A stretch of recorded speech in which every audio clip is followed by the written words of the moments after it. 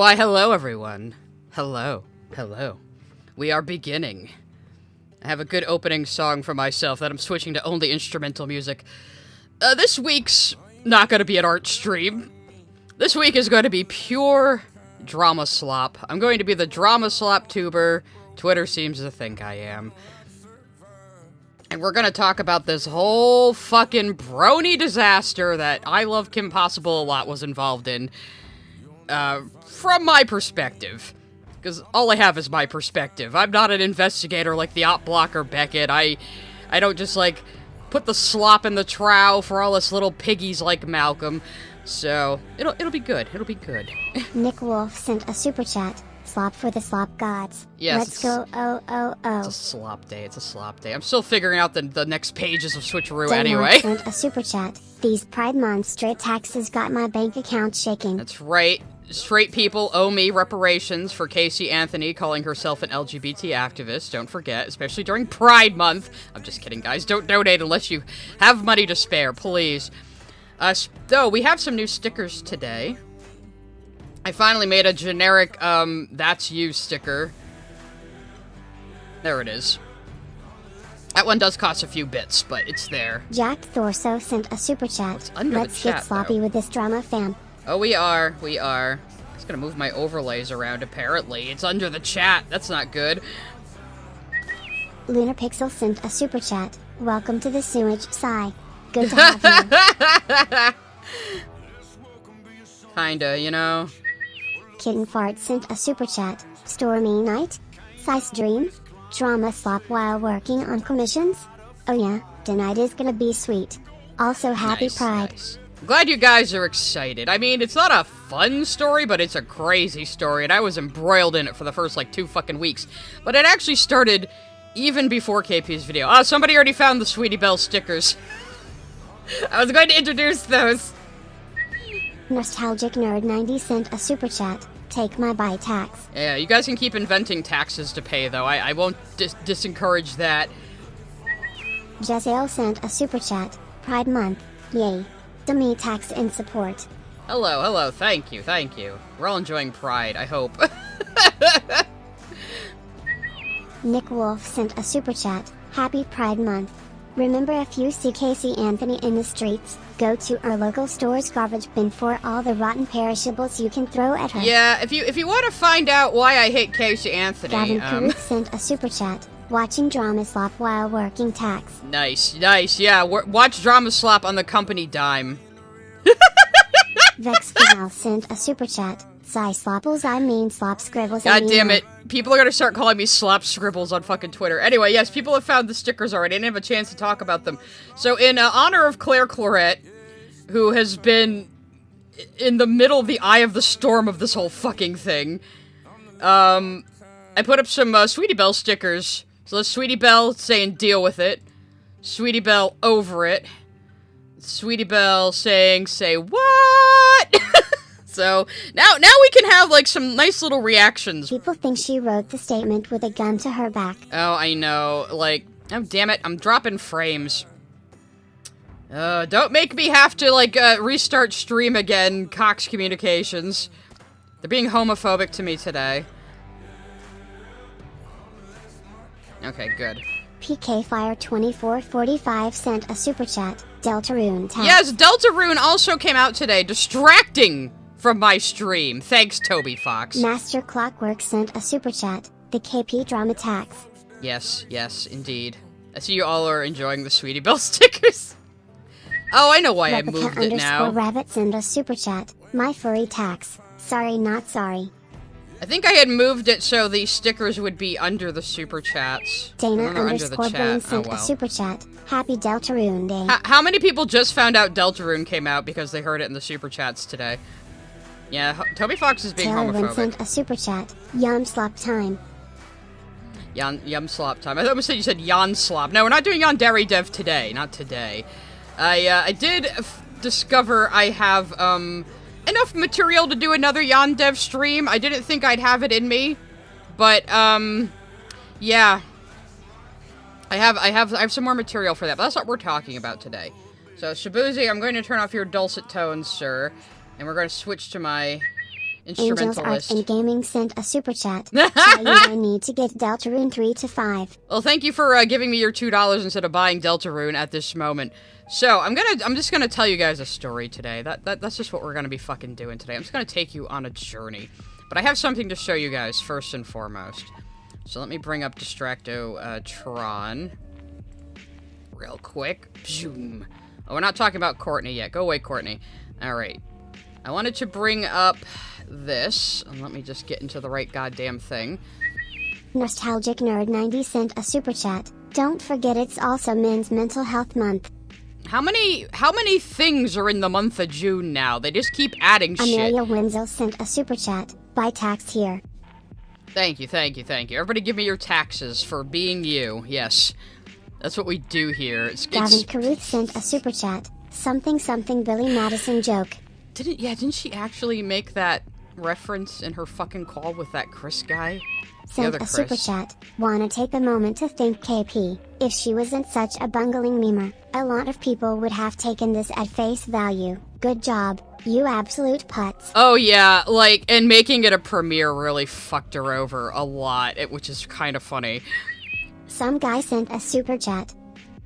Thank you for sending a blank super chat, some guy. And then I see Skrill is coming in with a Pride Month tax. Thank you, Skrill.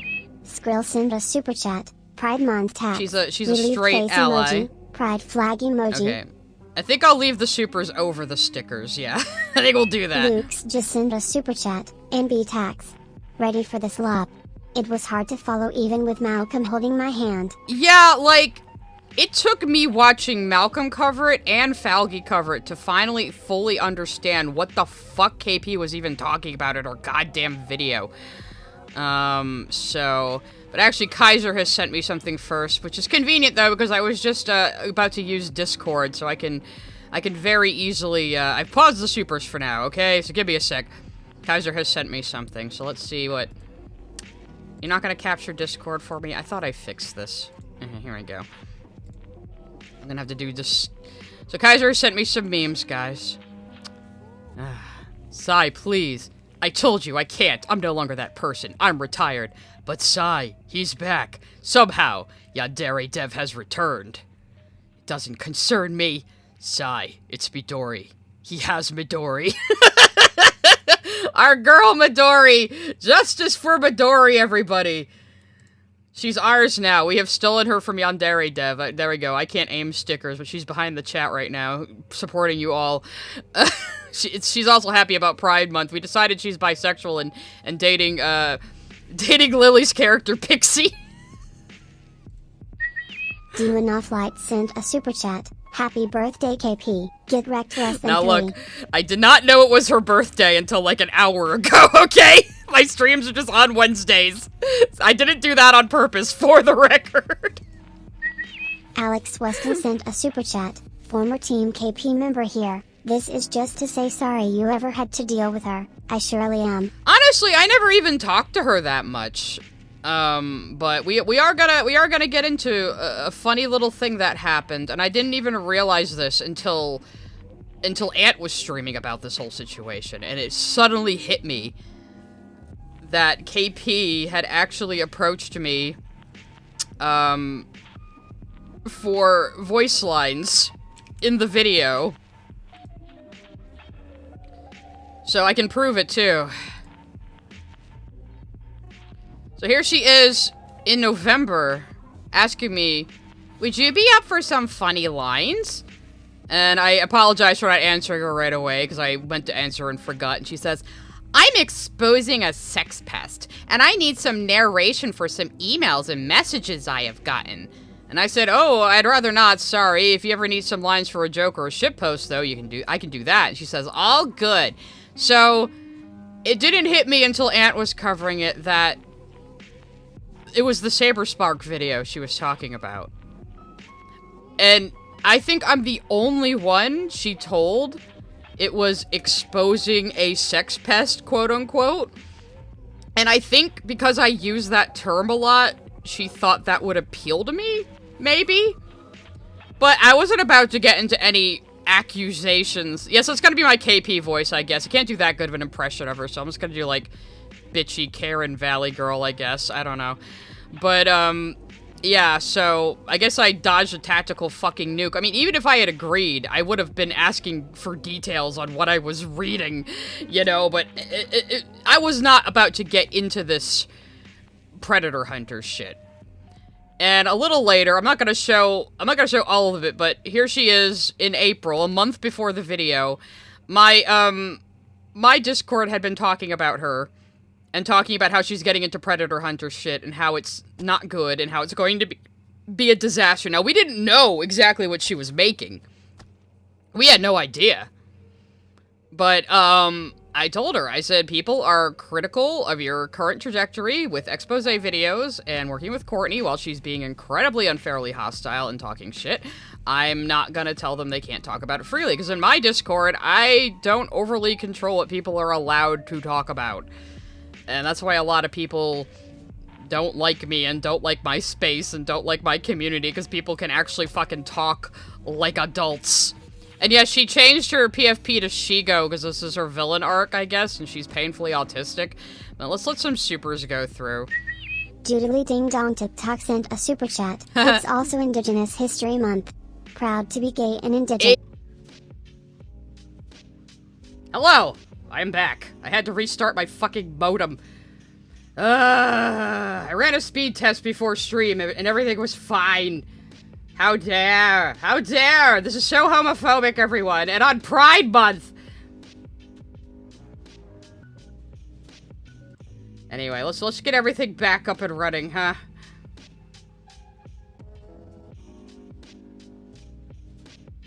Anyway, maybe I should just start over from the beginning! Ugh! God! Okay, jeez. No, I just saw it dip again for a second. Don't you fucking dare! I swear to God, Cox Communications. If I had to restart my entire goddamn computer...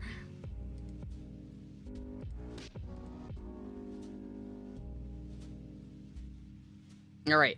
It seems to be stabilizing.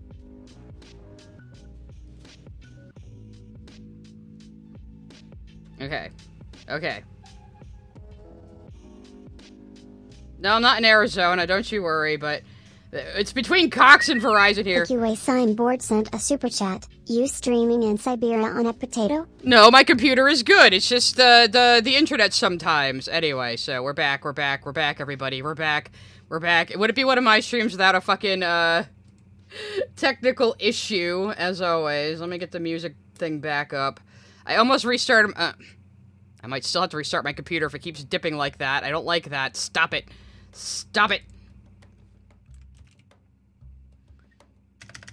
Don't make me have to renew my IP address again. Sabine Brown sent a super chat. This better not cut into the Sony showcase. Sigh. It might. Sorry I missed some super chats. They were still playing while I was trying to fix everything. JJW Mizoon sent a super chat. Here's your better internet tax. Thank you. I might just have to get a completely different internet card or something. It might be my computer. I don't know, but it was fucking out on my phone, too. Lunar Pixel sent a super chat, dipping like a ripple chip. Anyway, that KP chat read like entrapment in hindsight. A little bit. Let's go back to that real quick, and go over it one more time for the people who maybe weren't here or the internet died on. Minebot45 sent a super chat. Why can I not catch one of your streams where nothing breaks? Because something always breaks. That's why. Something always breaks on my stream. I'm a professional, guys. I'm a professional. Okay? I am totally a professional. Anyway. So, back to what we were talking about.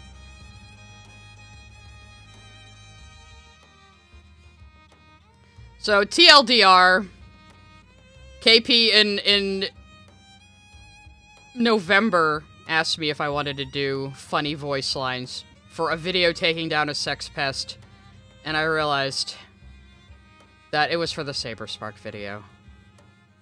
And I only realized that belatedly. Alright, Twitch is still offline. Sorry, guys.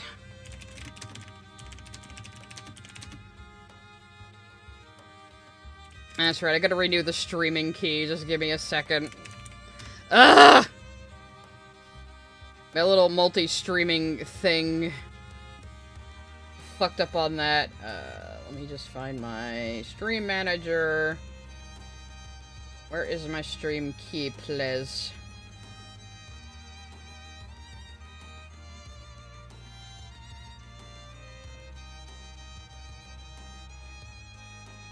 Okay, it should be going back up now. There we go. Okay, I think we're good! Everybody pray for me.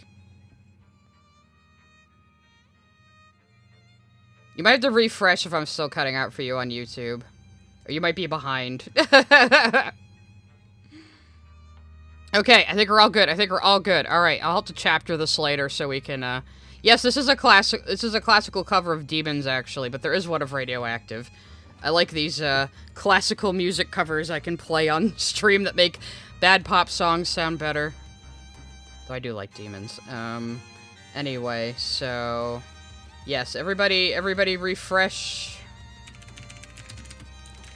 Hopefully, we should be all good now. Hopefully, my internet ISP will stop being fucking, homophobic on Pride Month of all months. So yes, to summarize again, KP actually did approach me about doing voice lines on the Saberspark video, and I only realized that way later. And again, she told me it was to take down a sex pest, because I think she thought that phrasing would appeal to me. So yeah. The QA signboard sent a super chat. I thought you weren't going to cover this. No, I said I was going to cover it later on, because it was like an ongoing sent thing. A super chat. What is it with all these PD hunters thinking they're GT Light Yagami? Like, seriously. In the end, not even Light Yagami was Light Yagami. It's very true. I approve of Light Yagami slander. Sent a super chat. Hi, Sai, this is my first stream of yours.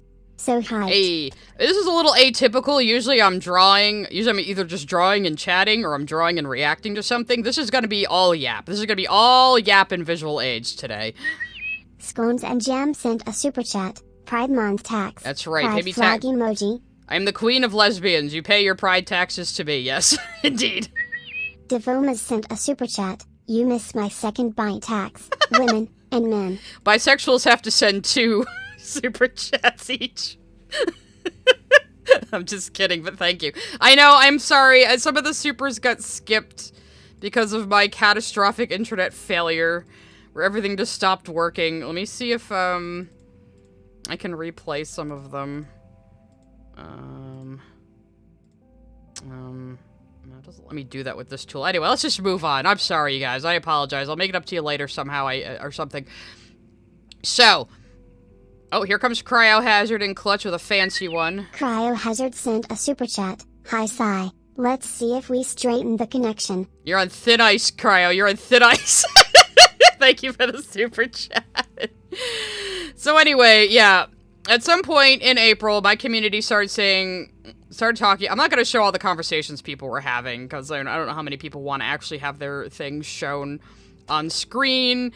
KP, I don't feel bad for, because she records people without their knowledge and then uses it in videos, so fuck her, you know.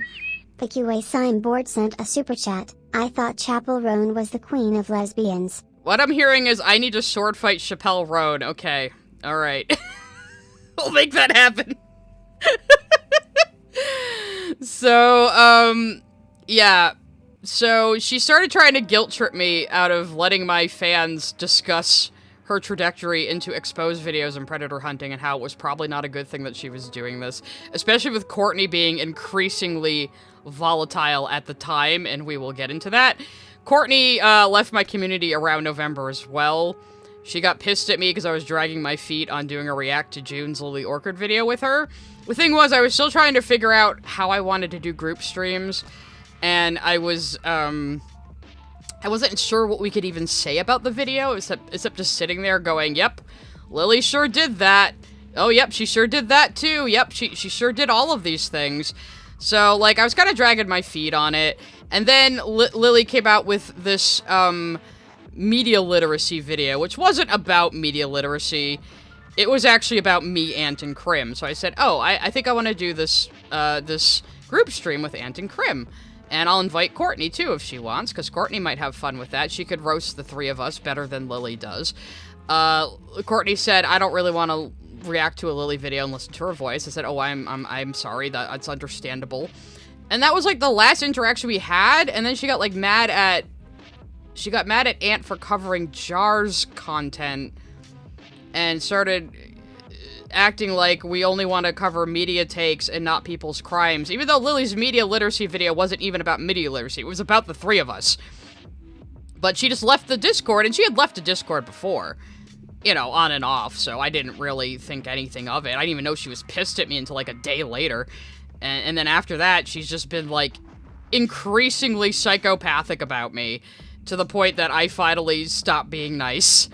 Because we gave Courtney a lot of grace, we gave her a lot of leeway, we protected her a little bit, because here we're thinking, oh, she's a victim, oh, she's troubled, you know, she's gonna do some crazy shit, we should just try to talk her down. And, well, this is what we got out of it. So, yeah, I'm no longer protecting Courtney. Let's put it that way. I still believe her about Lily, but I mostly believe her about Lily because of the things Lily says in her videos, and because Lily can't do a single video without some sort of comment about incest. So, I believe you because of the things Lily says in her videos. That is the irony. Bean sent a super chat. Painting miniatures while watching the stream tax. Have fun with that. That sounds relaxing. I wish I could, like, enjoy doing tiny little detailing like that. Venom Wifey sent a super chat. Why does Co want you in that video given your history with Courtney? Why does who want me in that video? Oh, I don't know. Because I think Courtney and I were kind of on the outs at this point. We were? I mean, she did have, Anthony actually recorded stuff for her. But then they had a falling out, him and KP, so it wasn't used. So yeah, I don't know why she was inviting me and Ant to do voices in the same video as Courtney when Courtney had been raging about us for months. You know, that's a little odd, but I don't think KP really thinks of people as people, to be honest. Kitten Fart sent a super chat. My second super chat from Tea Party is coming. The Tea Party? Is the Tea Party coming for me? They're after me, guys. The Black Queen sent a super chat. Second by tax. Mares. I still love them. Oh, yes, yes. I was trying to show more of the Sweetie Belle stickers again when my internet cut out. Absolutus sent a super chat. Bet. Happy by tax too. I'm back for the VOD when I'm not working with pallet jacks and slippery floors. Yay! Later, sigh. Nostalgic Nerd 90 sent a super chat. Support Saberspark's tax. Yeah, like the whole thing is, people are like, oh, Sai is defending Saberspark and Black Gryphon. It's less that and more, I'm sick of this attitude on the internet where you can just use serious allegations to fuck with the careers of people you don't like because you think believe all victims means nobody can doubt the allegations. It's pretty fucked. Hotto sent a super chat. You can show anything I said, I don't care. Nah, I'm not gonna go digging. I was looking back through it the other night and I didn't really find anything that Luna vital. Pixel sent a super chat. Gay P records people in secret. Wait, that's illegal. Depending on the state, and the laws are only about phones, not necessarily Discord calls. There's no precedent for that, but just ethically, it's scummy. Dragon of Street Prison sent a super chat. What is it with every sensitive MF being like, why didn't you contact me directly? Because why do people have to? Exactly. Again, people can talk freely in my Discord server about any goddamn thing they want, as long as they're not being outright hateful or throwing hands at each other. So, yeah, my fans are not going to be your echo chamber, KP, and we're rightfully concerned about this trajectory you're going on, and now you have imploded your entire career. You see what happens when you don't listen to other people and you have an echo chamber? You see what happens?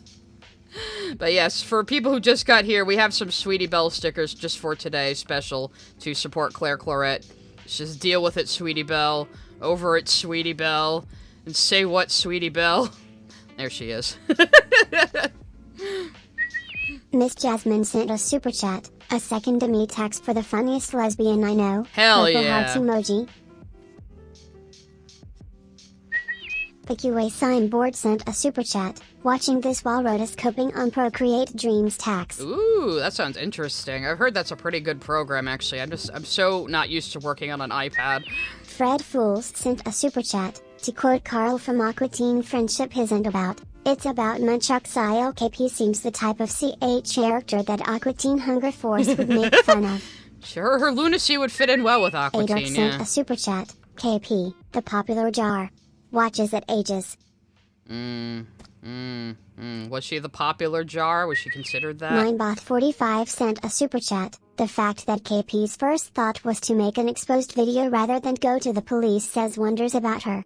Also questioning tax. Well, you see, we'll get into that because her motivations weren't helping victims. It was fucking with the careers of people she has personal grudges against. Axel Lloyd sent a super chat. The KP drama DLC. Yes, you guys have installed the KP drama DLC in the side stream today, and that's what we're doing. Master Clockwork sent a super chat. KP not beating those free labor allegations. Oh, no, it's awful how she treats people who do work for her. Rusty Jackson sent a super chat. Ace text incoming. Pirate flag emoji. Is that the official asexual flag, the pirate flag? Lunapixel sent a super chat. It was for the drama. That's the only reason KP invited all of you. She wanted to say, oh, look at this other drama I found while working on the vid. Maybe, I don't know. Shitmanly93 sent a super chat. Hell yeah, time to throw tea into the harbor. Also, straight tax I suppose? Now see, it was Massachusetts who did the Boston Tea Party. In Rhode Island, what we did was row out to a British tax ship and set it on fire, and we burn it in effigy every year. It's called the Gaspy Days. We still celebrate it like 200 years later. We burn a little ship every year and have a parade. Lolo27234 sent a super chat. Y'all should watch the Cope and Seed video on this. It's the best at debunking of all this BS. Yeah, like, I didn't quite trust Beckett when I first heard of him.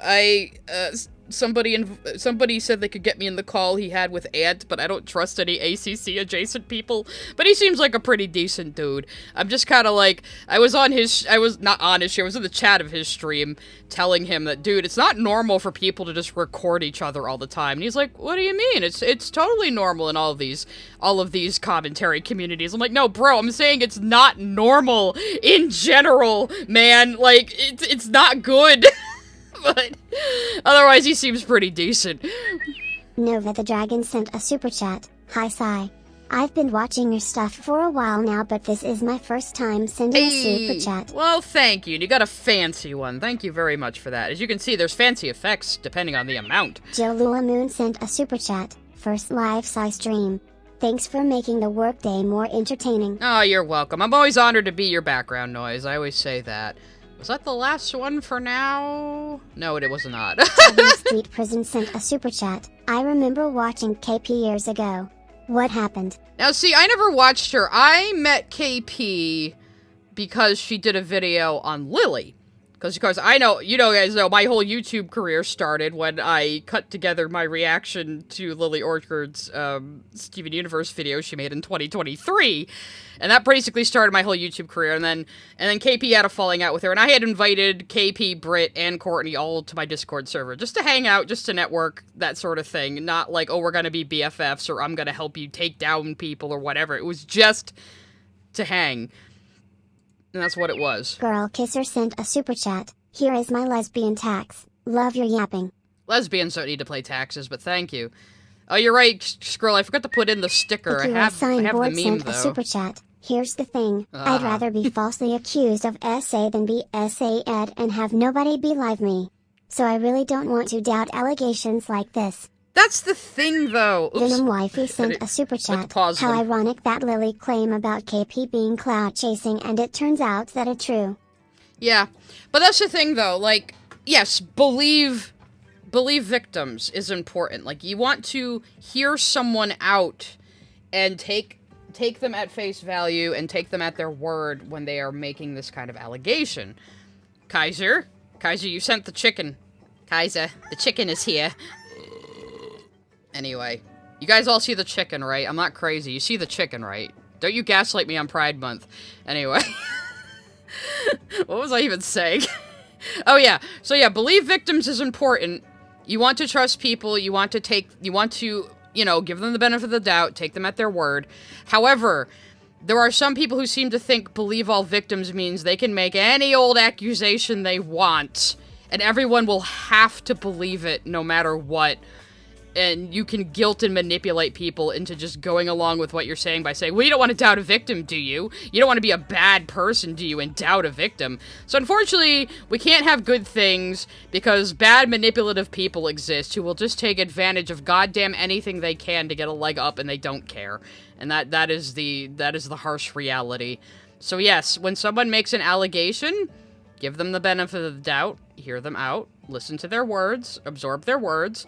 But if something ain't adding up, you don't just keep blindly believing them, you know? Scones and Jam sent a super chat. I think what gave me the ick about the document she helped write was that the alleged victim had to be pure and inexperienced. People who have a lot of experience, etc. can still be victims. Yeah, because, like, they put a lot of emphasis on how she was freshly 18 and Saberspark led her into these situations. However, the woman who was the accuser is known, and she was on Dr. Phil when she was 16 talking about how she wants to be 16 and pregnant.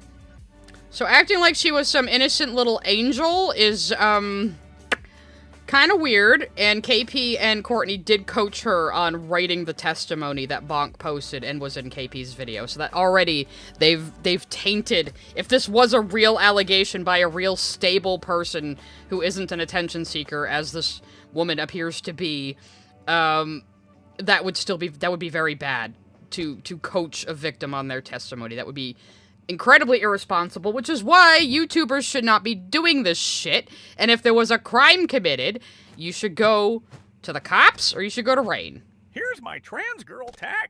Thank you. Thank you for sending it by Parrot. I can't pause the Parrot like the super chats. He's going to interrupt me now and again. Anyway.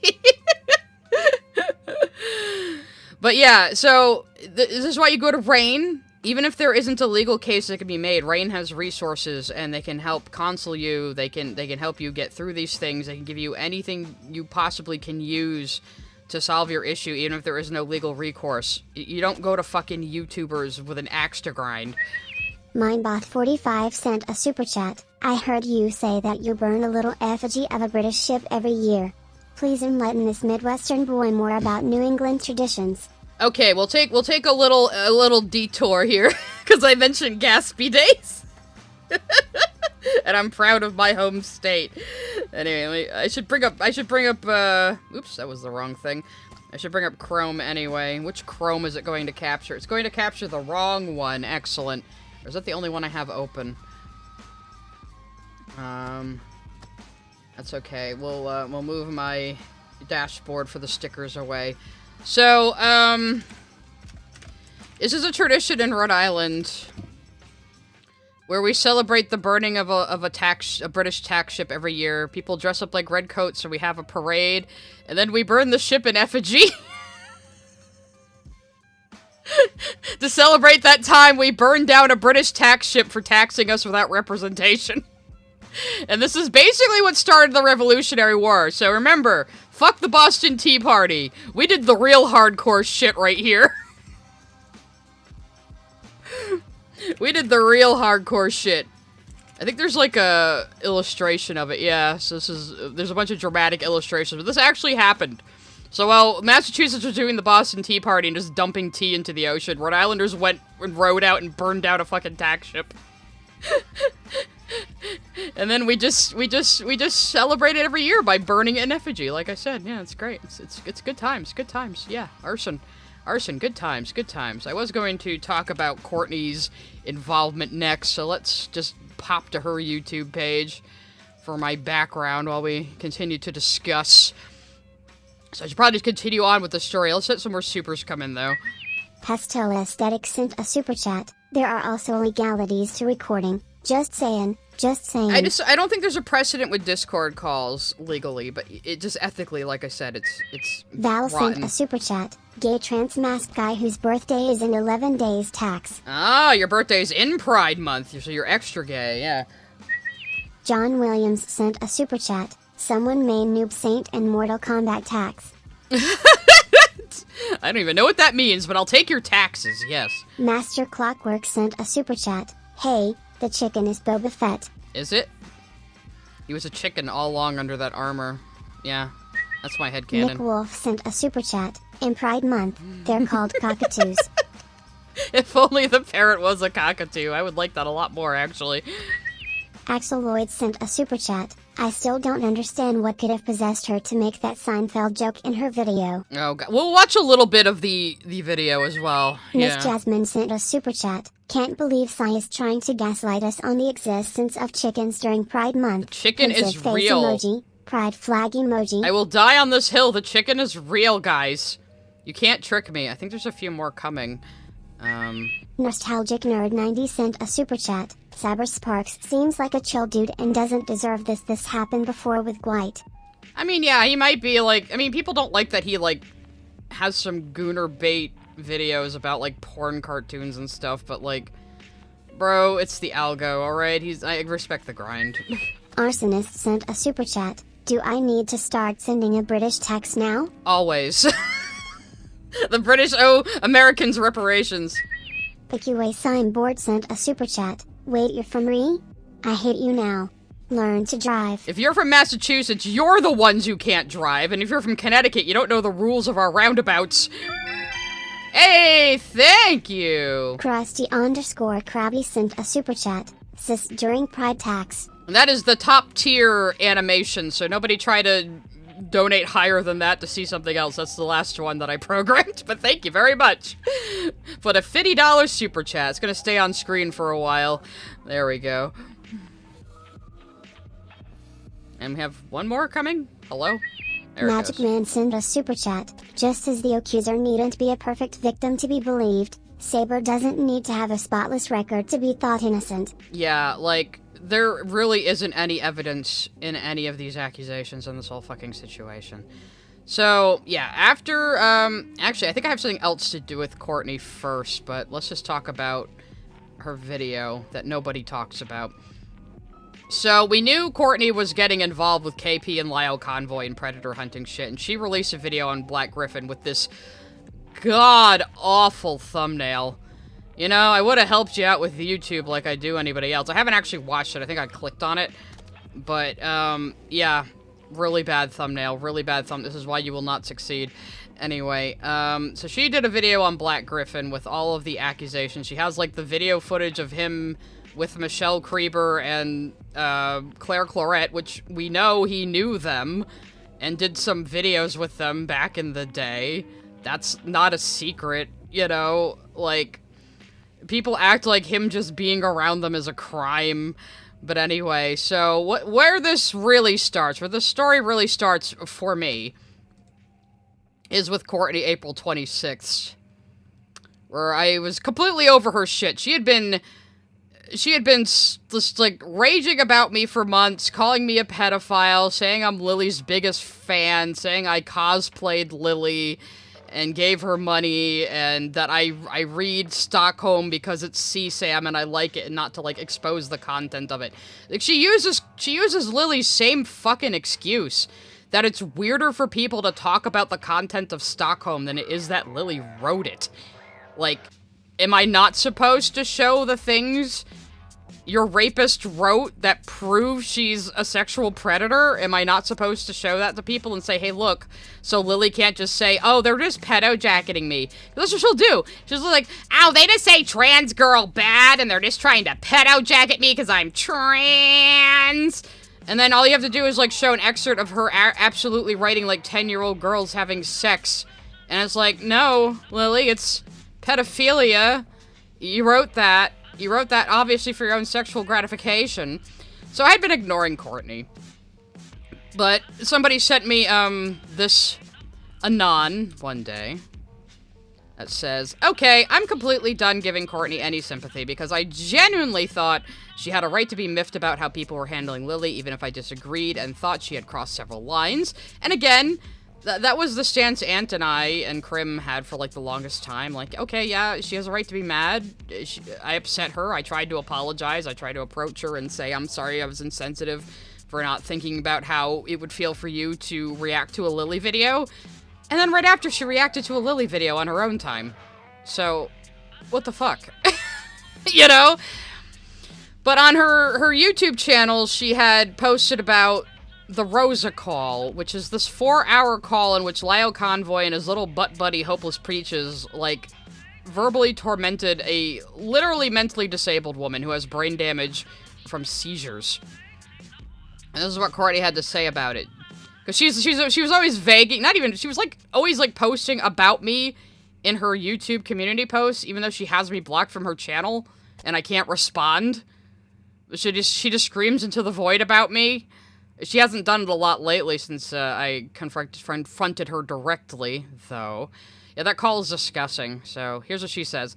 Dear Cy & Co., I don't care about the Rosa call. Legitimately, I don't. Rosa is an adult with her own access to the internet that stayed silent while child exploitation was happening under her nose. And it stayed in a space it was happening. Yeah, so what happened was there was someone who was supposedly a predator in a Discord server. This Rosa chick was a mod in that server, but she couldn't ban people. She could just like delete messages and shit. The owner of the server was Star Giant, who is pretty infamous, but I don't know a lot about. And they had already blocked Lio. So Lio couldn't get at the owner of the Discord. So instead, he turned his attention on this mentally disabled woman who has like a full-time caretaker because he couldn't take out his ire on Star Giant, and they just, like, tormented this poor woman, like, throughout 4, like, hours and hours and hours long calls. Because the ACC is fucking weird and fucked up, and all they do is just backstab and torment each other. It's sick, really. So, yeah, so she says she cares about kids getting targeted. Keep that in mind for later. And she doesn't care about adults being shitty to other adults. Yeah, we know Courtney. So there were kids in danger, apparently. But again, like, they were berating her for not banning someone she didn't even have permissions to ban. Like, this woman didn't do anything. She just happened to be a mod in the server. And it's a fucking Discord server, for God's sakes. Discord mods don't have any real authority, even if they think they do. You're fucking janitors, okay? Relax. So, I think she doubled down on that, yeah. She doubled down on it, saying, kids are being exploited, and blah, blah, blah. And she's like, and if people want to act like it does, then they should be directing their ire at the person who let Rosa on the net, not Lio, not me. So it's her own fault for being on the internet where someone fucking abused her. It's her fault for getting abused. Not Lio's fault for his own fucking actions. Why are you defending the Christian straight man as if he has, like, no agency and no accountability for his own fucking actions? That's interesting. Lou number 95 sent a super chat. For the LGBT community, June is Pride Month, but for KFC, every month is Pride Month.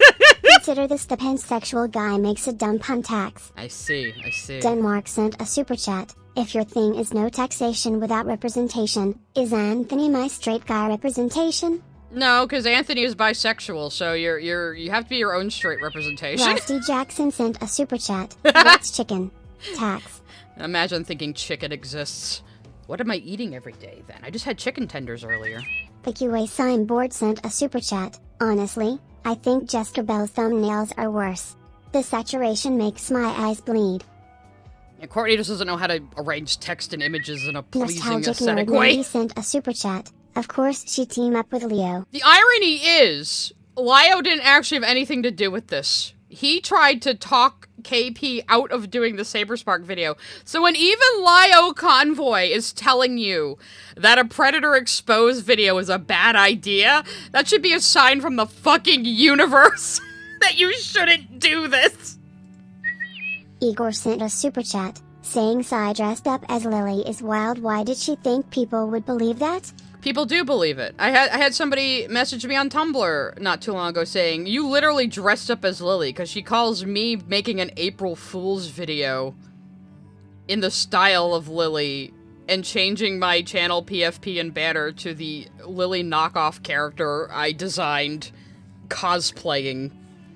because she doesn't understand entertainment. None of these people believe me when I say I'm an entertainer first.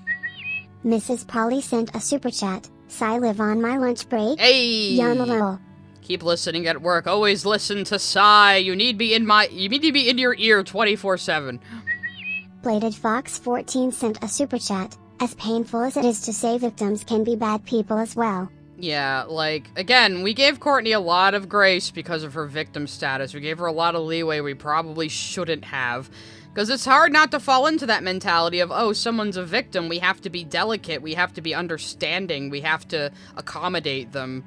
And she just has zero consideration for anybody else, or anybody else's lives, or anybody else's problems. We're gonna see that over and over again. Lolo27234 sent a super chat. She was okay with Leo who defended Doodle Tones.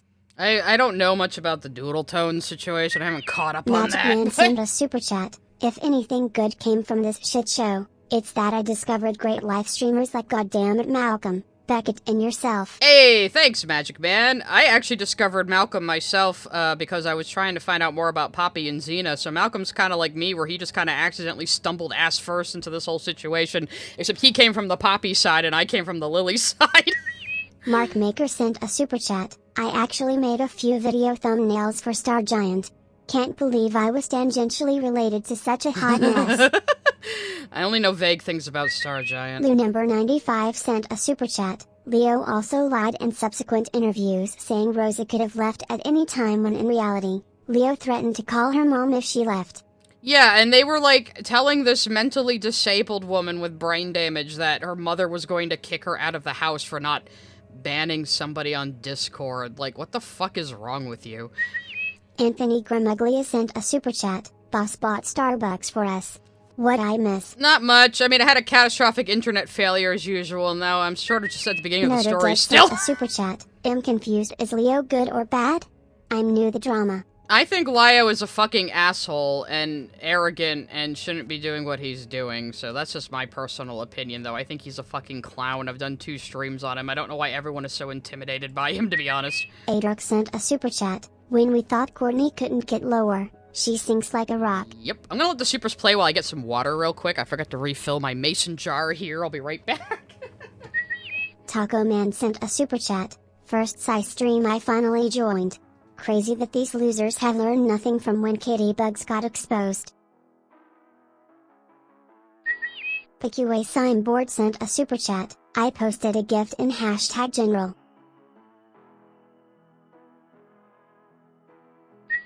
Gay Gem sent a super chat. Chicken nuggets is people. Well, they were delicious. Me and the dog had chicken nuggets earlier. Dragon of Street Prison sent a super chat. Why is every MF vouching for Leo, who was bad? I don't know. People, like, bend over backwards for him. Replica_rabbit sent a super chat. Sigh, there haven't been a chicken for 200 years. That's not a gif. Anthony Gramuglia sent a super chat. I got so many people accusing me of dressing up as Lily. They are not sending their best and brightest here. Oh my god, so now they say you dressed up as Lily? Meanwhile, they're saying I'm the one who donated to Lily or donated to a pedophile. When people say that because, Ant did like a $2 super chat to jump scare Lily one day.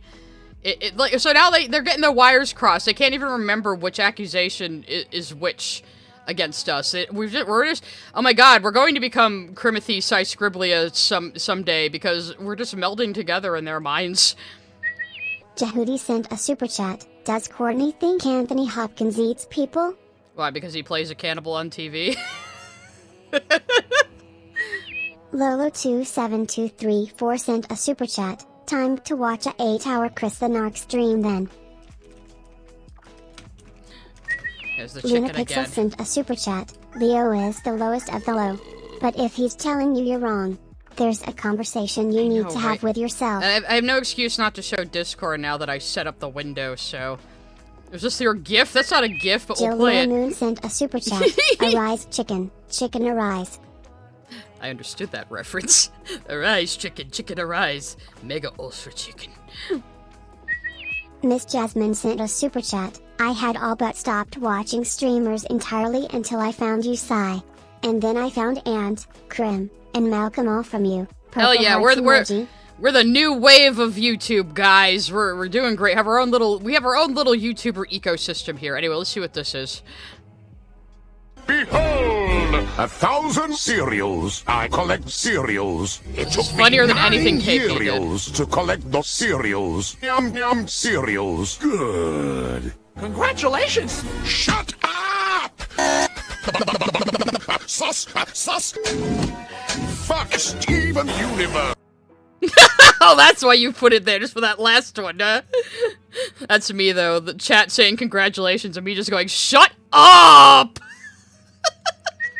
Axel Lloyd sent a super chat. Andy dressed up as Lily. Sai dressed up as Lily. Are there any other Lily cosplayers I should know about? Apparently we're all just going around dressing like Lily, just like a horde or something, I don't know. Taco Man sent a super chat. Lily and KP on their Gamer Guide 7 Aces shit. That sounds vaguely familiar, but I don't know what that's a reference to, Noted unfortunately. sent a super chat. The last chicken was spotted on Gatsby Day 1772. Yeah, the Gatsby was full of chickens. They all got fried in the fire, obviously.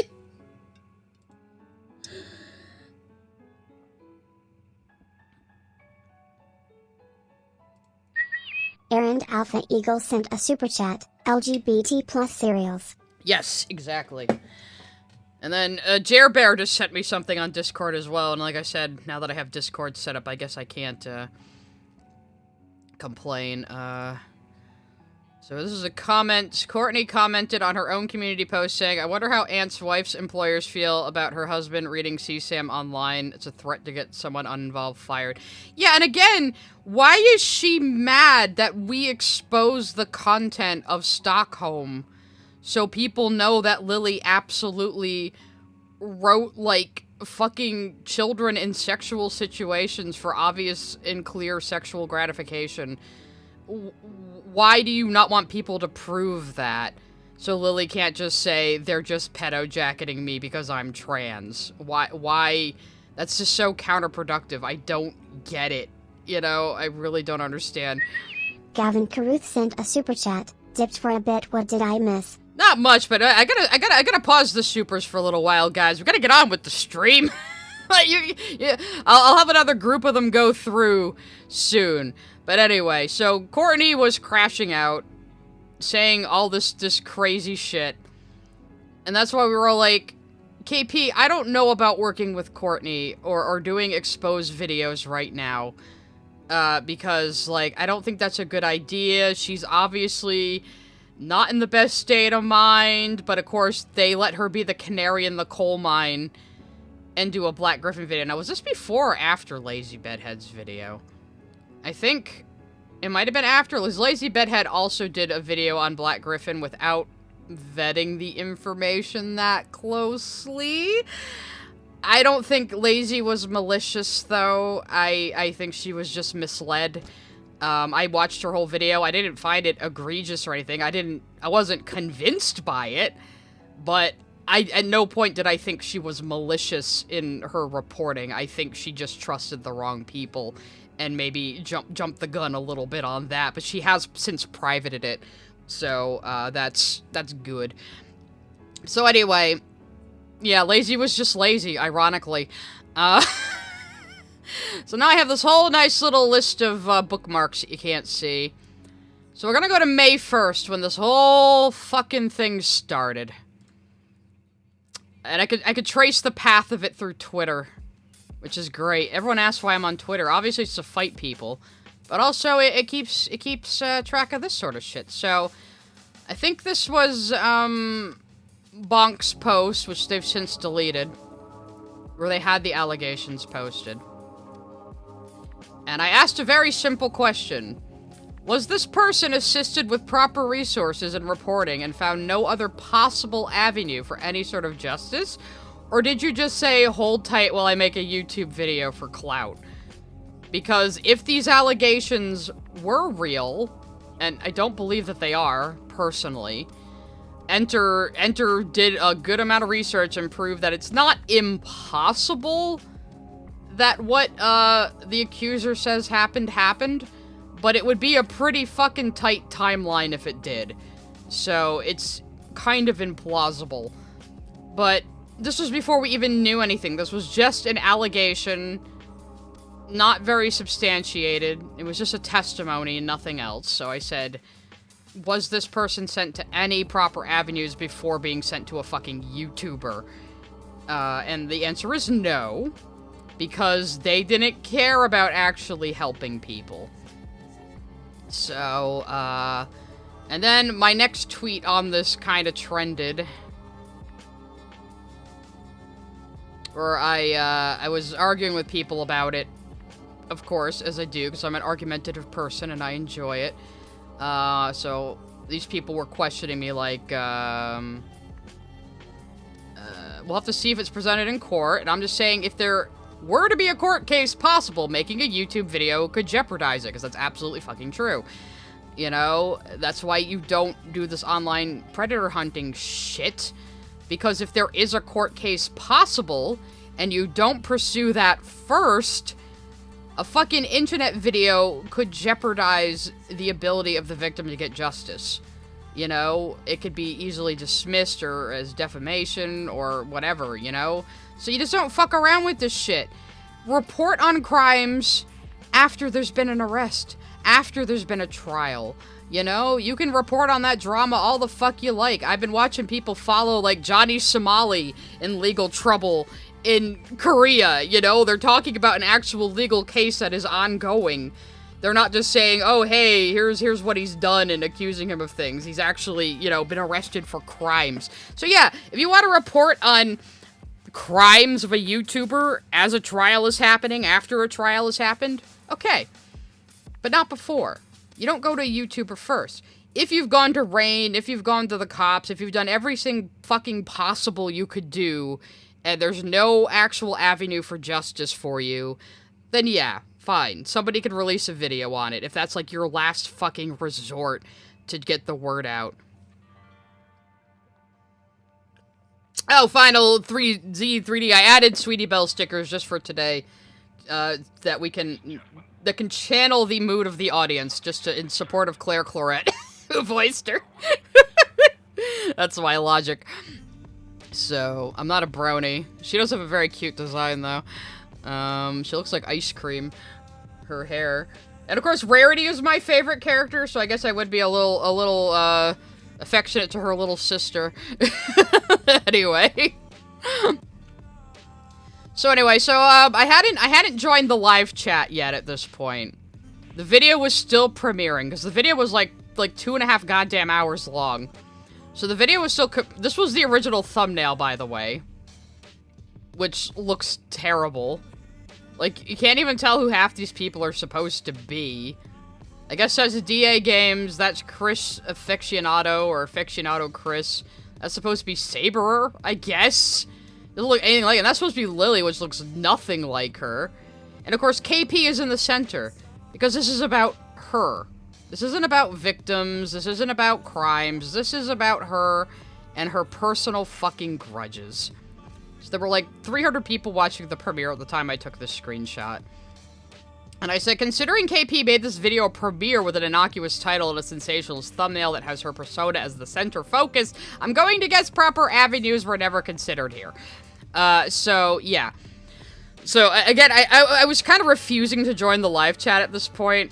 I ended up jumping into the fray, after all, because I couldn't fucking help myself. Yeah, Rarity's my favorite character. Let me just find a GIF real quick.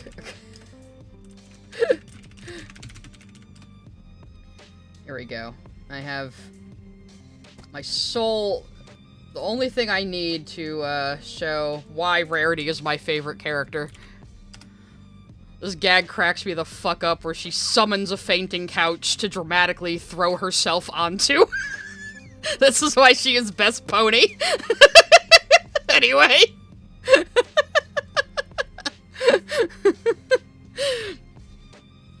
So, yeah, I hadn't joined the live chat at this point, but we will be getting into the live chat. Don't you worry, because I have a record of it.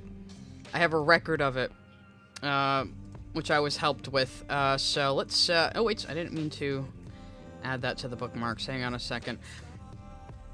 Okay. I do have her video here. I'll put that in another tab for now, in case we need to reference to it. But let's move on to... So I joined the live chat just in time to see the fucking piss on the moon meme. I joined exactly as this part was happening. And Rock DS, who might be here in the chat today, clipped this bit. So let's see what this very serious video about rape allegations entailed. Shadow the Hedgehog is a bitch-ass motherfucker! He pissed on my fucking wife! That's right! He said his dick was this big! And I said, that's disgusting! So I'm making a call-out post on my Twitter.com! Shadow the Hedgehog, you got a small fucking dick! It's the size of this walnut, but way fucking smaller! Announcement! Okay, so you might have noticed that that's not the Snapcube audio. That's not the Snapcube meme audio.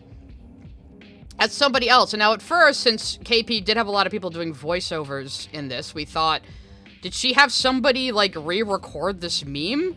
But then why does she have text that doesn't even match what's being said if she was gonna have somebody re-record it anyway? What happened was she got somebody's random cosplay video of them doing the meme and just used it in her video without permission. In the same video, she's making very serious accusations against somebody, which people might assume the person who made this audio endorses. So that's wildly irresponsible. I don't know why she didn't use the original. Mr. Enter has a copy of the video she used in his video. He says he had trouble even finding it.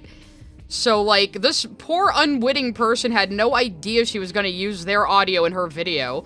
And then it made people assume it was recorded specifically for this. Because nobody knew where it came from. I don't know why she didn't just use the meme. So I was saying, you can't tell me ILoveKimPossibleAlot isn't doing this just for clout when she has shit like this in the same video she's exposing allegations of serious sexual crimes. So yes, I got to come into the chat right during this part, which was great. So let's look at a few of the other, like, fucking memes she had in here. This is a re-upload of the video. You might see Michael Vick here in the thumbnail. There's a reason for that. So, yeah, she made it a premiere, which really fucked her over. A lot of people didn't appreciate that, 'cause a lot of people asked in the live chat, why did you make it a premiere if this is, like, a serious video with serious allegations? But we'll go over how making a premiere fucked her over more than anything else. So let's look into the fucking meme shit she was doing. Don't care about any of this. 'Cause, like, she starts out, like, nobody could even follow what the fuck she was talking about. She expects you to know who all these people are. Like, let's go back to see how she actually opens this. Sexual objectification, bestiality and zoophilia, and rape. I'm gonna speed Please you the do not fuck up, harass though. anyone named in this video. Hello viewers, welcome to another segment of Maybe the Internet Was a Big Fucking Mistake. Big mistake. Big. So this is how she starts her video with serious accusations of sexual assault and sexual misconduct. Yeah. Cute. On a more serious note, this video covers sexual gratification as well as general sexual harassment. Yeah, crazy, unfunny, spooky, hilarious. And it's a very depressing story. If you're a kid who somehow got past the age restriction, please go away now. Just go. Now, I don't like covering these stories. We're an animation channel. We cover very important stuff like Disney and not Disney things. So why the fuck were you doing it? Well, we know why, though, because it was all about her own personal fucking vendettas against this guy. Roughly from 2014 to 2015. I know, I'm old. Chris was generally a nice guy in my time knowing him, but he exhibited weird behavior. Like, you just draw this for your boss, right? If memory serves, there's also a nude version. Apparently that was a lie. So you drew your Sona on the toilet. Okay. Okay. I guess I should go after Kai's for half the shit he's drawn my Sona doing. Disgusting. He was also my first trip to Everfree Northwest, the one we did the vlog about. He's this guy here. The story is as follows. Now, what she didn't mention here is that Chris worked for her for free, like all of her editors and animators. Everybody who works for KP works for her for free. And I'm not I imagine her channel's monetized. She says she doesn't make money off of this. I mean, I doubt she makes much money. But yeah, she gets people to work for her for free, usually teenagers and people in their early 20s. She tells them they can't brag about the material they've done for her. And then she just gets all the credit. I don't think she even scripts her own fucking videos. She just has other people do all the work for her. And then there's a recording. It's like Illuminati, only nerdier and with bronies. You know? So this is all about her grudge against this Chris guy in DA games, really, is what this is about. But the structure of the video is really the problem here. I'm ignoring the chicken, guys. It's not there. If I close my eyes, it's not there. Oh, yeah, we're not gonna watch the whole thing, but she didn't censor NSFW videos and a dick pic very well in this video, either. And there's JonTron for some reason. Let's bring a political comparison. For those who forgot or are not American, good for you. The 2016 leak of the Hollywood Access tape was a big deal. In a bus... KP, it's 2025. KP, it's not 2016 anymore.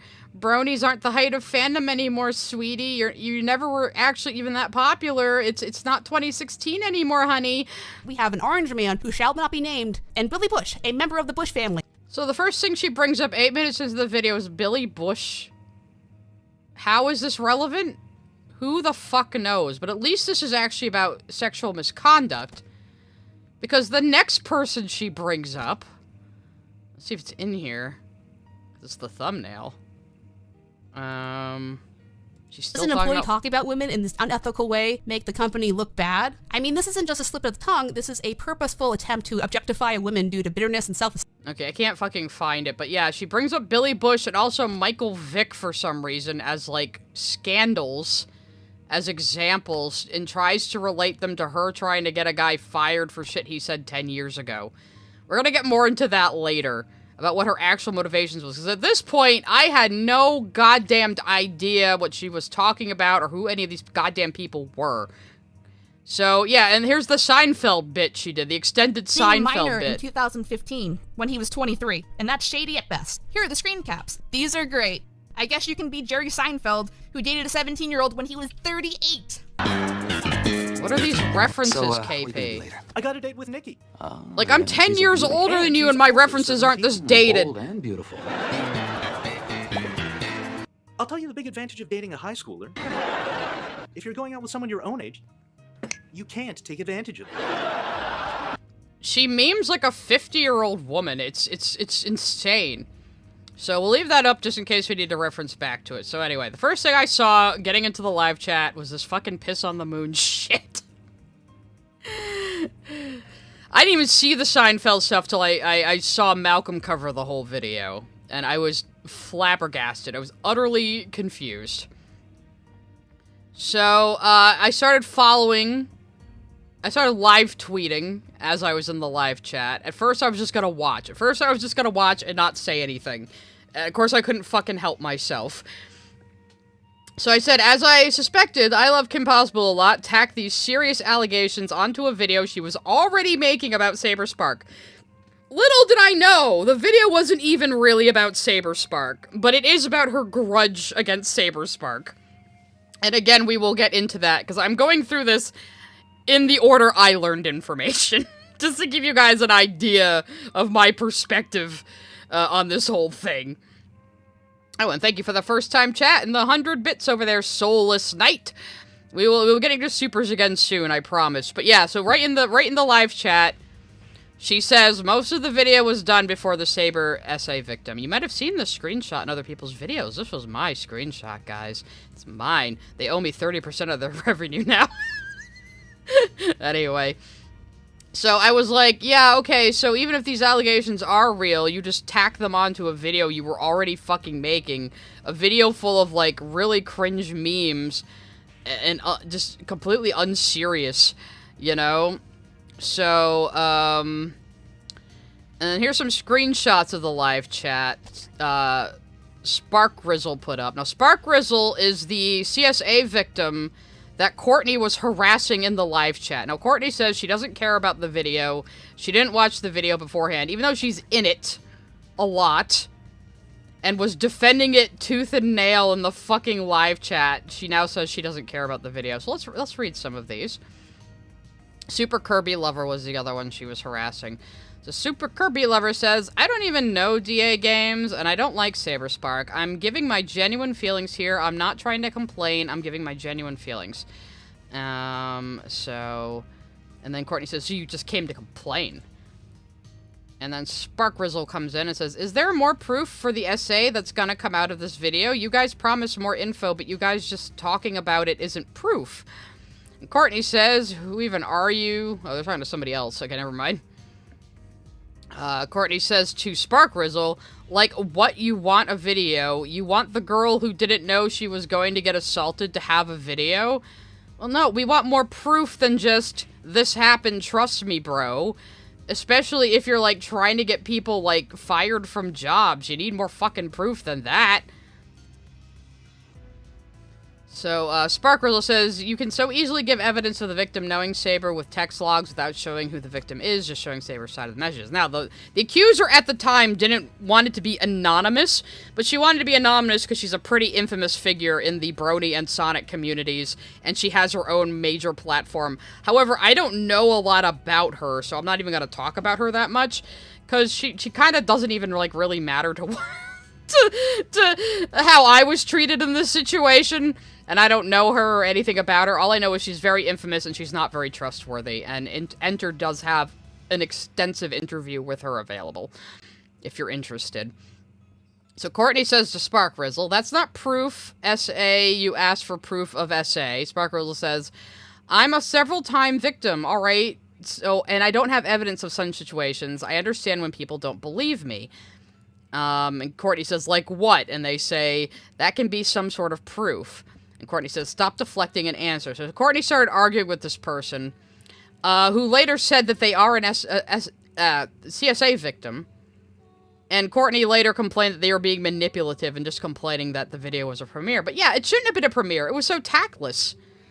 You know, it was so, like, tacky. But it being a premiere really fucked them over because of Courtney fighting people in the fucking comments. And because of this. I wasn't meaning to live tweet this, but Chris Chan, the literal motherfucker, is in KP's chat. Someone she is known to interact with faithfully. So yes, fucking Chris Chan is involved in this situation! And again, you might have seen this screenshot around other people's videos. This is my screenshot. So yeah, Chris Chan stopped by. Now see, this didn't surprise me as much as it surprised other people, because I watch a lot of Gibby's Lore Cattle rants. He's a pretty big Chris Chan tuber, though he does other things. And in his, I had just been rewatching a bunch of his old videos on what Chris was tweeting about like 4 years ago, and KP kept coming up. I almost teased her about it even. I almost said to her like, haha, I've been jump scared by you in old Gibby videos. So oh no, Chris Chan's not in jail. Chris Chan got released after 2 years, for time served, basically. Didn't even go to trial. They just didn't bother doing anything about it, because there wasn't enough proof, and Chris was already in jail for 2 fucking years. So, yeah.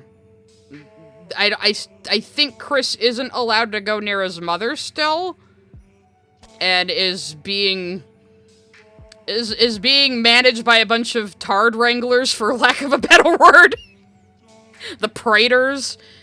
So, yeah, that's a whole situation we don't have time to get into right now.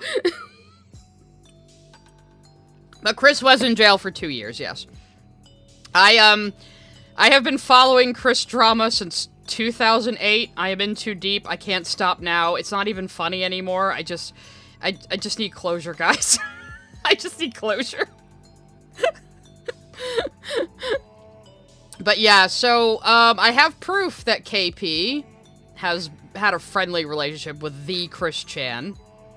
Chris Chan likes her because KP is a Brony analyst, technically. Like, she was on the periphery of that shit, but she's, like, the only famous Brony that will talk to him. So, yeah. Maybe I'll do a Chris Chan lore stream one day. I I am just a Chris observer, okay? I'm just a Chris observer, alright? But I've been here since almost the beginning. But again, this didn't surprise me. The whole chat went fucking insane when this happened.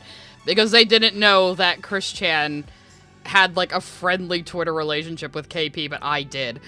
But I'm the one who captured this. So we're gonna let some supers come through while I bring up the log of the live chat, which I have. Zombieland1312 sent a super chat. Sorry, I'm late to the stream. What did I miss? Oh, we're talking about Chris Chan now. That was probably from earlier, but yeah. I'll talk about this after we have Igor the supers sent a go super through. chat. Dressing up as Lily? You mean putting some dollar store earrings on and not leaving the house? Yeah, I could do that for free. Taco Man sent a super chat. I love chickens, Eddie. I love chickens, Eddie. I assume that was an Ed, Ed, and Eddie quote. Angels Art and Gaming sent a super chat. I love that Jabodnik YTP so much. 9 Uriels. YouTube poops are an art form. Nick Wolf sent a super chat. Sonic autism activated. Did I know that Long John Bradley, the voice of Robotnik in that show, was a gay singer and inspired the stage name Elton John? That's amazing. Anthony from Uglia sent a super chat. I have never read Stockholm. WTF. Courtney? I guess me and you just gotta do a fusion dance, Anthony, because... Oh no, but if a bisexual man and a lesbian fuse would just become straight... Does it cancel out? PKFire2445 sent a super chat. British, gay, and Deltarune tax. Yeah, it's British Gay and Deltarune Day. Hooray! Adrian Parchman sent a super chat. Eating lunch at work tax. Deli chicken sandwich, apple, and hot chip with pink lemonade. Ooh, that Courtney sounds video good. was before Lazy's BTW. Ah, okay. Simple but good sent a meal. super chat. I'm so hyped for this today. Let's go. I'm glad you guys are hyped. And we're going through it kind of slowly, given all the supers, but thank you so much for your support, guys. I do Lunapixel appreciate sent a it. super chat. Striking while the drama is hot is a difficult thing to do. You need to research in a short time that people often take shortcuts. It's why lots fail. Yeah, and especially when they're just doing it for clout and clicks, and not for any real investigative reason. And again, YouTubers shouldn't be doing this shit anyway. And you should only talk about crimes that have already happened, to be honest. You know, honestly, YouTubers just should not be... Because you're not experts, you're not trained in this sort of shit. You're not real journalists. You're not anything. You're fucking YouTubers, alright? You know your fucking place. Notre Dame sent a super chat. Video or CNS video? The Cope and Seed video is better, I think. Enter has a lot of new information in his. I will give Enter and his team credit. They scoured through a bunch of old BronyCon videos to come up with the timeline of the accusations, which is very impressive. However, I think Enter gets a little too in the weeds in his video. Like, he overly focuses on Saber making an offhand comment about Black Gryphon being harassed. Like, he goes on and on and on about that, and he virtue signals a little too much for my liking. But, you know, overall, I like Enter as a person. You know, he can be cringe sometimes, he can be kind of a spurg, but I've always liked his videos and his work, and some of his non-cartoon review videos have been quite good, so... Errand Alpha Eagle sent a super chat. That KP thumbnail face looks like an MLP meme face. It might be. I mean, it might be a reference to something. If it is, I have no idea what. Thomas93 sent a super chat. That's my problem with all of these allegations. If the evidence against Saber and Gryphon was so damning, why go to a random YouTuber and not the authorities? Oh, and we'll get into that, because I didn't know, I wasn't even paying attention to the Black Gryphon stuff before KP's video. It was only after that I started learning, like, the depths of the information on this sort of stuff that I started saying, oh no, this is all fucking bullshit. Adrian Parchman sent a super chat. Sigh totally not a brony/furry scribbles. Okay, listen, I only watched, like, the first 3 seasons of Friendship is Magic, and I can't draw animals, so how can I be a furry? Ling sent a super chat, and she ruined the Snapcube meme. I know, but I still don't understand, like, why not just use the Snapcube meme? Everybody would know where that's from, and they wouldn't assume you hired somebody to do that voiceover. You know, it's just irresponsible. Axel Lloyd sent a super chat. As a victim of child abuse, that bit is so uncomfortable for me. Like, why would she do that? Because Courtney thinks only her pain matters. I mean, Courtney and Lily were raised by the same parents. They have a lot of the same habits, and a lot of the same insults, and a lot of the same issues. I will say that. I'm not going to say Courtney is as bad as Lily, but Courtney has been up to some shit she shouldn't be as well. But I definitely think Lily is worse as far as sex peasantry goes. The QA signboard sent a super chat. You like Gino Samuel? I do. I've watched his other documentaries as well. He's a very talented young man. I can't believe he's only like 22. He is amazingly talented. And I like his retrospective on Chris Chan. However, one thing I always tell people to keep in mind watching it is that we didn't have any of that context at the time those things were happening. It was just Chris would upload a random video on YouTube, and we would all just have to guess what even motivated it. So all the trolls behind the scenes, all the emails, all the secret vent chats, the average watcher of Chris had no idea any of that was happening. It's just one day he's on YouTube in blackface being Mr. Popo, and we don't know why. And that's why watching Chris was funny. Especially when he was just left to his own devices. Because, like, when I first saw the future message video Chris made on their 25th birthday, where they seemed to think it was going to be shown in schools as a PSA, I was like, okay, this guy is either real, or he's like an Andy Kaufman-esque comedian and is brilliant.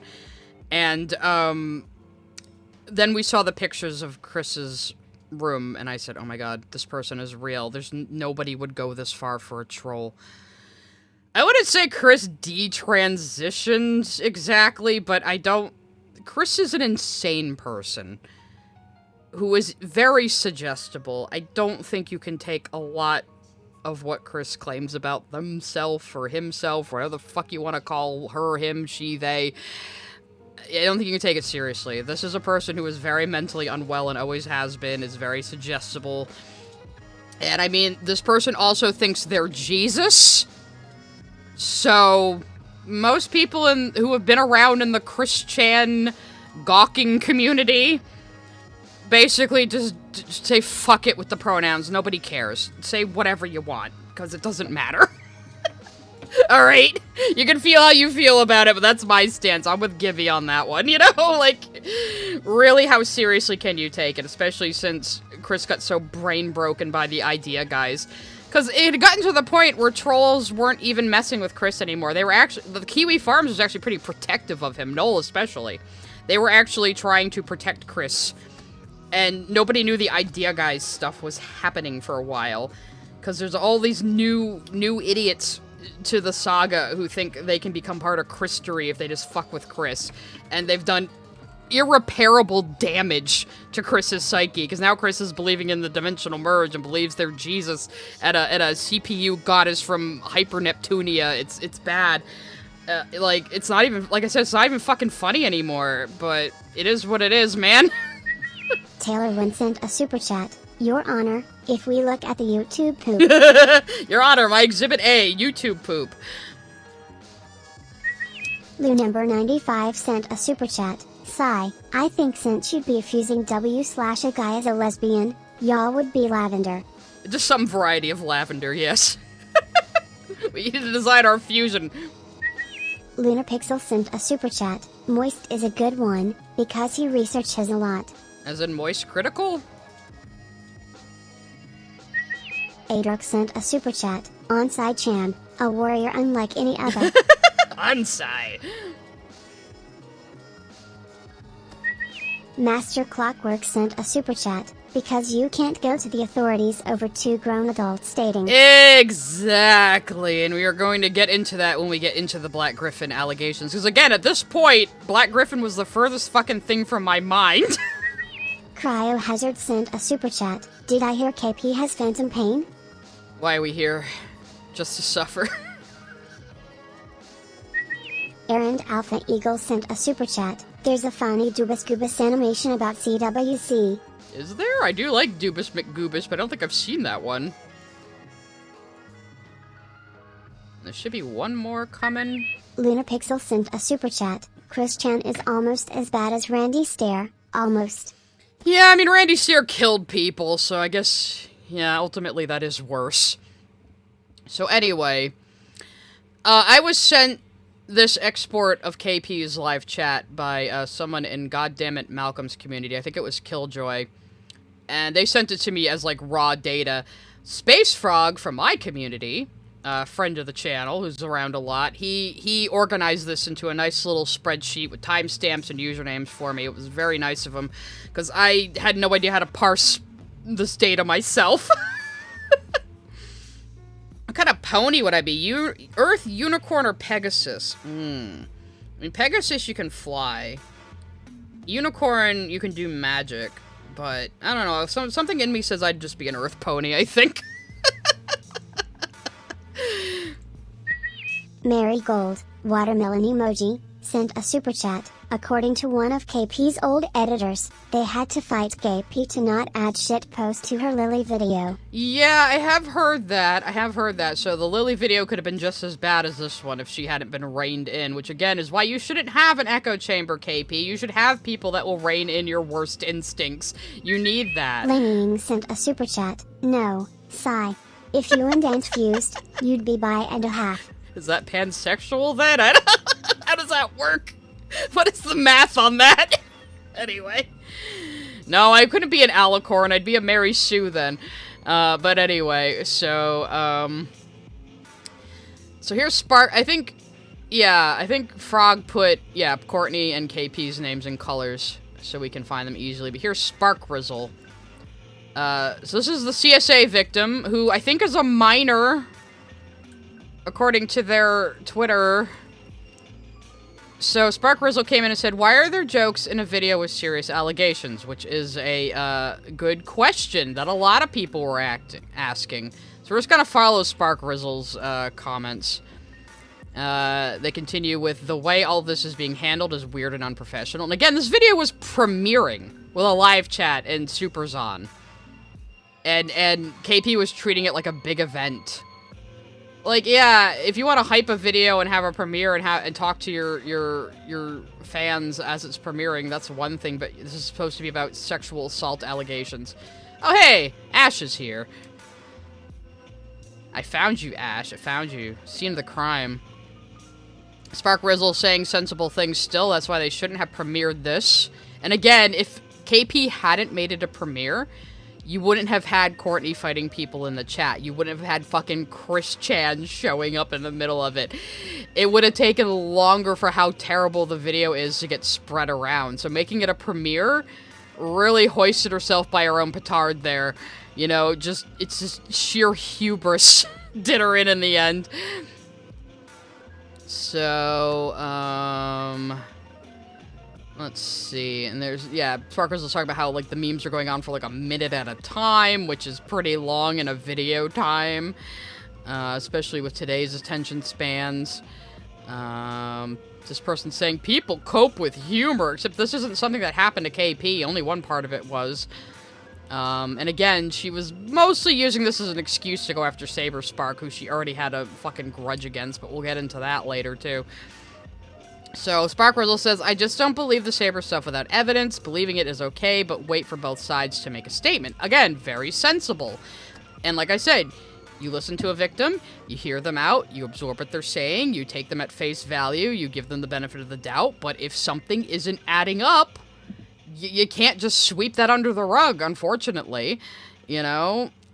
Spark Rizzle says, then why did you guys premiere it? Like, genuine question, what was the thought process? The thought process was clout and clicks, I'm sure.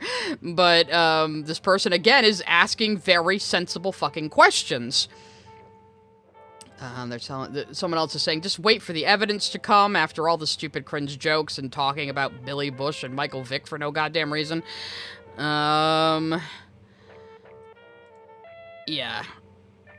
Yeah, Spark Rizzle saying, you shouldn't premiere because then we have to physically wait for the actual evidence part, for the actual allegations, which is also a very good point. Because premiere, you can't skip ahead in the video. The timing of a testimony being posted before actual info is a bad move. Yes, because right before the video came out, Bonk, like, posted the testimony to, like, hype the video. Apparently he wasn't supposed to do that so early. But, yeah, that really fucked them over, too, and made it look like they were doing this in a very sensationalist manner. So a bunch of people being rude to Spark Rizzle, who, again, is a victim and a minor. And here's where we have the first comment from Courtney in this log. Courtney says, people who are against public awareness of a predator are a red flag. So, this is the excuse all these fucking predator hunters on YouTube use. Like, oh, we're just spreading information. We're doing public safety. But again, that's not your place. You're not a professional. You're not trained in this. You're not a network for, like, warning people about predators. You're a fucking YouTuber who talks about My Little Pony. Like, for God's sakes. And it's really funny to me. It's very ironic to me because Courtney especially is one of the people who's always on my ass for saying, hey, I'm not the right person to do, like, a deep dive on sexual assault allegations or sexual abuse or domestic violence. That I am not an expert in that sort of thing. I would never dare present myself as one. You know, I'm not comfortable talking about those types of things. I'm an entertainer. I use what's in my skill set to do what I do. And not to toot my own horn, but since I've come on the scene, Lily Orchard has lost 10,000 subscribers. So they're always talking about how they want Lily deplatformed, and they want her influence lessened, and they want people to know what a bad person she is. I have given them all of that, but they don't like the way I do it, and they don't like that I'm building my own YouTube career from that starting point. Even though all I've done is just seize the opportunity that got dropped into my lap that I wasn't even seeking. Like, my friends begged me to be a YouTuber for years. I never knew what I'd do, because I'm like, I can't script videos, I can't write a script and perform it, I can't do video essays, what would I do? But I was already streaming on Twitch for a while. I was doing my art stream for a good while, and I reacted to Lily just on a whim, because she came out with a new video on Steven Universe in response to Hip's video about her original Steven Universe video, and I said, let's try this, let's just react on stream. And what actually happened was I was so impressed with my own recall of Revolutionary Girl Utena, which Lily talked about extensively in the video for some reason, that I cut like a little 12-minute thing together and slapped it on my YouTube channel just to show my audience, my very small audience and my friends. Got 5K views out of nowhere. I said, oh, okay. Well, I was gonna react to Lily's Steven Universe movie video too, so maybe I'll cut those two together. That's what I ended up doing, and I had like some fire in my brain that week. I worked hard on that video. I was using Adobe Premiere still at the time. I didn't know what the fuck I was doing, you know, but I had like a fire lit in me. But even then, I said to myself, oh, it'll probably get like 10,000 views, and I'll just move on. And then, well, it's up to like 300K now, I think, and I ended up with 3,000 YouTube subscribers, and suddenly I was monetized, and I was like, okay, well, I guess I will start also doing my stream on YouTube. Well, Wani came later, Kaiser, because that was the second wave. Kaiser bought me I Wani Hug That Gator. I said, okay, Kaiser, I'll humor you. I'll do one, like, introductory stream on it, and then we were having so much fun with it, and I was so charmed by it. And everyone was enjoying my funny voices that we just did the whole game, and that gave me my other wave of popularity. So, there you go. And I already had an audience before I was on YouTube, which is much, much smaller. So, like, and again, I couldn't walk away from the Lily situation after learning how bad she was. So I've done everything I can to keep track of her lies. I keep a blog with a master post of, like, all the incest shit she has, and, like, all these other incidents and comments she's made, and then I clown on her videos and show how bad they are so people don't want to watch them anymore. But apparently, despite me being extremely effective in lessening her influence in her platform, I'm the bad guy. I don't know. Try explaining that.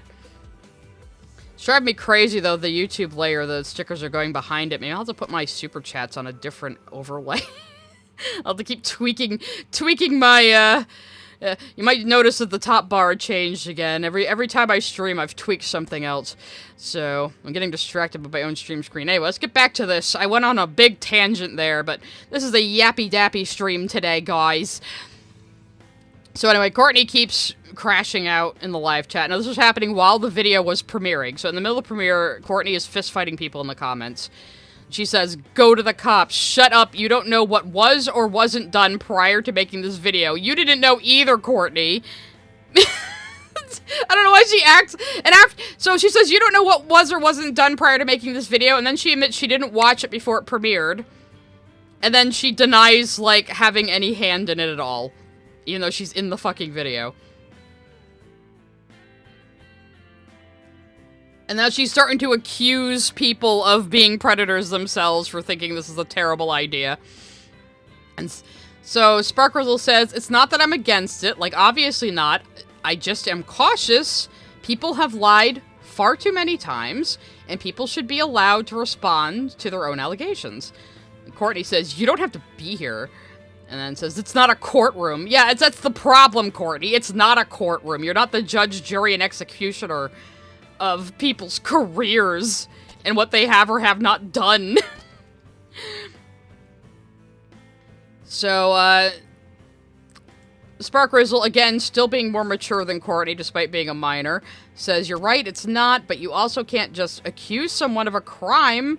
That can ruin people's life without having some info." Again, very sensible. Courtney says, "Stop complaining and watch." And then Corvus Noise interjects, with something, stupid, never mind. And Super Kirby Lover says, "I do think this shouldn't have been a premiere. As a victim of CSA, I think it just comes off as trying to make a spectacle of a horrible situation, though I am willing to give it a chance."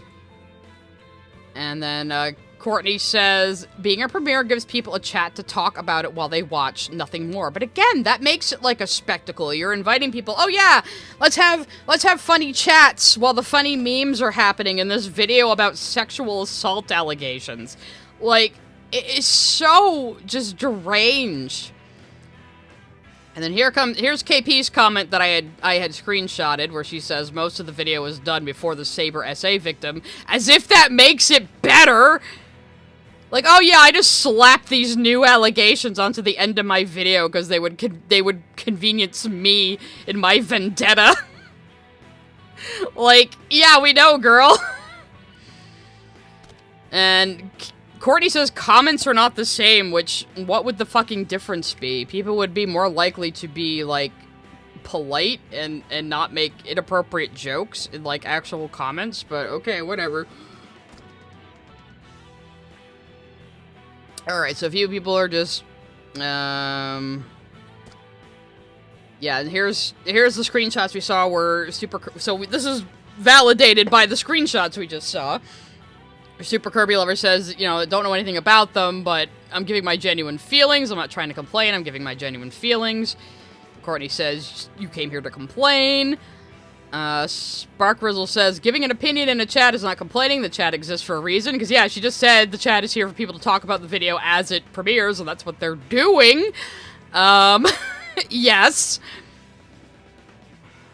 Courtney says, don't watch it as a premiere, then. And Kirby Lover says, again, it being a premiere comes off to me as a CSA victim as making the situation a spectacle. That's it. That's all I said. And they're absolutely correct. KP is ignoring that. Courtney says, Psy Glazer spotted. Because this nanobite person said the premiere screams clout chasing based on possible victim suffering. I don't know why she thought that had anything to do with me. Like I'm the only one who said it was clout chasing or something. This person says, who's Psy? LMAO! This person doesn't even know who the fuck I am. So Courtney has had Psy derangement syndrome for a while now. Which I don't know how I have this effect on certain people, guys. I don't understand it either. I tend to have a habit of being scapegoated by certain types of people. It happens a lot. IRL and online. Let's see. So Courtney is telling the other sexual assault victim, get over yourself already. That's good. That's good. It says they're still just complaining. They say she's disrespectful, and she just says okay, which is disrespectful. Someone asked her why she's being so hostile, and she says, it's my baseline smile. So she's exactly like fucking Lily in that department, where like, I'm such a badass, I'm so tough, when really you're just a cowardly asshole who... She runs away as soon as I confront her. She has to be blocked on Twitter now, so, you know. She didn't know that there was a bigger bitch in the trailer park, I guess.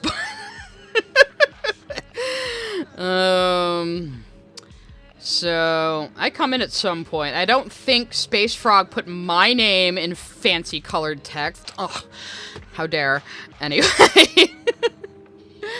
So now Courtney is saying, oh, you think it's a spectacle, but you're still here being part of it, which is just a, you know, like, oh, you participate in society, even though you say it could be better, comment. So, and then she's calling people who are saying, why the fuck did you make this a premiere pedo and rapist glazers, even though they have no fucking evidence at all that Black Gryphon or Saberspark are pedophiles. That's a completely different accusation. Like, for Saber, at least you have an allegation that some sexual misconduct happened, even if you have no proof. But what proof do you have that he's a fucking pedophile? Like, come on now. And we'll get into the stuff Courtney has done herself with minors a little later. Let's see. I think we read those in the... Yeah, we read these screenshots where Spark was still saying, I'm a victim too. I'm just saying they don't really have a lot of proof, and the tone around this is kind of bad. So here's where she starts, Courtney says, what's proof of SA aside from testimony, which... There can be more proof than that. There absolutely can be, and you should seek it before doing anything like this. And you should seek justice through the proper channels first before doing anything like this. Let's see. So Courtney, so again, as we can see, Courtney was fighting tooth and nail defending this video, and now after it flopped, she says she had nothing to do with it, even though she's in it. So, yeah. And had some really fucked up comments in it. Let's see. Now she's saying you can convict on testimony even after saying this isn't a courtroom. So she can't even fucking make up her mind what the purpose of the video is. And she says, you keep moving the goalposts when reminded this girl was raped. And again, all they have is a fucking testimony from a very unreliable person who was deliberately hiding her identity. Yeah, KimPossibleAlot says, I have heard of proof, but that would give away their identity. So KP did know who it was from the beginning. But she just leapt on this without doing any vetting at all, really. So, where does it really get off the rails? Let's keep... Oh yeah, here's where we reacted to Chris Chan appearing. There's Chris Chan right here. And here's a bunch of people. Even Chris Chan has a take on this. Hey, Christine, holy shit, wait, what? Chris is here, what the fuck? I can't believe I find myself agreeing with Chris Chan. Oh, look, the incest rapist KAP interacts with us here. Oh, that's my comment. So that's when I finally said something, I think. Because it... Oh, no. No, I said something earlier. Okay. Where did I come in? Oh, yeah. No, wait, did Courtney just say flashing your tits is consent to touch you? Because she does say that. She denies it, but she did say that, and we will play it in a little bit. I know I confronted KP at some point, and she completely ignored me, but she stopped talking after the first time I talked. Which is funny. Maybe that was the first comment I made. About the tit flashing. Yeah, I told KP, we can't know that the victim or the accuser rather, gave you their approval and permission here. And then she stopped talking after that, interestingly enough. I think fucking Chris Chan shows up. Here's Courtney. Psy reads Stockholm for fun. Pass it on. Like, again, I don't understand this mentality that no one should actually read the thing that has all the bad shit Lily wrote in it to prove that it's there. I don't understand. And I told her, KP is buddy-buddy with a literal mother rapist. How do you feel about that, Courtney? And then she says I cosplay Lily again, because again, I did an April Fool's video where I played a parody character named Seedy Orchid, which isn't even Lily, it's a parody of her, and the appearance of Seedy is actually more based on an old boss of mine I don't like. She says I read child porn, and this person calls me a Lily defender, me, the person who has lost her 10,000 subs, the person who, like, had to deal with, like, a dozen copyright strikes from her. Yeah, I'm a Lily defender, guys. Absolutely a Lily defender. It's so fucking stupid. And then a bunch of people talking about Chris. And I think that was it. Courtney's just... She's saying KP and Chris Chan aren't friends. Well, I'm going to disprove that. Let's see, yeah, she's just bitching at me and saying I read child porn, because she's mad that I laughed at the word tangy in a lesbian sex scene between two adult women who aren't related, and I laughed at that in Stockholm because it was badly written, and, you know, if you taste tangy, that's a UTI, girl. You know, that's why it was funny. Anyway, so yeah, that's just more Courtney crashing out. We don't need to read the whole damn thing. But I will prove to you. My KP knows Chris Chan. So here's some fan art Chris Chan drew for her in 2017. Now, to be fair, all of KP's interactions with Chris are before the motherfucking incident. But she never blocked Chris, clearly, because Chris still thinks they're friends. So that's good. And here's even more proof. And I linked to the actual tweet that she hasn't deleted. Here she is, directly pinging Chris Chan, telling Chris, check your email. So not only are you interacting with Chris Chan on Twitter... between, like, 2017 and 2020, you're emailing Chris Chan and talking privately with Chris Chan. So that's interesting. Just, throwing it out there. Oh, but it gets better. It gets better. Oh, my phone is ringing. Ruining my dramatic tension. So I went through... her videos because I found something. There's Chris Chan, credited in, oh shit, can't see it behind my big fat head. Here we go. Here's Chris Chan, credited in the, description of one of her animation videos. So she directly asked Chris, that might have even been what the email was about.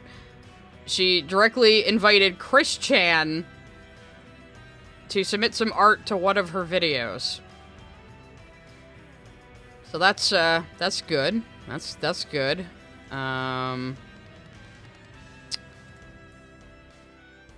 Here she is, calling Chris Chan bae. I've watched a few of your vids. Y'all did great work. Really liked the animations. KP says, thanks, bae. Gotta watch them all, though, LOL. I will catch up. So, yeah. That's my Chris voice. It's just deeper, slower Damien. Yeah.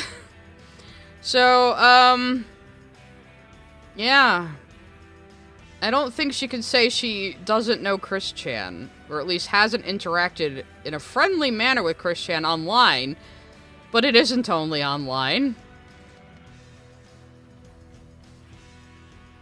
Here's Chris talking to KP saying, "Thank you for your panel.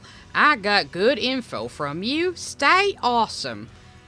KP says, "Thanks for coming to it."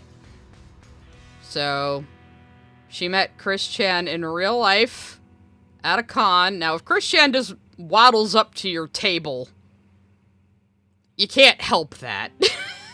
You know, if you're at an artist alley or a BronyCon, and all of a sudden Chris Chan is in front of you, I mean, you're not gonna say, "Oh my god, get away from me." You're gonna be polite like you would be to anybody else, but she chose to directly interact with Chris Chan here and say thank you and encourage interactions with her. So, she can't say she wasn't friendly with Chris Chan. Yeah, so that was after the video. Since we're having a good stopping point here, I'll let some other supers come through. We'll take a little breather. Dana_Brain sent a super chat. I heard that Gape tried to get permission from the Alfred if she could use the Snapcube dub audio with his permission and he said no. So she used the cosplay audio. I don't know how accurate that story is though. Well, I mean, I'm not gonna, like, believe it on the jump just because it, you know, confirms my bias that KP is a terrible person, you know, like she did the Saberspark. But, that would be funny if true. Jill Lula Moon sent a super chat. Early Chris lore was pretty fun. Liquid Chris, Surf Shock Tito, Clyde Cash and the Miscreants. The idea guys are kinda monsters. Even Liquid Chris went a little too far in the end. It was funny at first, because Liquid Chris was just a kid doing Chris impressions on the internet, and then a bunch of people convinced Chris that, hey, this guy's stealing your identity, and he kind of started playing along. I think when they got to the point of actually calling Chris Chan on the phone, that's when it went too far.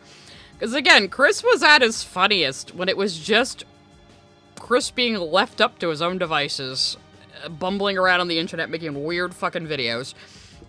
There was no reason to touch the poop as much as people did with him. And again, a lot of the old trolls, a lot of the old guard had trolls remorse, and were actually very protective of Chris before the idea guys snaked in there.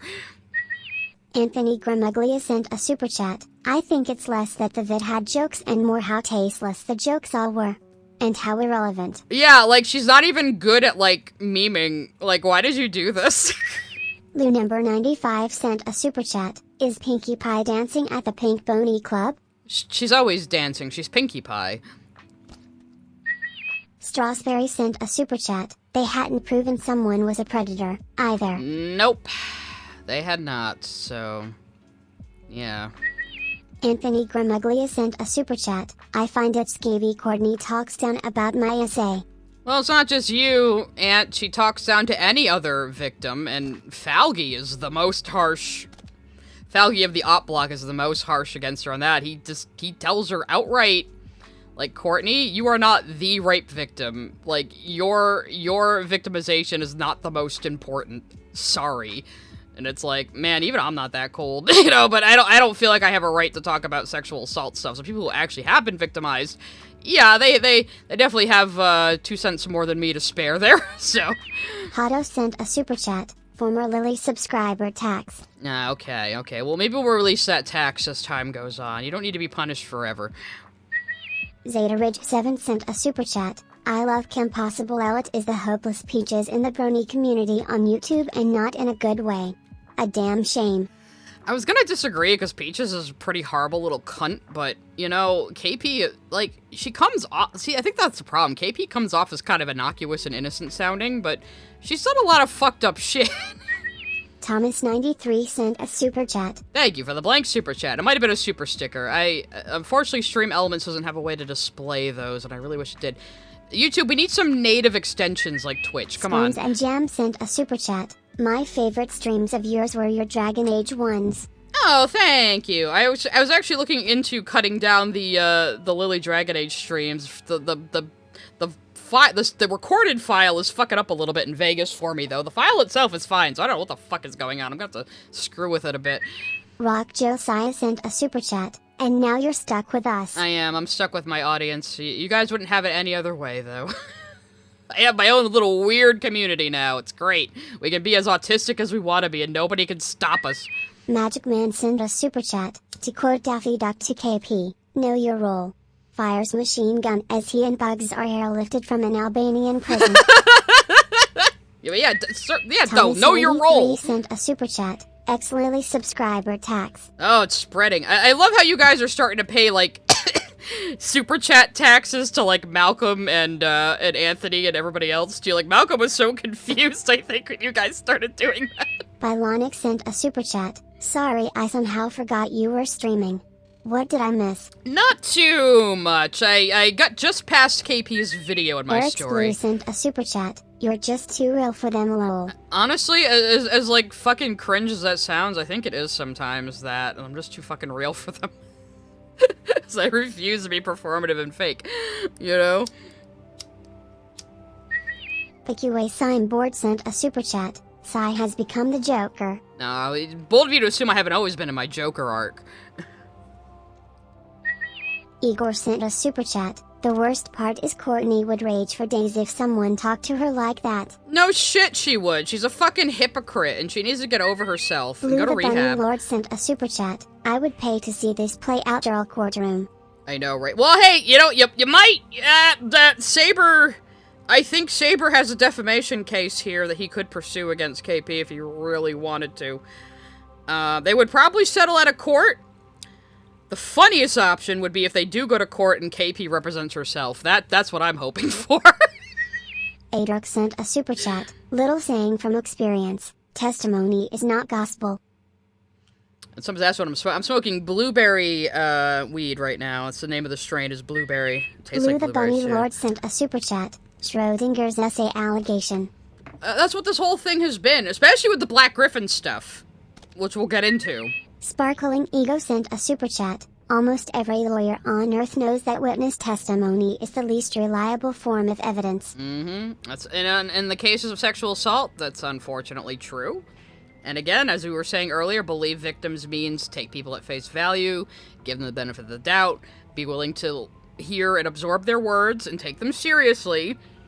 But it doesn't mean just keep believing them indefinitely no matter what, or no matter what evidence is against them, or how something isn't just adding up with them, or they don't even have the person they're accusing has like a perfect alibi or something, you know, at that point, you have to consider. Oblivion Blade TT sent a super chat. Fun fact, being a take no shish boss and being an aggressive, overly defensive Claude has a lot of overlap. In a Venn diagram it wouldn't be a circle, but heck if it's not close. Jack Thorso sent a super chat. Courtney's behavior genuinely stinks. Lily constantly talks about Court being insane, going on tirades and being an awful person. It sucks that she was right. I belie her, but she needs perspective. Yeah, I think that is another reason why a lot of us were so protective of Courtney for a while, because this is like, okay, you were the one giving Lily ammo against you by acting like a psycho bitch. Like, as Lily says you're a psycho bitch all the time. I mean, when she fell out with Poppy, when she fell out with Ethel, those are also terrible people, you know? But it seems like she just turns on anybody who doesn't do exactly what she wants. So, considering what happened to me, and she says she took umbrage at me saying what she really wanted was to be the rock star of my community, which I think at this point is undeniable.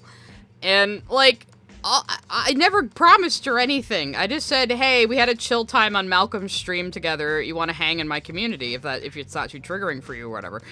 And it was just like, you're here to hang. You know, it's still my community, my audience, my channel. She had to constantly be reminded that my Discord community was for me and my channel, and to not keep picking fights with Brit in it. I didn't know how much they didn't get along when I invited her in. I should have asked Brit first. I knew that they had a tussle, but I didn't know they were on the outs that badly. But we still managed for a while to work around that, but Courtney just got more and more aggressive over time, and, you know, what the fuck can you do at some point? You just have to give up, you know, for your own sake. Cryohazard sent a super chat. Source? It's from this Google Drive file called Made Up. I've been adding liquor into my butterbeer so smoothly. Sounds like it would be like Lady eggnog. Moon sent a super chat. Not sure if you already answered. Have you seen Mr. Inter video? I'm tuning in just now. I have, and he had a lot of valuable information in it, but I think overall he got a little lost in the weeds and overly focused on some stuff that didn't ultimately really matter that much. So... Errand Alpha Eagle sent a super chat, which clears, size Christian impression, or her Lily Orchard impression. I mean, neither one of them were accurate at all, so, Bylonic sent a super chat, also it's my b-day. Oh, you share a birthday with KP. Congratulations! And looks like our chat troll is here.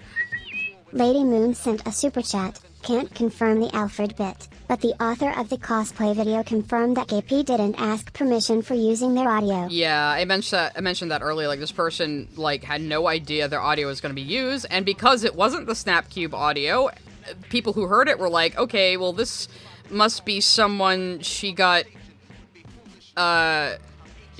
you know, to do this for her, you know? Everyone assumed it was a voice she hired. Phoenix Merlin sent a super chat, Courtney's got major issues and I feel sorry for her. But the way she's handling said issues? That ain't it. Like her rep is pro-buried ATP. I think she thought I was gonna take her shit forever, you know? And she was surprised Pikachu when I actually slapped back, which I will do if pushed far enough. Strava sent a super chat, KP needs to stop. I mean, last time I saw anything from KP, she still seemed to think she could salvage this somehow, and it's gonna get so much worse, guys. We're not even there yet. I might take a break after the supers clear, though, to feed my pets. An actual lizard sent a super chat, working while listening to the stream tax. Also bisexual tax. Tax me mommy, take all my money. Oh, no, I don't approve of that last comment, but... Nick Wolf sent a super chat, it's okay KP, I know an expert in bird law. Yes. She's like, Harvey Birdman. Girl Kisser sent a super chat. To my last super chat you said lesbians don't have to pay taxes. You think that would hold up in court? I will insist that it still holds up in court, even as the IRS carts me away to prison, yes. Sabine Brown sent a super chat. Why are any of you talking about sexual harassment allegations? None of our lawyers, to counselors, experts. You're just YouTubers, calm it down. So is this KP being, is this Sabine being sensible today? Did you take your pills today, Sabine, or did you aim that at me? I'm not entirely sure, to be honest. Boopta Flute sent a super chat. This might be because Courtney has BPD. They turn on you once you're no longer a favorite person. I don't think I was ever a favorite person. I always kind of kept her at arm's length, because I kind of sensed it could end up like this. I hoped it wouldn't. But, you know, I can be cautious sometimes. A lot of people who know me more privately are aware of that. I can be pretty cautious. I value my boundaries and my privacy a lot. But, calling me Auntie Sai is fine. Even though, fucking Courtney says that's creepy for some reason, even though I didn't even start it. Just because I'm old. What else am I gonna be? I'm too young to be a grandma. You know, people call me that, too. Okay, I'm gonna take a very quick break just to feed my pets, and then we will continue on with our story. So I'll leave you guys with the bully music. Perfect.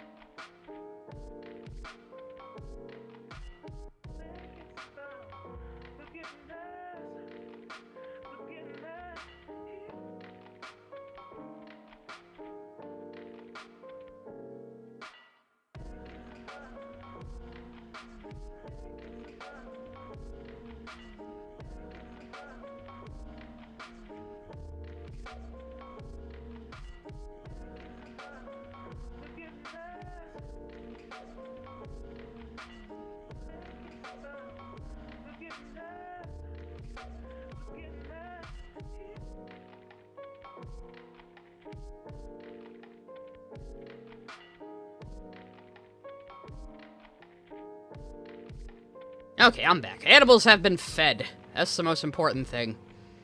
Alright. So now we've talked about KP's association with Chris Chan. Thank you. Let us move on to the first time I encountered Bonk. At least I assume it was Bonk. Sophie Scruggs is also a person who controls this account, so I can't be sure which of the two of them it was, but I'm pretty sure it was Bonk.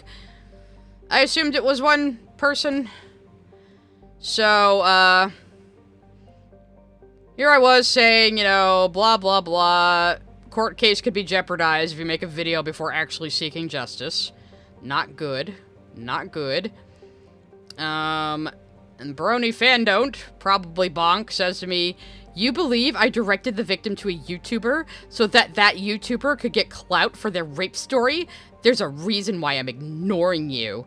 So, like, I, barely knew this person's involvement other than that they posted the testimony and seemed to be collaborating with KP.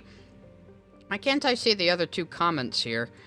Well, whatever. It probably wasn't important. So this is where my encounter with Bonk started, and how I ended up getting entangled with this fucking person. So, yeah. It's gonna be great. It's gonna be great. Alright, so...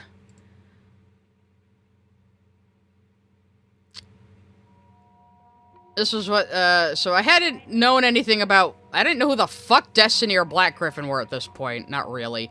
I knew that Courtney had made a video on this Black Gryphon person. Didn't know, didn't care. So... Yeah. So they're in the same thread here saying, Destiny told her story about Black Gryphon long before coming to me. It didn't go well for her, and most didn't hear it when she said it on her own. You have too much faith in a system that is proven entirely broken. And I said, YouTubers making sensationalist videos is not a good alternative to even a flawed legal system, because it isn't! And then, what do I have next on my list here?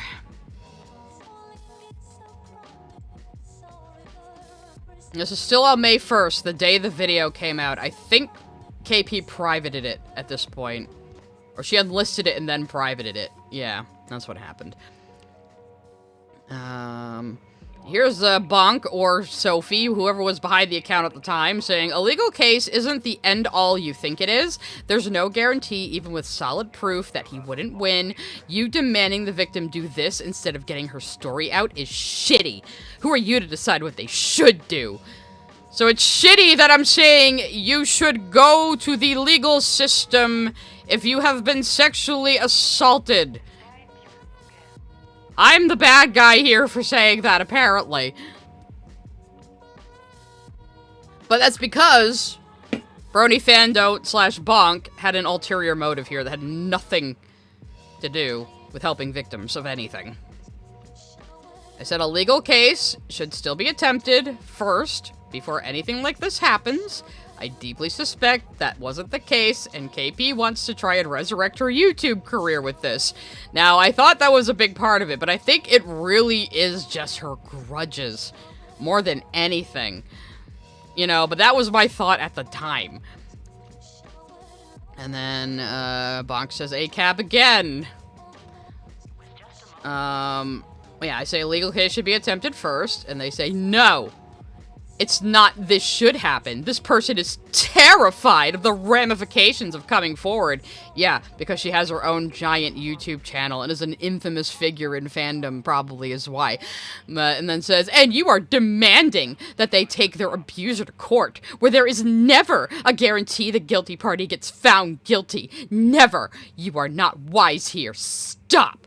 And I say, yes, a crime should go to court. Not be tacked on as an addition to a Clout Chaser's cringe-ass YouTube video. I don't know what's confusing about this. And then we're back to Courtney. So Courtney finally talked to me directly on Twitter, because I was getting sick of her bullshit, and she had already blocked me from her YouTube channel, even though she kept talking about me on it.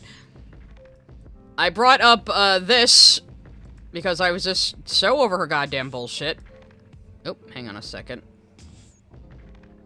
No, I misclicked. No! No! Anyway. So yeah, she has this kid in her community, who is still in her community, who, at the time they were a minor, she had them calling her mom over the internet. And this was her view on it. The important thing is I'm the one responsible for keeping it not weird. Okay, so you already failed that by letting her call you mom. Because even if you don't take it seriously, you don't know what this kid, who is a stranger to you, is thinking. You know? Like, you are a 30-something-year-old adult stranger saying, like, I'm your internet mom. But she thinks it's creepy when you guys call me the funny lesbian weed aunt as a joke. You know? Like, yeah. So, and she calls herself the local street mom, which just ain't the streets, Courtney. It's the fucking internet. You know, get over yourself. And then she accuses me of reading child porn again for exposing the shit her sister wrote. And I ask, like I said earlier, why are you using Lily's own defense that it's weirder for people to expose the content of Stockholm than it is that she wrote it in the first place? That's basically what Lily actually is like, oh, your eyes are so weird passing around child porn. It's like, Lily, you're admitting it's child porn, and you wrote it. You wrote it, Lily, but she just, like, omits that part? It's so strange. And then Courtney says, Sigh big mad that I think she's trash and a danger to kids given she reads child porn around them and encourages her fans to make fan art of the incest baby Lily Orchard tried to rape me into having. And to show just how badly she skews things like this, I'm saying, when Courtney says incest rape baby, she means this thing. Which is, Lily's, fan child between her OC and a Gardevoir. So, that's what she means by, I'm telling my fans to draw fan art of a incest rape baby. So... yeah, Sweetie Belle is my face right now.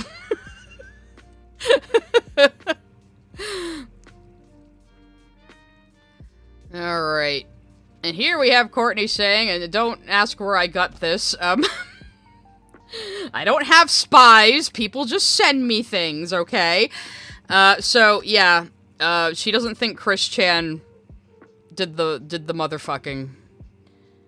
So, think of that whatever you will. People can have their opinions, but, she doesn't think Chris Chan actually did the motherfucking. Even though she's out there calling anybody else a pedophile and a predator and a rapist at the drop of a hat, she doesn't think this actual rapist did a rape. Even though Chris fully admitted to it and bragged about it, and even, like, teased it to Noel before, even talking to Isabella Janke. So, yeah. Yeah.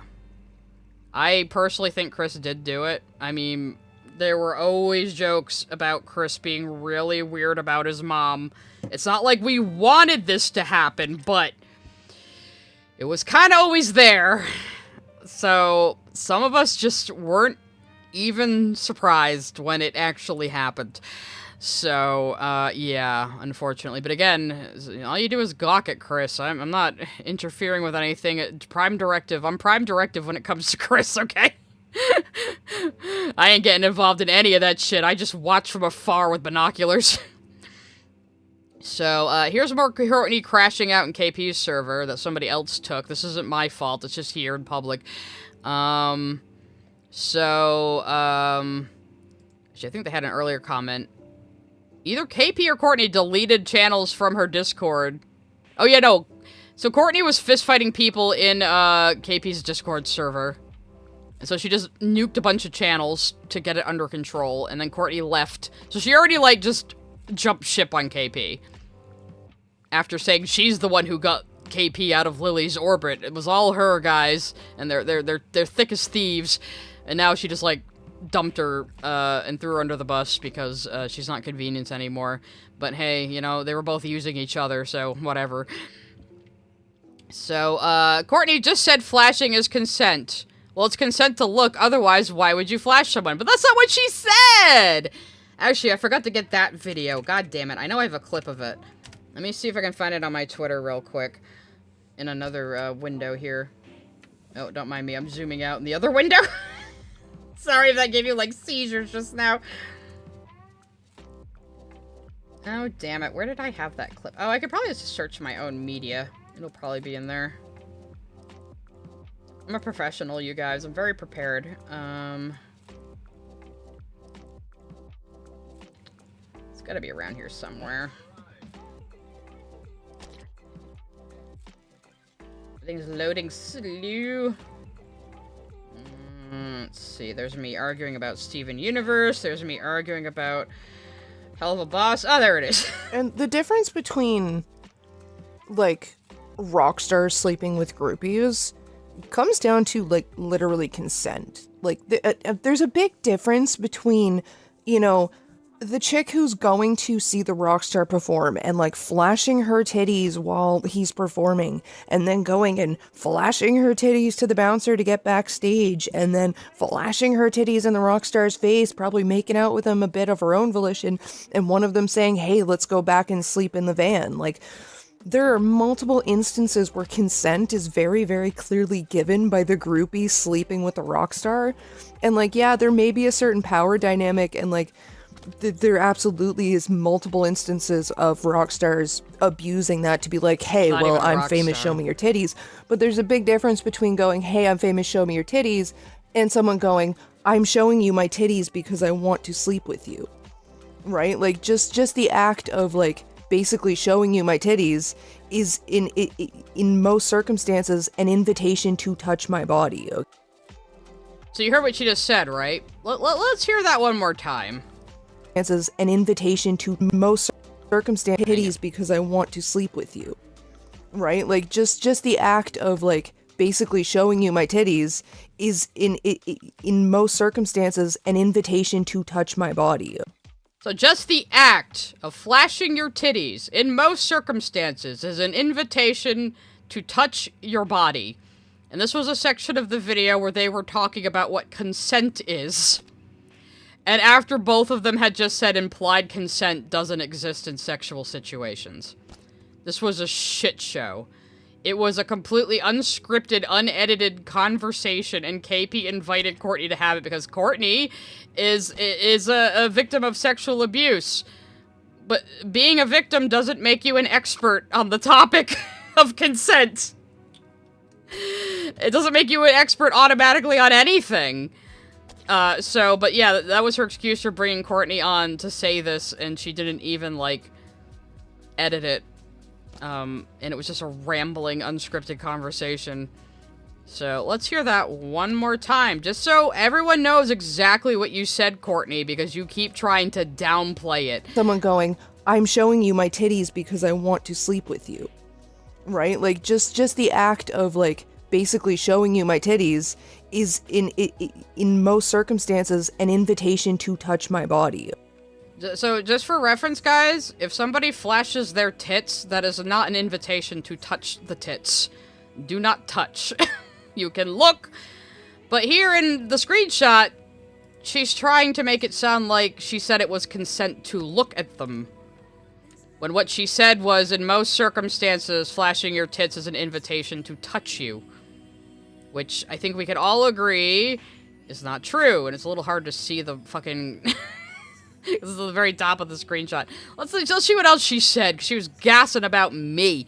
So she says, well, for what it's worth, it's the court of public opinion. Nobody's asking someone to go out and lynch Saber after, like, defending the video tooth and nail and fighting with other sexual assault victims. Now she's saying, well, nobody is saying to, like, go out and, like, say Saber's a bad person. Like, why would you think that from our video where we say he's a bad person and a rapist?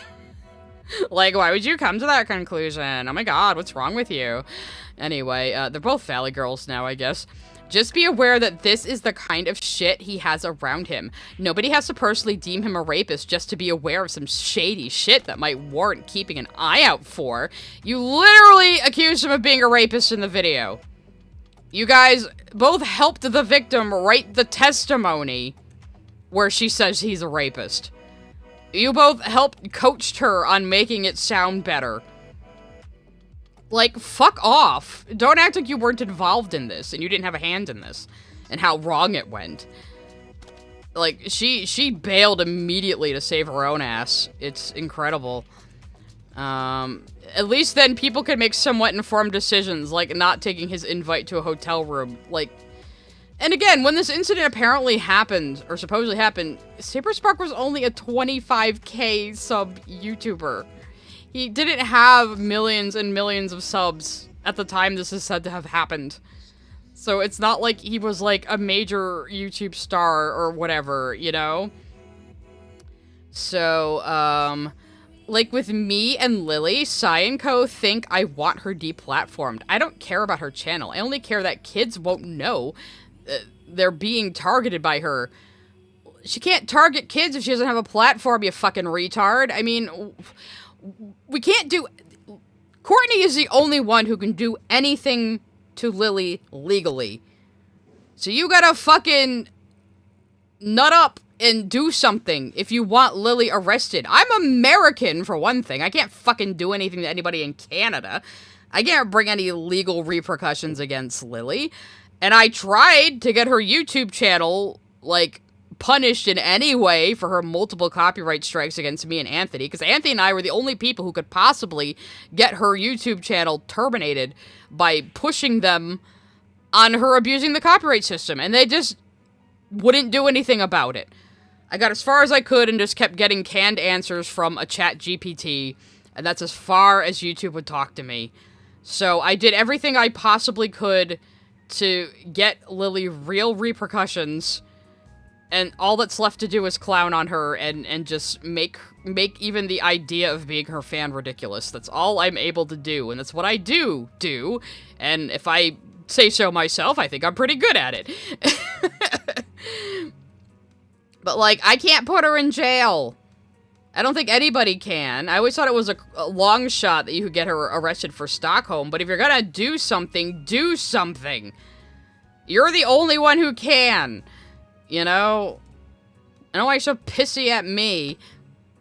And, like, Courtney doesn't own talking about her sister. I'm sorry. She's a public figure. Was that the only thing? Oh, yeah, that was the only thing. Okay, so let's go on to the next item.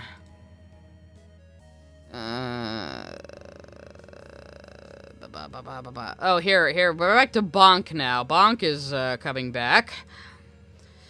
Because Bonk somehow got it in his head that I made the piss on the moon part of KP's video. Like, I somehow put this all together as the video was premiering and posted it on Twitter in the middle of the premiere, even though it says right here that it's in her video and that somebody else from my Discord server clipped it. So, Bonk says the cognitive dissonance of calling someone out for making jokes while talking about serious topics and not treating situations with professionalism and then making a video like this is staggering.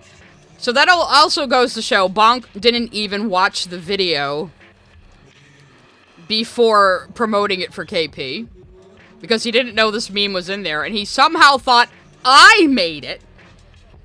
And people commenting on... He had blocked me by this point, I think. Yeah, because I had to screenshot it. And other people were telling him, Sai didn't make that, it's in KP's video. Sai didn't make that. He finally got it through his head that I didn't fucking make it. And he apologized to other people, but he never apologized to me. He had a chance to when we were both in Falgi's stream chat, but he ignored me completely. So he refused to apologize for accusing me of making light of the allegations with something KP did. So that's what he got on my shit list. Now we're back to Courtney, because I was just going by the dates this happened. So this is May 3rd. This is only 2 days after the video went up, immediately got unlisted, and then got privated. And then everyone was making fun of it. So Courtney started posting on her YouTube posts, and she's deleted these since. She had hundreds of comments at one point, just like reading her for absolute filth. And of course she deleted it all, because she's a fucking coward. So I said she's doing damage control. Here's what she was saying. Y'all, I called someone a hypocrite for joining the live chat to bitch that there was a live chat. That's it. That's all. It wasn't all, though. We saw her, like, bitching at other sexual assault victims for saying, why is this a premiere? This is very tactless. This is inappropriate. Why is it being treated like a sensational event? You know, why are there so many memes? This isn't a way to talk about sexual assault allegations. You didn't just call people hypocrites for complaining there was a live chat. Stop lying.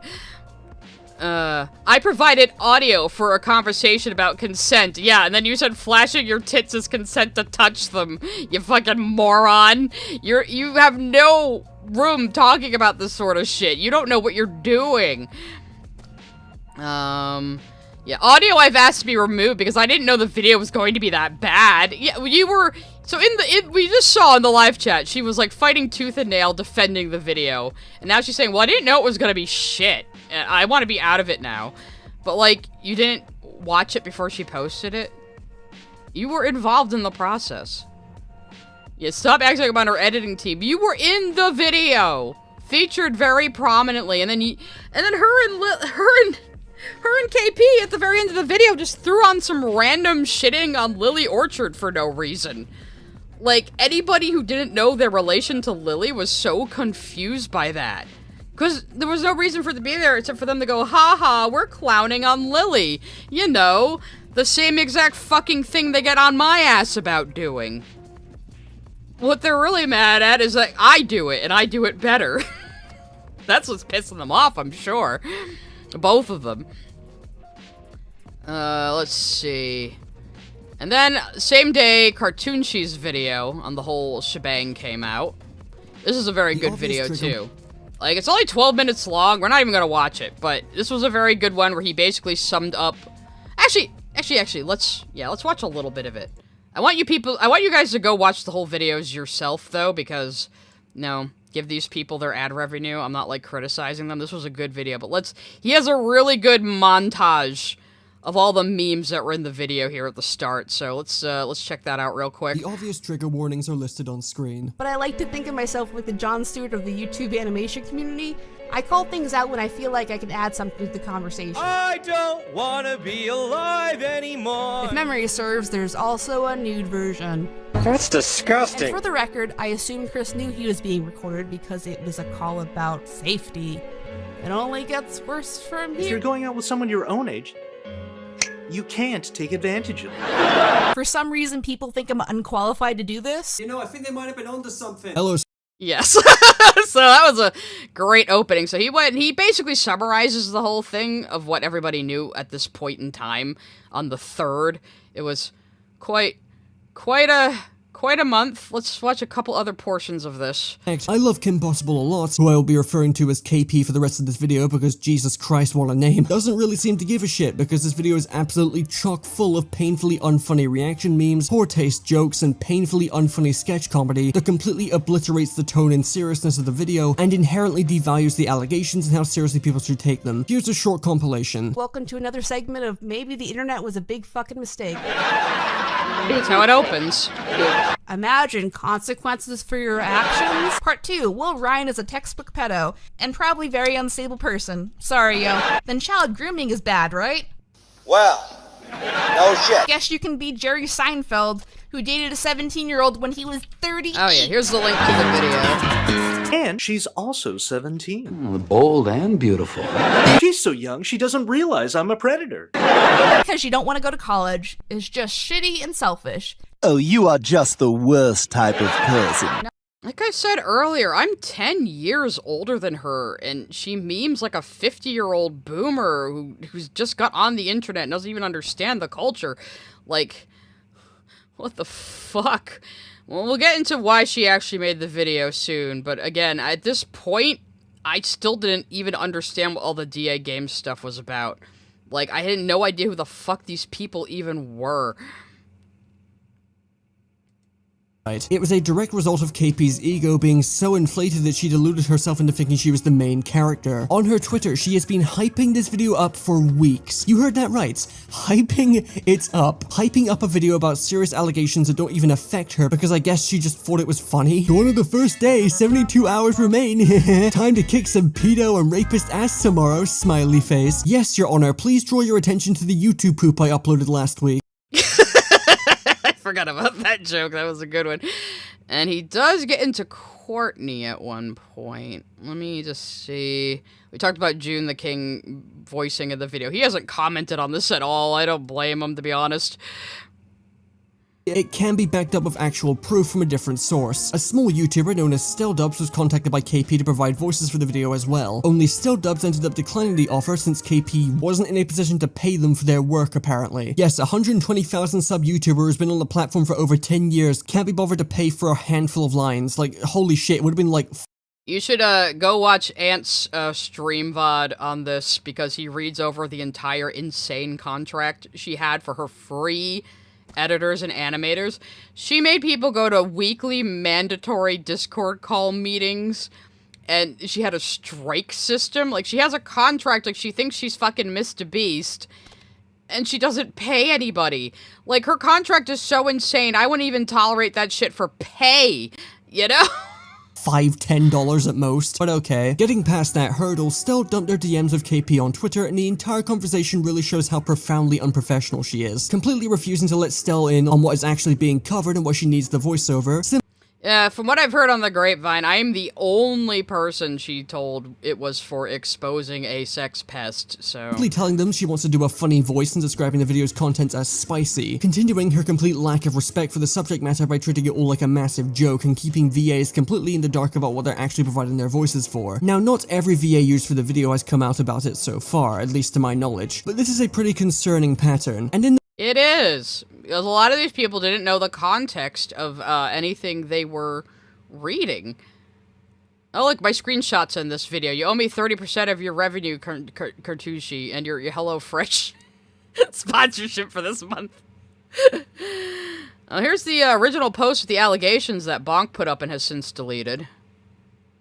These videos are a good archive. KP knew about the Saber allegations weeks before they went public. They went public the day this video came out, in fact. So she was just sitting on this information for weeks. And I say she was sitting on this information and not just putting it in the video because she provides no new evidence at all. She provides the victim's testimony, which is basically the extent of what's actually out there, and that's it. Saber should not have been a main focus of this video. And the fact this information wasn't made public for weeks while she pretended to do fuck all to actually look into it for more evidence and justify its inclusion is really dodgy. KP Yeah, so, like, the video is barely even about Saberspark, but, like, her issue with DA Games was, like, her back door to fucking with Saberspark, and again, we will get to it.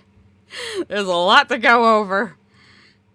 So, I think he did talk about Courtney and stuff, but we kind of already covered it, so... But yeah, here's people talking about how she hyped the video. So...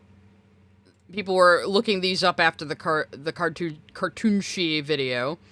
And she says, update, we're hard at work with our big bad content creator expose, which will probably be 1.5 hours long, now including more clowning on Lily Orchard. Why is that even in the video? This person calling it right there. I'm pretty sure KP's desire to put Saber at the forefront is due to some past beef. They used to be friends, or at least semi-regular collaborators, back when they were both in the Brony community. That's important. KP had a falling out with basically everyone after she decided to side with Lily Orchard, when Lily started accusing the entire fandom of being pedos. Isn't that ironic? To get the heat off herself for being one, yes. Then when KP found out what everyone else already knew, none of these old collaborators welcomed her back because of all the nasty things she said about them. So while I can't say for sure, I feel like her insistence on bringing Saber into all of this is just to get back at someone she feels wronged her. And that's actually the entire video. That's the motive between the entire goddamn thing. Okay, and this person saying they had a fight to make her not put memes in the Lily expose. Yeah, so a lot of people are confirming that sort of behind-the-scenes stuff there. And here's me saying, more clowning on Lily Orchard. Oh, the thing her cohort Courtney and the people around them have criticized me for. Clowning on her instead of going into serious allegations I'm not at all equipped to present. And they handily demonstrated with this video why random YouTubers should not be presenting this information. Alright, now here's a big kicker that we found out later. So here's on the 6th. So we're moving up a bit. where Ant had a run-in with Brony Fandont, which was either Bonk or Sophie. I'm gonna guess Bonk. But Ant says you should have contacted RAINN. Now, if you don't know what RAINN is the Rape and Incest National Network, I think is the full name. Basically, it's an organization, a nonprofit organization, aimed at helping victims of sexual assault. So, telling them what their options are, what legal recourse they have, you know, having resources to help them in their troubled times. So, it's very good charity. So that is who you should contact. Not even just go to the cops. Go to RAINN, because RAINN can help you go to the cops in the correct way, you know, and know who to contact, what to do. You know, except they can help you every step of the way. That's what they're there for. That's what they do, and they specialize in, and they're trained and educated for. You know, they're the professionals who know what the fuck they're doing. So in response to that, Brony Fandont says, dumbass, I don't even know who that is. So not only did Bonk not know what RAINN is, they assumed it was another influencer or person. Because in their head, the only thing you can do with sexual assault allegations is go to a fucking YouTuber. Because they're just that fucking brain broken by the internet. So, dumbass, I don't even know who that is. Why would I have reached out to someone I didn't know existed? This is a completely pointless response. You're so angrily shouting. Even if I did know who they were, you should have is also pointless right now. I cannot change the past. So this person who thinks they are capable of handling sexual assault allegations doesn't even know what RAINN is. And he doesn't even know, like, the basic resources available to victims of sexual assault. And is presenting them. So if the accuser wasn't a fucking infamous figure in the fandom and was really just a victim who was trying to get their story out, and someone like Bonk presents themselves as someone trustworthy who knows how to handle this situation, that's bad. That's very bad. Even if you genuinely want to help people, that is a bad approach, because you could so easily fuck something up. So, just don't do it. You can support people emotionally. If someone's a victim, you can support them financially, you can support them emotionally, you can make food for them, you can support them in all sorts of ways, but when it comes to them seeking justice, they need to go to people who are actually trained in handling this, which is not you. Especially if you don't know what the fuck RAINN even is. And so they're saying, you're not adding anything productive, blah, blah, blah. Now I'm learning it's just a third party that tries to help when dealing with authorities. That's what you've been screaming at me about? It's the same shit. If you think you're helpful, amazing. Or if you think they're helpful, amazing. I hope they are. It's not the unchallengeable ultimate moral go-to suddenly. This isn't even about morals, this is about process. This is about proper process for these situations. That's what this is about, you know? And Anthony says, RAINN isn't the authorities, but rather an advocacy group that can provide measures that can actually help. Yeah. People who know what the fuck they're doing. Which is what you need. Not fucking random bronies and YouTubers who are, like, mentally ill. And autistic and don't know what the fuck they're doing about anything. Back to Courtney, apparently. So this is the 8th, I think. Here's Anthony again saying, Courtney, you just need to apologize to CSA survivors. You can't do the bare minimum. So here she is again on her YouTube post.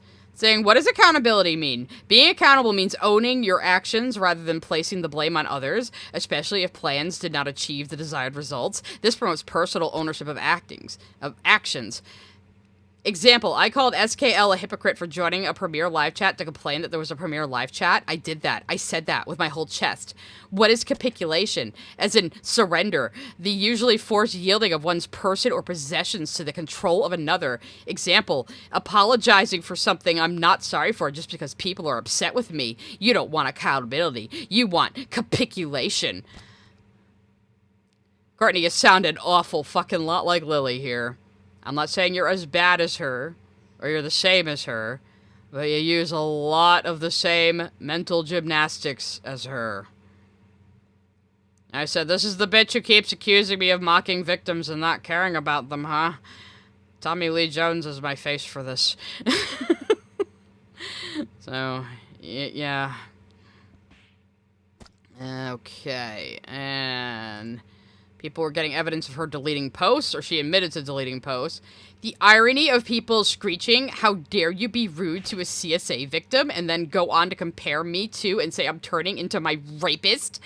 Y'all are perfectly fine being vile and disgusting. I thought hostility was your baseline and you were proud of that, Courtney, and now you're like, oh, everybody else is vile. Insisting upon my mental state as if you know a damn thing about it. Well, you're demonstrating it all over the fucking internet in public. I mean, if you were shitting on the sidewalk in real life, we would question your mental state. It's the same principle here, in a way.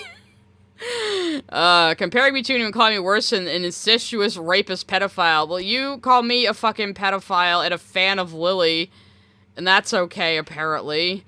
But, yeah, when you actually do something bad and people try to hold you accountable, then, yeah, it's bad. When you respond exactly like fucking Lily would and people point that out, that's bad. Yeah, okay. You deleted posts. Yeah, it's my channel. If I don't want to see your disgusting double standards, I don't have to. I'll tell you guys right here, I don't delete comments. Unless people are, like, actively hateful or saying slurs or something, I don't delete comments. I never delete comments. I rarely even block people. So this behavior is just really funny because people accuse me of being, like, oversensitive and a tyrant in my community who has ironclad control over everybody, and nobody can question me when the people accusing me of that are the ones who are exactly like that. And I forgot to turn the music back on. That's terrible. Anyway, let's have some chill tunes while we goss. I didn't think the stream would be the song. We had the little fucking technical difficulties at first. Damn it. Let's see. And then on May 10th, KP got interviewed by Slug Entertainment, who is a, former editor for Mama Max, which is a little strange. I never heard of the guy, but the important part of this interview... Clear. So KP decided to be interviewed by someone on their second channel that has 81 subscribers. I don't know why she sought this guy out or agreed to an interview with him. I don't know what she thought this would do for her.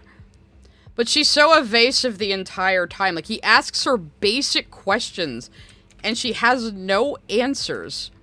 But she does admit to helping write the testimony in this. Let me see if I can find it real quick. Actually, while I'm looking for it, I'll let the supers come through. Lady Moon sent a super chat. Honestly don't think KP can recover after blackmailing the alleged victim into revealing their identity. Oh yeah, we'll be getting into that. Don't you worry. Don't you worry, guys. You're getting ahead of me. Nick Wolf sent a super chat. I was referring to Charlie Day, but Harvey works too. Okay.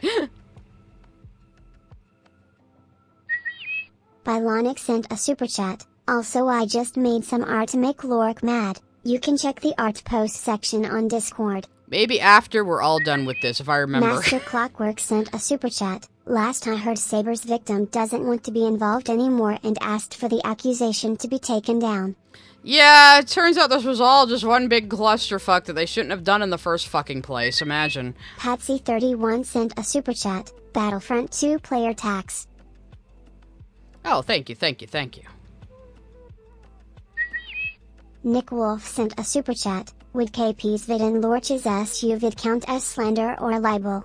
Because they technically wrote a script, but then spoke it out into the wider web. I don't know, Sabine both. Brown sent a super chat. It's okay to accuse Lily but not Saberspark.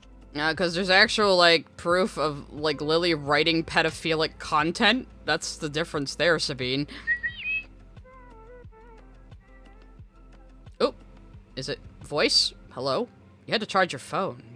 You missed a bit, Venom but... Wifey sent a super chat. I had to charge my phone. So what did I miss? Ivy, you're a little late on that one. Oblivion Blade TD sent a super chat. Need said, if you must hunt predators, you need to have a real, tangible game ender. Do not wound and gloat. If your first shot isn't the only one you need, do not shoot. A wounded predator is still a huge threat. Exactly. Like, they are going on the most spurious shit just because they don't like the guy. That's the problem. So, I'm just gonna pause the supers again real quick. We'll let another bunch through later. But here she is admitting she helped write the, Oh wait, I think I didn't go to the timestamp, did I? Oh no, no, it is, like, close to the beginning. Okay. The allegations is that Saber, by coerced consent, basically raped someone. So, I worked with the victim pretty directly throughout all this. I helped them write the testimony that was on Twitter. So she admitted she helped write the testimony.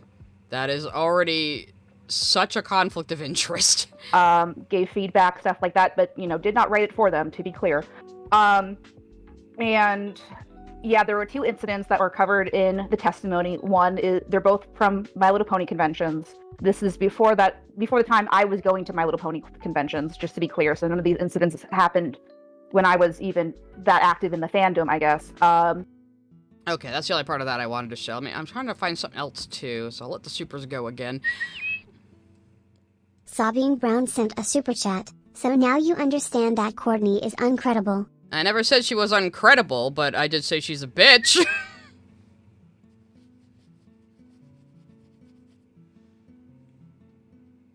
Lady Moon sent a super there it chat. Goes. You know how people told Lily and her fans that a victim of abuse.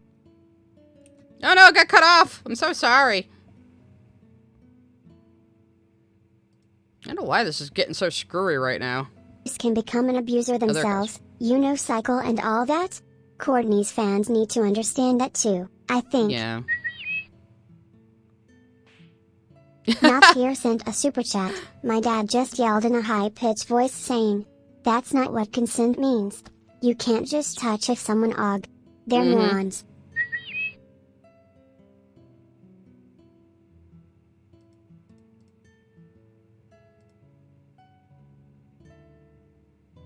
Nope.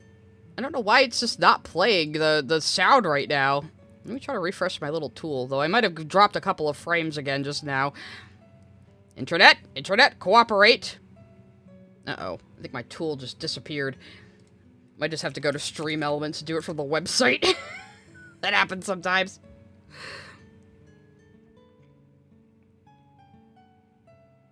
Internet, cooperate, don't you go crazy Dana again. _brain sent a super chat. It doesn't even cross their head that consent is not given Okay, something to the clicks. rockstar, bouncer, or anyone who sees titties unwillingly. Doesn't matter to them. Yeah, I know, like, also, like, they didn't consent to see them, so... Oh, Stream Elements itself might be lagging. So, I'm sorry about that, guys. Last I knew, I paused them. Oh, it's coming up finally. Alright, let me, just go to my dashboard there so I can control the supers from there instead. Yeah, it seems like Stream Elements might be having problems itself. Of course, something always has to go wrong! Trying to find... Well, we're not going to listen to the whole thing, but if you watch this interview, she just flounders under, like, direct questioning. Like, she has no good answers for why she did any of this. You know? Oh, God, no, okay, we need to listen to this part. Understand people's hesitancy towards it, but based on everything I know about Saber, as someone who Saber has been interested in romantically in the past, like this. So she always insists that Saber had a romantic interest in her. I think it was the other way around. I think she feels spurned by Saberspark even 10 fucking years later. And that's kind of pathetic. If I can't get the supers back up, I'll read them out loud later, but... Bring my activity feed back. Yeah, it seems like Stream Elements itself is down, which is what I use to control my super chat animation thingy. Though it seems to be paused at the moment. If it starts talking to me again, I'll try to get in there. But yeah, it looks like super chats are down for the moment. At least reading them out. You guys can still give them, though. I appreciate that. But let's go on to our next item. But, yeah, just keep that in mind that she insists that Saberspark used to be romantically and sexually attracted to her. That comes up again in this story. So, on the 10th, the Op Block, friends of the channel, Falgi and Co., went over the Black Gryphon allegations for 4 goddamn hours. I was there for most of the stream. And basically, they systematically proved it was all bullshit. Now, at this point, I was only just learning about the Black Gryphon stuff. And basically, all people have against him is he met his wife, Claire Corlett, who voiced Sweetie Belle on My Little Pony. He first met her when she was 14. They did some stuff together at cons. They did some videos together at the house of Michelle Creeber, who voiced Apple Bloom. Creeber's mother was managing his career, so that's how he knew them. So yeah, he filmed a few YouTube videos with the 2 girls when they were teenagers. And then later on, he and Claire got married. When they reconnected when she was 20, she asked him out, they dated, they got married when she was 22. They have a pretty big age gap. He was an adult when she was a teenager and they knew each other. Yeah, it's a little weird, but that's, like, all you can say about it. And everyone around them says, yeah, it's unorthodox, but they're a good couple and they're happy in their marriage and it's above board. Like, he showed, like, he would... People keep trying to say he flirted with her when she was 14. There's no evidence of that. In fact, there's evidence of him discouraging people from, like making jokes about the 2 of them being into each other. Like, he was very uncomfortable with it. So it seems like when he was around her, when she was a teen, nothing untoward happened. The parents were always there. Michelle Creeper says the only time he was ever alone with them was that one video they filmed out in the woods, and they were out in the woods for like an hour, like 5 minutes from her house, just fucking around. And that's the only time there was no parental supervision. So, yeah, unless you think he did something in that 1 hour they were out in the woods messing around, just for fun, taking home videos. Yeah, there's, like, no evidence. Like, people try to, like, look at him out in the woods with these 2 girls unaccompanied, and it's just, like, a copse of trees 5 minutes down the road from Michelle Creeber's childhood home. Anyway, it looks like Stream Elements came back up while I was, doing shit. So let me see if I can get my deck for it back up. Hang on a sec. Hello, refresh. Refresh, otherwise I'll just do it from the website. Yeah, it looks like it's dead for good. Oh, wait, no, it's loading. But yeah, I'll unpause the super chats next time I get a chance. So anyway, so I didn't know anything about this. I watched the Op Block's entire stream. I was more convinced by them than Lazy Bedhead's video. And they basically showed how most of the accusations against this guy are just nonsense, and people just don't like him because he's weird, and he's a right-winger, and he has a bigger career than the other bronies who used to be in the same circles as him 10 years ago. That seems to be really what it all comes down to. They just don't like how big his sub count is. And Bonk in particular seems very bitter that he married one of the Cutie Mark Crusaders, and we might get into why that might be. So if you want to see longer than Beckett's video, if you want to see the raw fucking research the Op Block did, and Beckett did link up with them for the research for his video. So if you want to see all of the whole fucking document debunked systematically, go watch this stream with Falgi and friends. I'm just gonna load it up because I think I have it paused in the middle of Falgi like just screaming. Fucking insane. And this is the person who wrote the fucking expose on fucking... Oh yeah, the person who wrote the Black Gryphon document decided to use a version of this screenshot of the girls doing yoga with the Brazzers logo added to it that wasn't there originally. Why they decided to use this version? Probably just to make it look worse. But, yeah, fucking Black Gryphon and the girls didn't add that logo. Someone on the fucking internet did.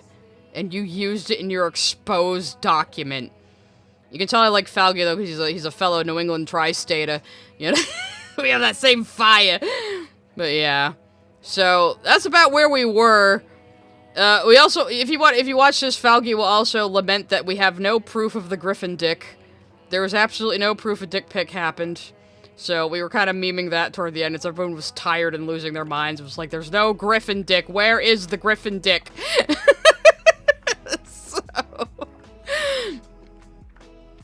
So that's how I got on the Black Gryphon stuff right there. I said, okay, this is all fucking bullshit, isn't it? And it was a little while longer until I realized how this tied back into the Saberspark thing. Because people were having a go at Saberspark for being friends with Black Gryphon first. That's what really started this whole fucking thing. But it goes back even further than that. And we'll get to it eventually. So, the worst thing they have on Gryphon are these fucking DeviantArt screenshots from fucking 15 years ago? Where he's talking to this random person whose bio says she's 14 in 2012 or 2010, whenever this happened. So they call each other Hun and Baby. He's her DeviantArt ex-hubby. This person also had a DeviantArt sister I saw on their page when I went to go look at the Wayback Machine myself, which was a common cringe thing on DeviantArt. Look, guys, listen. DeviantArt culture in the early 2000s and 2010s was the precursor to Tumblr culture, okay? It really fucking was. I know, because I was there.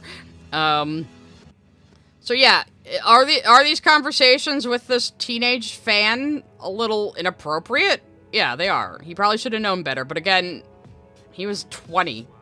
He was 20 at the time. So, like, you know, just out of teenagerhood, probably didn't know better. And this is just how he interacted with his teenage fans. Is it creepy? Sure. It was also 15 fucking years ago. And the woman who would... The woman in these screenshots, she would be a woman by now. GJJJ, whatever the fuck her name is. She didn't provide these. She hasn't come forward and said Gryphon did anything to her. This was just people digging through his old DeviantArt comments, finding anything they could to justify going after him. They started with harassing him and his wife. And so they had to retroactively cobble together reasons why he's totally a groomer pedophile, you guys. We weren't wrong. We weren't just harassing him and his wife. We're totally not just trying to trash his reputation because we don't like how popular he is, and we're just trying to get him fired from jobs. Because that's really what it all comes down to. They just don't want him to be employable. Because Brony jealousy from fucking 10 years ago. This is all about horse fame. This is what drives me crazy. This all comes back to fucking horse fame. The most unimportant thing imaginable. So that's the worst possible thing they have. These fucking screenshots from 15 years ago on DeviantArt that weren't even provided by the person in them. The only other big allegation is this woman who just went up to the Billy Bust Up team, which is an upcoming indie game that Black Gryphon does a voice in, and said, Black Gryphon sent me a dick pic over Twitter DMs when I was 13, you should fire him. And they said, well, do you have proof? She goes, no, but you should fire him though. And they go, well, we're not gonna fire him just because you said that. And that's a problem, apparently. Even though apparently, like, at the time she said this happened, you couldn't even send images in Twitter DMs. Like, yeah, she might have been predated on by somebody in her childhood. Doesn't mean she's even remembering the right fucking person. But people will lie. People will lie. That is the issue here. There are crazy people who will lie for attention. There are people who will lie just to damage the careers of people they don't like. And unfortunately, we have to navigate that. We can't just trust everybody to not be a malicious liar. Unfortunately, the world isn't rainbows and gumdrops like that, as much as we might wish it was. So, alright, so...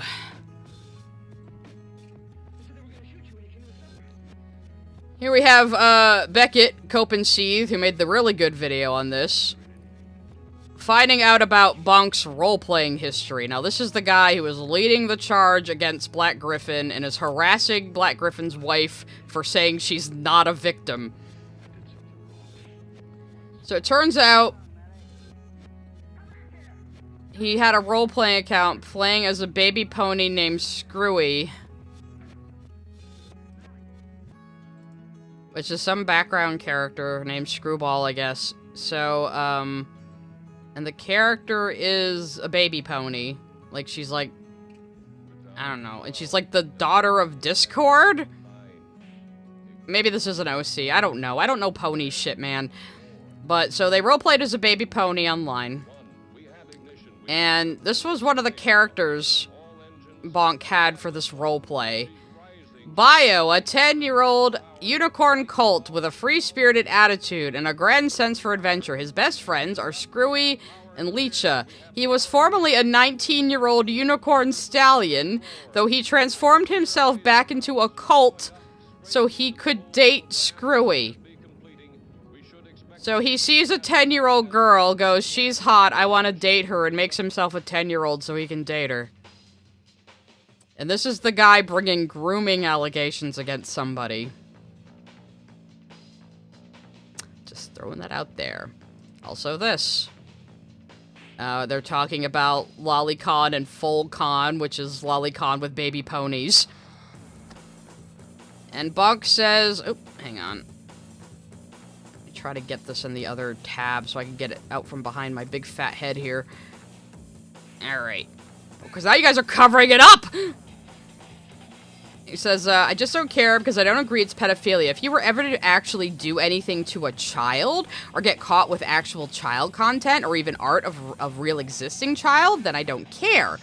Pony/furry art does not make a zoophile inherently. Gore isn't murder. So basically what Bonk is saying is, drawn child porn is fine as long as you're not touching real children, or have drawings based on a real child. I disagree. I think if you're jorking it to the idea of fucking a kid, that still means you want to fuck kids. And you are a danger. And you need to go to a psychiatrist. And you need to either, get mental help, get chemically castrated, or take yourself out of the gene pool, please. That is my opinion on that. Anyway, moving on. Let's see. So, where Beckett got this information from, though, was from Claire Corlett, the wife of Black Gryphon. So Claire, back in October 2024, so this is how long this has been going on. It's been going on even longer than this. This is just when she spoke about it publicly, finally. And I'm dropping frames again, god damn it. Internet! Internet cooperate! Hang on, guys. I'm gonna pause in my yapping until I can, deal with this.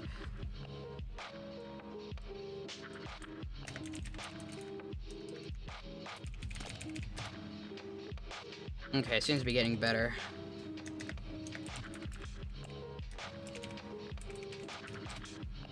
Alright. I might have to refresh on Twitch. That was my internet fucking dipping again. God damn it. Okay, anyway. So, Claire Corlett, who this kind of all starts with her. Through no fault of her own, mind you. So, Claire says, Brony Fandont has been harassing my husband and me for many months now, and it's time to stop. If you guys could help me by reporting their main thread, that would be great. So, in 2023, again, this is how fucking far back this goes, Brony says Gabriel Brown, aka Black Gryphon, groomed minor Claire Corlett. She voiced Sweetie Belle in My Little Pony Friendship is Magic. This thread will retread other threads already made, though not exclusively. Here is one of those threads for credit, and he fucking links to Wootmaster, who is apparently, well, it's not there anymore, but you can see it in the URL, trust me. Yeah, you can see it right there, Wootmaster. He links to fucking Wootmaster, who's apparently a very infamous figure in of themselves. That's also covered in Beckett's video. Gabriel Brown is currently 33, and his now wife, Claire Corlett, is 24. They met a decade ago. Gabriel would hang out with her and the other young minor girls, such as Michelle Krieber, extremely often while in his mid-20s, and often. Yeah, you said that twice. So, as I mentioned earlier, Gryphon was being managed by Michelle Krieber's mother because he was involved in Brony fandom, and he's a musician. And so, Monique Krieber, the mother of Michelle Krieber, who was the voice of Apple Bloom, I think had him living with them for a while and was managing his career, and she would bill him with the two girls for appearances to help him, you know, rise up there. And he ended up doing some work on the actual show, and all these people have been malding about it ever since. So that's why he was in the home of Michelle Krieber and hanging out with them a couple of times. Because he was around this fucking family. You know, and some people out there are like saying, oh, ah, damn it, it's dipping again. Some people are out there saying, well, a man in his 20s should never, ever, ever be anywhere around teenagers ever. And it's like, okay, so, like, what about teachers and doctors and mentors and counselors and ice cream salesmen? And, you know, like, what are you talking about? Like, you know, like, both girls who are now 25 say nothing untoward happened. That really should be the end of the story. You can't just, like people will call them liars and say they don't know what they're talking about, and that they don't know their own lives and their own life circumstances. Bonk is looking at a few fucking moments in these people's lives and thinking they know the entire story, and won't even believe these people about their own goddamn lives. Because Bonk is crazy. But again, Sophie Struggs is also behind this account, and she has a hand in this as well. He continues, to Gabriel, and also to too many in the fandom, this was normal. After the fact of them dating was leaked, they came out about it when she was 20, and he was 29. I don't think it was leaked. They announced that they were dating to both of their fan bases. Like, Claire discusses that in Beckett's video, so it's not like it was a fucking secret, bro. Gabriel Brown believes because the minor he groomed asked him out first, he could not have groomed her. That's definitely possible, Bonk. You would know that if you weren't loveless and rizless, I assume. So, Gryphon says, thanks for not buying into the BS. I learned a while ago that defending myself doesn't really help. But for what it's worth, I am not a white supremacist, duh. And Claire Corlett and I started dating when she was 20, and she asked me out. So, you know, she's a fucking adult. She can ask out somebody if she wants to. You know? I'm sorry she grew up and no longer was the baby pony you were obsessed with, Bonk, but that happens. She's a real person, and she has nothing to do with you. When called out for this, Claire Corlett decided to joke about wishing Gabriel groomed her. Yeah, they're making fun of you for butting into their fucking lives when you don't even know them. You don't know these people. These people are strangers. Just because you're a fan or follow them online or like the show they worked on doesn't mean you know these fucking people. And he says, this is a response to that tweet we just read. She says, ah, dang it, Gabe. I was hoping I was groomed. It's such a better story to tell at our wedding. Like, okay, maybe you can say that's like a bit of an uncouth joke. To joke about grooming, but you're the idiot making these accusations against her fucking husband. So, yeah, they're making fun of you. As they should. Because you're commenting on their lives like you know their lives better than they do. Which is insane. It's stalker behavior, bro. Claire Corlett is now estranged from her parents, who went publicly with their concern when they're not invited to the wedding of Gabriel Brown. So she's not estranged from her parents because they didn't approve of the relationship, even though they probably didn't. She's estranged from them because they groomed her into show business. She says this herself in Beckett's video. She takes exception to the fact that people act like she couldn't know what conditioning is like when she was, like, conditioned to be in showbiz like her parents. You know, it is very insulting when you think about it that way. Yeah, this is extremely common with grooming victims, being fully isolated from anyone who doesn't support the abuse, even family. Like, you know what someone said one time was, like, people on Twitter treat fictional characters like real people and real people like fictional characters. All these people think they could just look at the flashbacks that are the videos of Claire and Gryphon together years ago and pieced together that she was absolutely secretly groomed like it's a fucking fictional story and not two people's real lives. It's absolutely fucking ridiculous and insane. So, the thing is, though, she says that her father was verbally abusive to her, and there is evidence of that in Beckett's video, of Ian James Corlett being very immature and admitting to making Twitter alts to mess with Claire's husband, because he just doesn't like the guy, and just being super immature and swearing at her. So yeah, it's believe all victims until she says, my father was, verbally abusive to me. And then we don't believe her then. And we don't believe her when she says she wasn't groomed.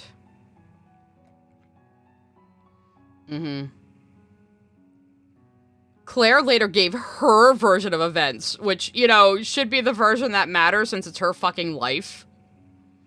To me, they do not paint the picture she believes they do. They seem to reaffirm that her parents were trying to get her out of an abusive relationship, and Gabriel led her to resent them for it. So he thinks she has no fucking personal agency or opinions of her own. She just must be brainwashed by the horrible man she married instead of Bonk. Oh, did I say that? So let's actually see what her open letter is. I haven't actually read this. An open letter to anybody who wants to read this, I guess, based. A wedding should be a place where unconditional love is shown, not just said. I did not invite people I did not know well, nor did I invite people who don't support my relationship with Gabe. There is validity to those who question my decision to not invite my parents. In response, I asked this: would you invite your bully to your birthday party? In other words, would you willingly invite your emotional abusers to your wedding? How about somebody who has cyberbullied the groom under multiple fake accounts to perpetuate internet drama and then admitted it, which would be her father? What about an individual who said they wanted the best for you only to become a furious monster when you picked the decision they didn't prefer? Or a person who said they valued your freedom and independence, who vowed to protect you only to leave you stranded during a pandemic by showing up to a workplace and taking your only form of transportation so you would have nowhere to go? So yeah, when she says her parents were abusive and she's cut contact, we don't believe her. Because we want to believe she's a grooming victim. And when she says she's not a grooming victim, we don't believe her. So we don't believe this woman about her own life, because what does she know? What does she know about her own fucking life, guys? How could she possibly have a mind of her own? We need to believe the man who has been harassing her and her husband for like 2 fucking years instead. What would this woman know about her own fucking life? You know? That's really what it comes down to. Yeah, people have been hesitant to call it grooming. Well, it's like, okay, so he just goes on into fucking, like, nonsense. So here's back to Claire's thread, like, a couple months later, where she exposes all of this shit about Bonk. Here she says, they spread misinformation, and within their own thread, you can see that they claim it is all factual when it is opinion. I worked as a child actor. I interacted with adults. It's work. They are claiming there was a magical, invisible time when Gabe did things. Not true. I'm done with the harassment, and I'm done with the defamation of character. They claim it's weird and not normal to work with adults when you are a kid, and they go so far as to say you cannot even be friends. I find this interesting and obviously disagree. I mean, yeah, if you're fucking coworkers with a child, you just gotta ignore them? Not talk to them at all? Give them the cold shoulder? And then she started showing off these, ice cream pictures. Trigger warning, because you're gonna cringe. She says, if that's true for them, I find it weird and abnormal that they are making posts with underage characters like this. So Bonk has a lot of these images of baby ponies licking ice cream in very particular detailed ways. Guys, I've been on the internet for like 30 years. When someone is drawing something or commissioning something very oddly specific, repeatedly, and it has to be like in this detailed way, it's a fetish. It's usually a fetish. No matter how unlikely it seems, it's a fetish. You know? And Bonk has quite a number of these baby ponies licking ice cream in very detailed, particular ways. with their eyes rolled in the back of their heads. Yeah. Lots of licking going on between baby animal ponies. And she goes on, because she was just fucking done with Bonk at this point. Saying, like, insisting that her husband groomed her. What's also peculiar about, they did 128 tweets in October 2023 and then immediately started fresh in their attack against Gabe. Their account name also used to be something different, which was the role-playing account. MLP Screwy. And they were role-playing as a baby pony that licks ice cream slowly and weirdly. As I mentioned earlier, they claim that it is inappropriate to know minors. Not sure how that works with families, but okay. Saying things like, are you claiming that Gabriel did not know you when you were a minor and he was an adult? Yeah, you can't even just, like, know. You can't even be associated with a child. I guess if your friends have kids, you can't talk to those kids. You can't know them at all. But of course, you know, I don't think Bonk knows anybody with children. Yeah. But here they are communicating with quote-unquote minors, tagging an Apple Bloom account, which is a character known in the MLP series as being underage, as it was voiced by Michelle Krieber. So, yeah. Weird role plays and art that involve minors or minor characters, disappearing and deleting hundreds of posts in October 2023. It seems like they do not paint the picture they had hoped for, whatever your deal is. I want no part of it. You appear to be justice-oriented, but within a few minutes of research, you seem creepy, manipulative, and the type of person people would tell me to stay far away from. Maybe you're projecting. Claire is so fucking base, guys. It's time to log off for a bit. Thanks for everyone reading. So this is the woman they're all insisting is a poor, helpless grooming victim who couldn't possibly know that she was groomed and can't possibly know that her husband is a big evil monster and a bad, bad man. This certainly sounds like a woman who doesn't know what she's about. You know, and again, she's fucking 25 now. She is not a 14-year-old girl voicing a baby pony anymore. And I think part of that is what pisses Bonk off.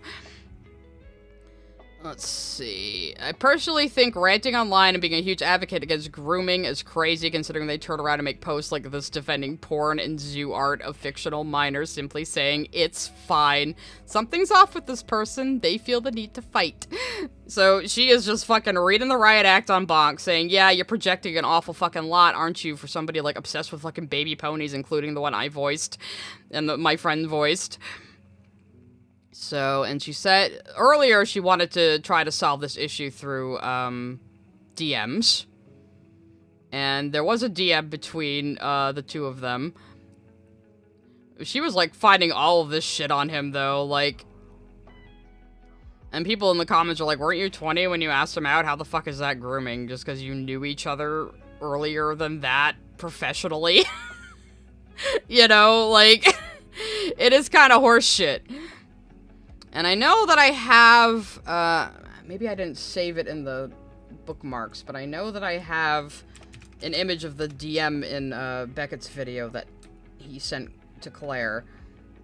And I call Gryphon. I try not to call people by their real names, but I don't know what else to call her but Claire. So when it comes to Alex Mahan, for whatever reason. But, oh, did I don't think I bookmarked it, but it's probably in my recent replies, so just give me a second, you guys. Actually, I'll let some supers come through while I'm fucking around with this since they're working again. Demon Offlight sent a super chat. I'm like Tyra Banks in that one clip. We were rooting for you. We were all rooting for you. How dare you? Sabine Brown sent a super chat. Courtney alleges she's the victim of SA. That how allegations work. Be an adult for once in your YouTube career and admit you were wrong. I still believe Lily did something to her. Nero17 sent a super chat. So according to Courtney, everyone at the nudist beach gives consent for sex? That doesn't sound right. At least consent to touch them, yeah. Langing sent a super chat. And what about the consent of the person they flashed? I knew a guy who got flashed while on the job. He didn't consent to being flashed. Exactly. Oh, it's lagging in the Angels voice Art again. and Gaming sent a super chat. So by Courtney's logic, dice pics are consent? I guess. Thomas Harden sent a super chat. Only you can prevent dumpster fires. Well,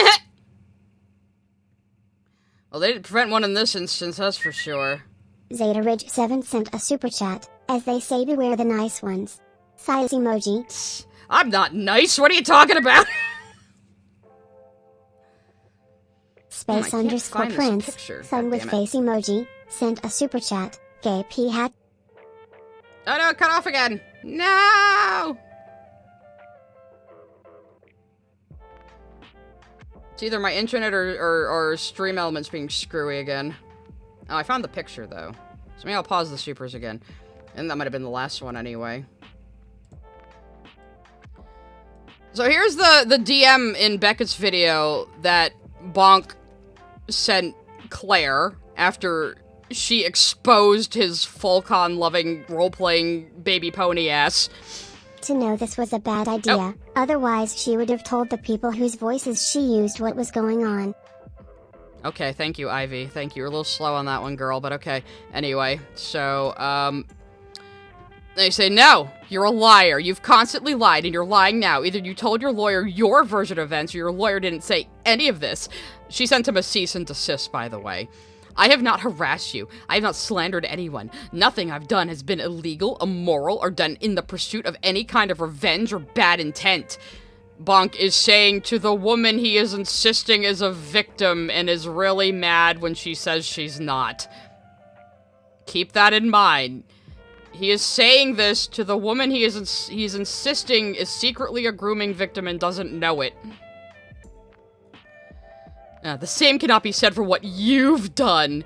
Everything you say is done in spite. You don't like me posting public information, so you try to make me into some sort of devil. You don't like her posting your public information about your baby role-playing account either, huh, Bonk? I think Turtlebout's fair fucking play, don't you? You can't even hold a conversation without needing to take what you perceive as stabs at me. Why should she fucking respect you? You ran up to her on the internet and said, your husband groomed you, and I'm going to prove it no matter what you say. And have been harassing her for like 2 fucking years. Like, come on, bro. Okay. And so, we move on. Because I think... Let's see, that was a little trip to the past. Oh yeah, May 13th. Bonk threatens the kilometers. So, Bonk had posted the audio of KP threatening the Saberspark accuser. My response to that was, look at that. 2 snakes fighting. And Bonk's response was, when I'm dead, I want this post to be cited, you fucking freak. So, by this point, because I had been criticizing them a lot, I had become public enemy #1. And I told them basically, fuck off, bro, you screwed the pooch on this one, threatening to cut yourself with a butter knife over it isn't going to get you out of accountability, be an adult. You know? So, yeah. I'm the freak here, apparently, says the Fulcon-loving baby role-playing baby ponies licking things enthusiast. Okay, yeah. Let's see if we could find that audio. I know I have it in here. So... Yeah, I have that as the 14th, but they had posted it before this. So I actually downloaded the audio and put it up on my side blog.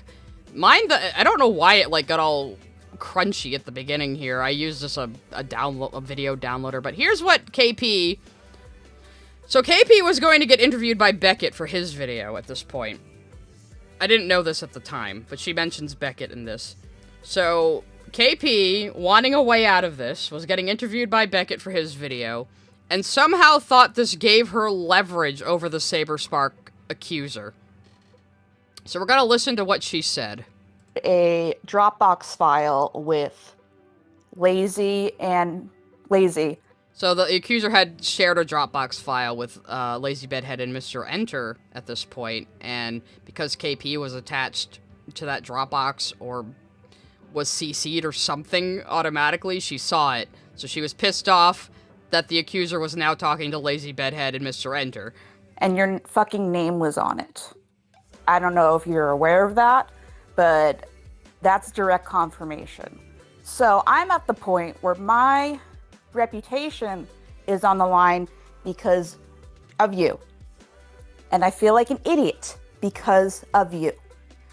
And you can help me clean up this mess and get in a call and tell your side of the story, or this is going to blow up in your face. Because people have already figured out it's you based on that mistake.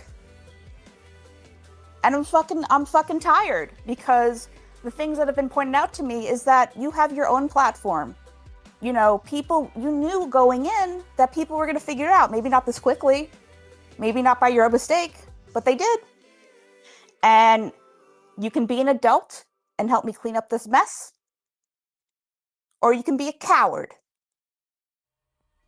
I'm not yelling at you. I'm not telling you what to do, but you have put me, you've put people that are in the video in a very difficult and dangerous position. And I don't think you really understand that. And so I'm at the point where I talked to this guy Beckett, and he says that you have the chance right now to tell your side of the story in a call with me or with Lazy or with him or with someone, or people are going to villainize you. And that's where we're at. And none of like the things that have been, yeah, right, the caucasity of this Karen, right? pointed out to me doesn't more like Karen possible, huh? Doesn't make any sense. The timeline is questionable. The only people that vouched for you were Brony and Amy and Sophie, and Amy won't even fucking talk to me. So I'm not telling. The Amy here is Amy New, who is married to another MLP voice actor and was involved in this somehow. There's more information on that in Beckett's video. Telling you what to do, but I'm being real with you. It's fucked. You're fucked one way or the other. So make a decision soon, or I will publicly confirm it was you. You have 24 hours. I'm not yelling at you, and I'm not telling you what to do, but you have 24 hours to respond and fix this for me, even though it was my decision to run with your allegations without vetting them. And like I said, as much as I think Enter's video is weaker than Beckett's, he did put in the work to scour footage of the cons Saber and the Accuser had been at, and basically triangulated that Saber had about an hour to commit the rape between, like, going to fucking Denny's and going back to the hotel, or wherever it is they went to eat.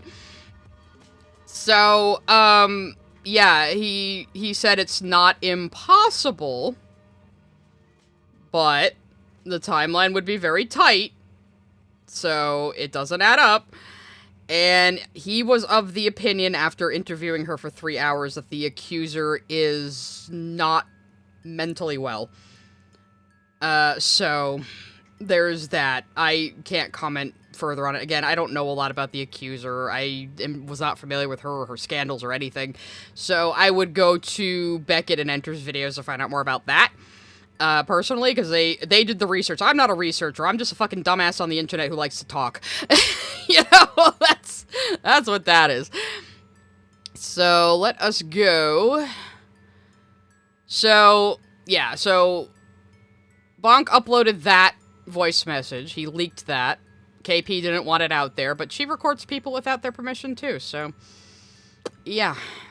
Yeah, and again, we'll get into that in a bit, because we'll roll back around to her disaster piece of a video after we go through all the players in it. So after posting that, and then threatening the kilometers, because I said, Bonk, you're being a snake. This is what we call it in my community, because every time somebody puts KMS in the super chat, it reads it out as kilometers, so now we say, don't kilometers yourself, or I'm going to commit kilometers, so yeah, I'm not really being flippant or trying to do it for YouTube censorship. I just think it's funny. and I'm an idiot. So, anyway, after doing that, he went in live. Hang on, I gotta let the fucking cat out now. Come on, buddy.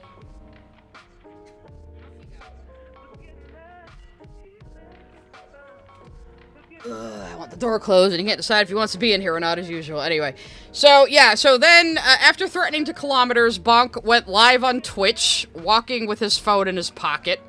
So I have a video here that has that footage. Actually, I have 2 videos here that have that footage. One of Saberspark's accusers. So this is just a Reed's tweet. I appear in this video as well a couple times. But he has the footage here. And I was at this live stream. I was there when this was happening. Oh yeah, here's my fucking tweet. Right here, actually. Let's just watch a bit of this. Brony then tweets out a Twitch account, Bonk6, and right before he went live, This channel is Internet Versus. I'm in a couple of these on this topic. Also was on Blue Sky replying to Sai Scribble saying, "Look at that, 2 snakes fighting." And then Brony says, "When I'm dead, I want this post to be cited. You fucking freak." However, to be completely transparent, this first stream is not super interesting. He doesn't really say much. It's just him walking around for about 25 minutes with the chat. Yeah, so the first Twitch stream was just him walking around with his phone in his pocket. And some people were mocking him, some people were, you know, saying, don't do it, and people like me were saying he's doing this for attention. He would take his phone out every once in a while to check the chat, so it was pretty obvious what he was doing, and he was doing this for attention. Berating him, or sending messages of support, such as Fluttershy, who says that guilt tripping has to stop, man. Peachline says a lot of people are worried for you. Twisted Metalcore says get off the internet for a while, bro. Ace of Shadow says he always does this. Some big allegations go wrong, and he faked S for attention. What a loser, dude. Boo Bunny says if this is seriously fake and you're wanting attention to being S-well, as a whole. And there's a bunch more that account was banned, which then. So anyway, the account got banned because a bunch of people, including me, reported it for suicide threats. And so he went live again on Twitter to continue his suicide baiting walk, which again tells you he was in a completely controlled and lucid state of mind, because he gets banned on Twitch and immediately restarts the live stream on fucking Twitter. You can't tell me he was fucking serious. I'm sorry. Resulted in them going live on Twitter. And quick content warning for what's about to be shown in this stream. It is displayed on screen. And on this Twitter live, there's a bit more interaction from Brony. He is walking towards a bridge. You can actually see what's going on outside now. At first, he was just sobbing while walking towards the bridge. And this was all because people on the internet told him, you need to own up and be accountable for your hand in this video and these accusations and what you've been doing to Claire Corlett. And he still hasn't owned up to it to this day. But yeah, he filmed himself walking to a bridge in first person, so people will feel bad for him.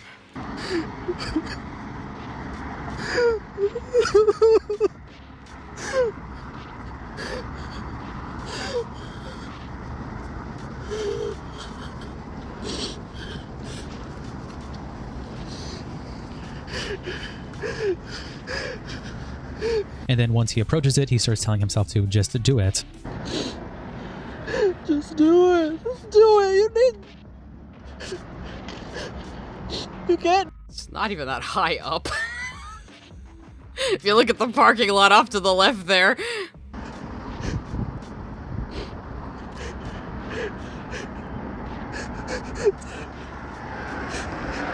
Just fucking do it! Before the stream cuts out, and then it comes back to him sitting on the ground, where he was standing looking over the bridge before, and just sobbing to himself.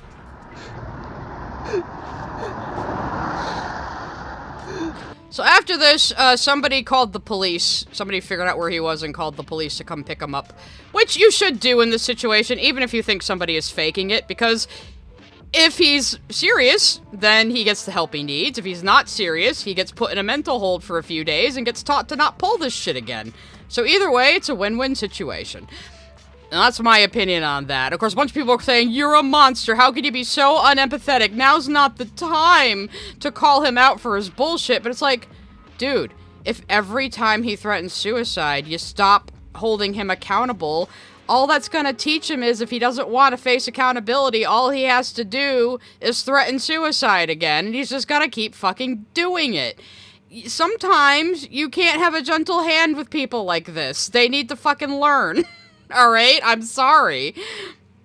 You can't gentle parent the mentally ill all of the time, and I say this as a mentally ill person.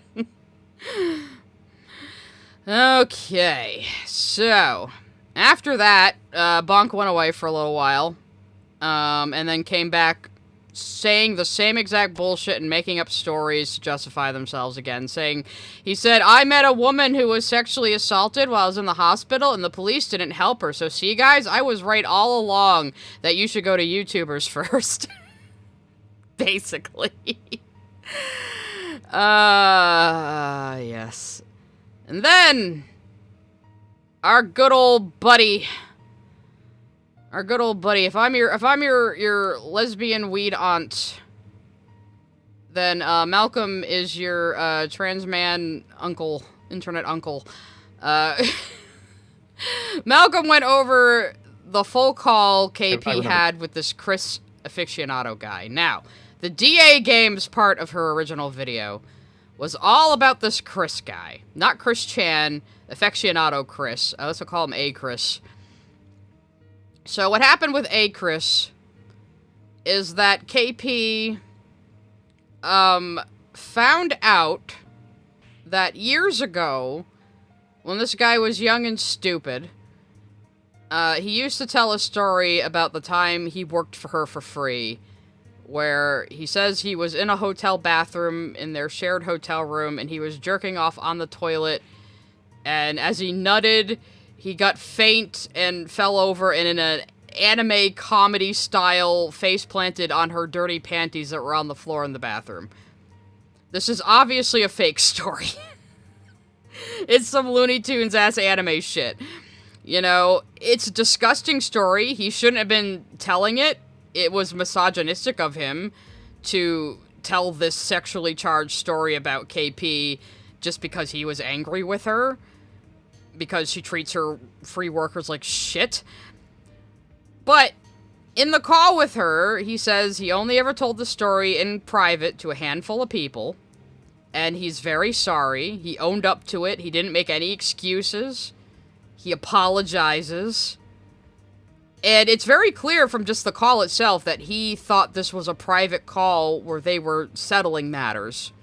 He didn't know she was recording. He didn't know that 2 years later, she would cut up their conversation in her DA Games and Saberspark video to act like the story was A, true, and B, that he was some kind of sexual predator. Even though if you listen to the full call, as Malcolm is doing here, and this is the only copy of the full call I can find, so you might as well just go watch Malcolm's video and give him some love. And I think the first time... Yeah, because the first time Malcolm watched the video, because Malcolm was on the KP video, like, the next day, probably because I sent him a copy, but I'm an enabler. Malcolm's way more of a drama slop tuber than I am, so that was more for him at the time. He was really going over all the KP shit as it was happening. It's great. You should go watch those streams. But after mine, of course. But, yeah, so at first he took the story at face value, but then as the call went on, he realized this Chris guy, it was a dumb story he made up as, like, a young man in his early 20s trying to, like, impress other people and shit on KP. And, yeah, it was disgusting, and it was not good. But as he was talking to her, he's, like, saying, yeah, I've been in therapy, I'm trying to change, it was horrible, you didn't deserve that, you know, he just completely owns up to it and apologizes. And so there's, like, that's it. It should be settled. The thing is, KP wanted him fired from DA Games. But more importantly, she wanted A. Chris fired from Saberspark's channel. So this whole thing with DA Games and this Chris guy is just her roundabout fucking way of messing with Saberspark.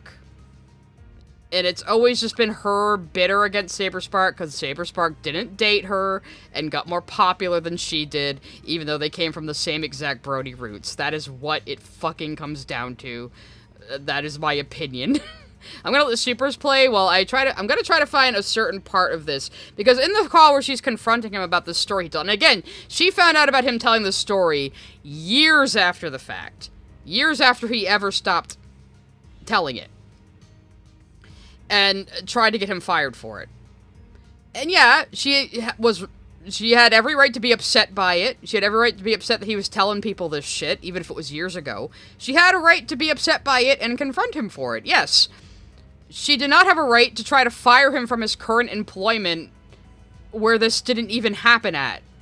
That's insane. Anyway, let some supers play while I try to find this one part. Because she brings up another grievance in this video, in this call, that is so unimportant and so petty. It shows you where her mind is at. Hey, unpause. Oh, there it goes. Zeta Ridge 7 sent a super chat. I love it. Doculot was the true killer. How foggy. Sabine Brown sent a super chat. So you admit that you're trying to ruin Lily's reputation because she stood up to you. So you're engaging in defamation, and I hope Lily can sue you. So, you know, I don't know what people fucking want anymore. Oops, I was pausing it, but it seems to have nuked the vocals. Maybe it'll play on the next one. Sorry about that, but look. Anna sent a super chat. God, I remember watching KP as a kid. This whole... I don't know why the supers are fucking up so much today, guys. I'm sorry. Oh, hey, Malcolm, there you are. Oh, you sent me the drive-thru. I just need pieces of it, Malcolm. It's okay. We'll just watch your video. I'm not gonna react to the whole thing, but thank you. I don't know why my supers are fucking up so badly right now. But what was I gonna say? Yeah, I don't know what people want from me. At first, I just wanted to laugh at Lily's stupid media opinions, and then I found out how terrible she is, and people were saying, well, you should be focused on deplatforming Lily. And I said, bet. And now Lily's fucking whole channel is in the fucking hole. And apparently that's also wrong. So no matter what I do, I'm wrong. That's what it comes down to, it seems.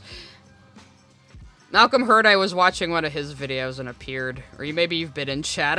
It's been hard to read both chats. Okay, Stream Elements is just not cooperating anymore. This is good. If I have to read out the supers later, I will. But I don't want to have to. I like having supers in the middle of the stream. Because other people get to throw in their 2 cents and it's fun.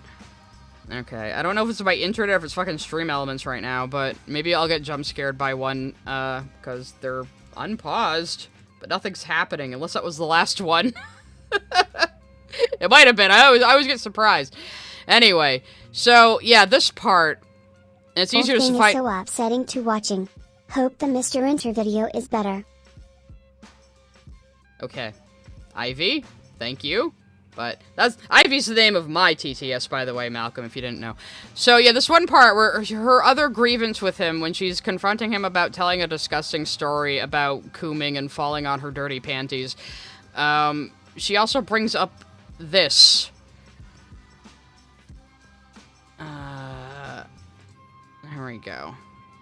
Let me just refresh your memory. So I invited you and Jordan, and it was me, and it was Nick Pa, right? That was the 4 of us, and we were staying on site, far away from the convention. You know, basically we and I set that up on the hook for the hotel at all. So that was a nice thing I did. And that was a nice thing I did, giving you a hotel room. You should remember to be grateful.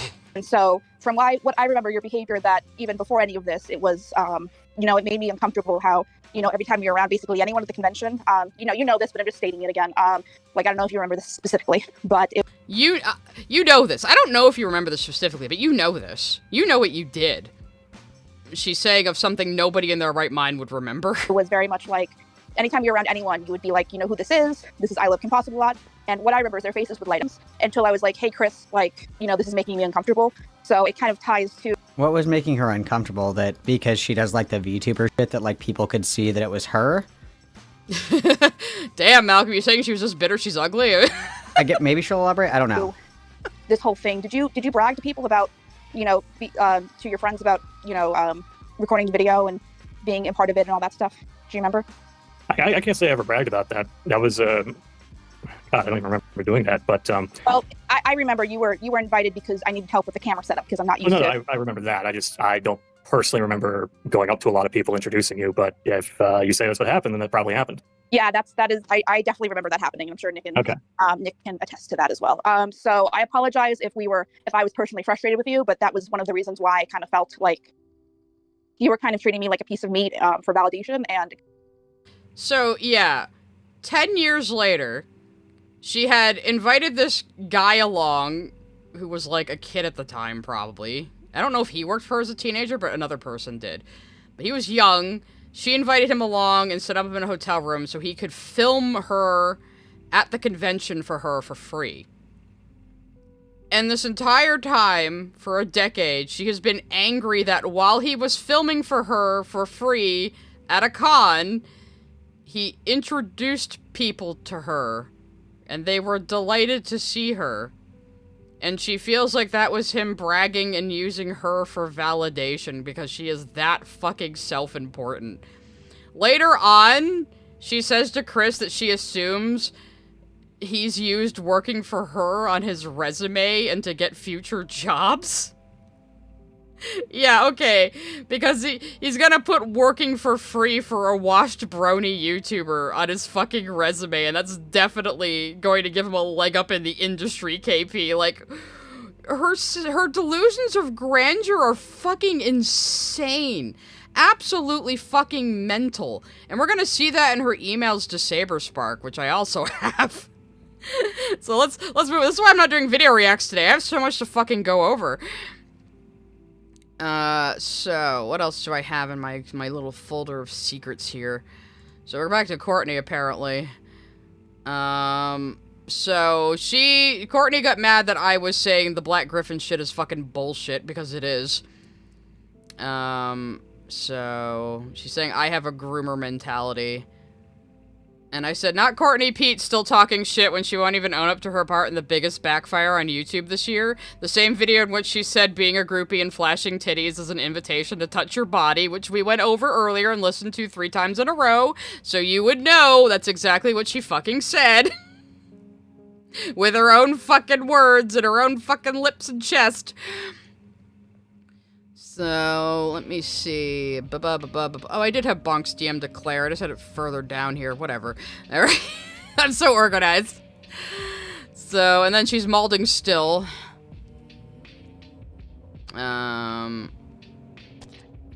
Because she's mad that I said, the DeviantArt screenshots, I said, you're looking at internet culture from 15 years ago here. There is very little context for why they both write like this. But as someone who was on DeviantArt 15 years ago, yes, people actually were this spork squee random at all times. All the time.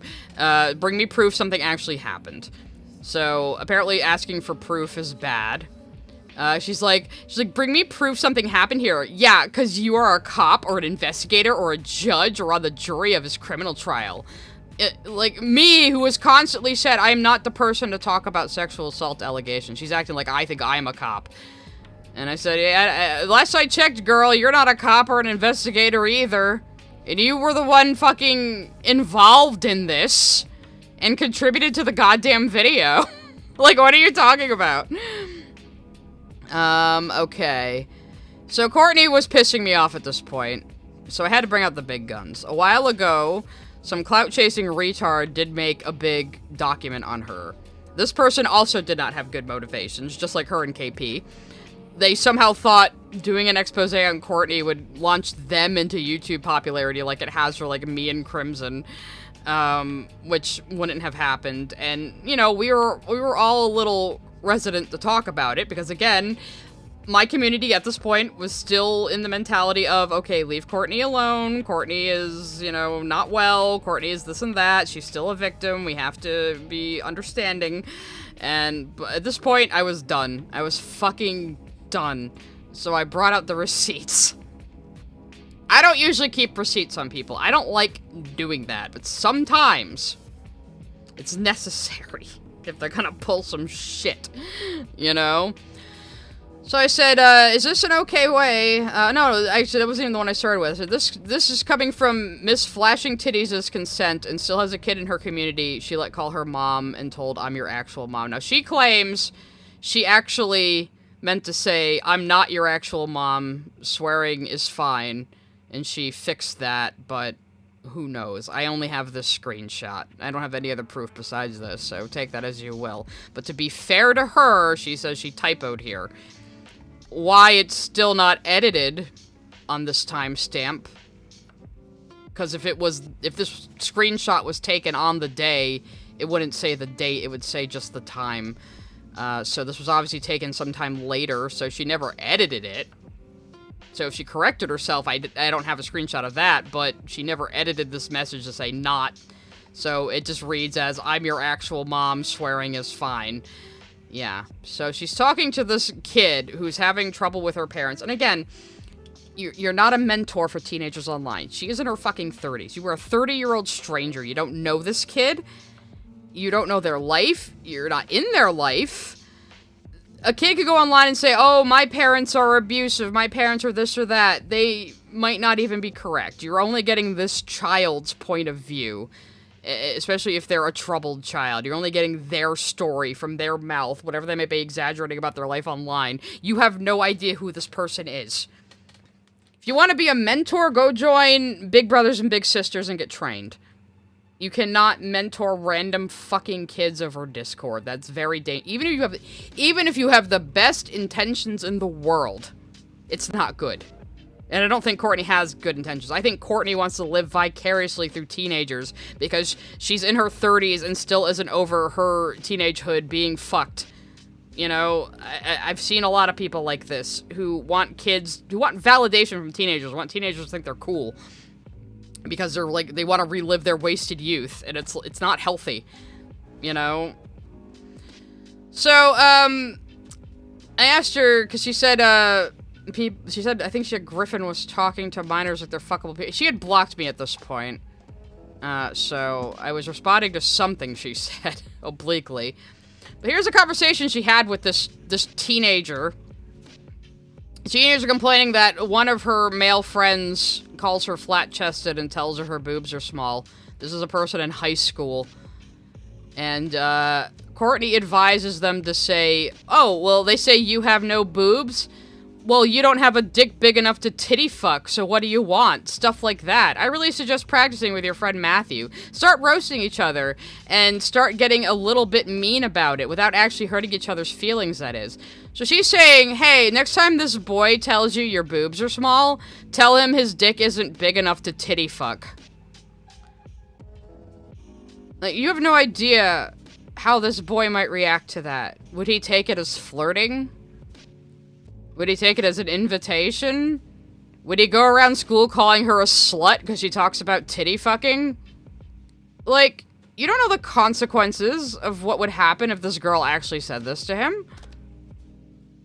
What the fuck is the matter with you? And then she tells her, practice sexual insults with your other male friend, and these are all teenagers. Like, yeah, Courtney, I get it. You wish you were, like, a smack-talking, cool-ass teenager still, and you didn't get to have that life, that TV-like life when you were younger. Get the fuck over it. And here she is, suicide baiting to the same teenager. I have it on authority that the crossed-out name is the same teenager she was talking to. Though, obviously, I can't claim that 100% accurately, but either way, this person is calling her mom in this. Yeah. That's the second one. So, here she is suicide baiting to this kid. Either in her Discord or in DMs. I don't know which. Though this kid is still in her community, so they probably didn't send these. And Courtney is saying, every time I improve my life, I just end up homeless again. The reason I keep going is because I don't have the balls to slit my fucking throat. That's it. That's all. I'm too much of a coward to even kill myself. And she is saying this to a teenager. A teenager whose life she doesn't know, whose mental state she doesn't know. This is abhorrent to act like this in front of a child.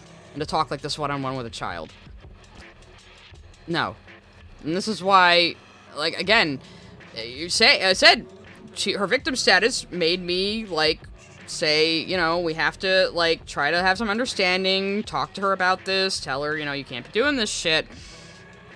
But she won't listen to reason. And, you know, at some point, I mean, you think so yourself. At some point, you have to fucking expose people when they're behaving like this. This is grooming. You are grooming this child into being your trauma sponge. You are grooming this child into being, like, your fucking emotional support thing to, like, pour all of your own, like, teenage angst onto, you know, and to live vicariously through. That's a form of grooming. It's not, I don't think she's sexually grooming this child, but you can say non-sexual grooming happens, right? That is what you're doing. You should not be talking like this to a teenager. And this is worse than any screenshot of Black Gryphon. This is worse than anything Black Gryphon has said to Claire in videos that they were in together, or anything he said on DeviantArt. So, the fucking screenshots from DeviantArt are enough to call Black Gryphon a pedophile groomer. So what does this say about you? That you're saying this shit to a teenager? You know? That's my point. So we know this is the kid that calls her mom, because they say, hey mom, don't worry about it, it's okay, I was just worried that you were going to do something, but I'm glad you didn't. And no, you didn't scare me. You can't say she didn't scare you, though. You have a fucking 30-year-old adult in your DMs saying, I'm only still alive because I'm too much of a coward to slit my wrists.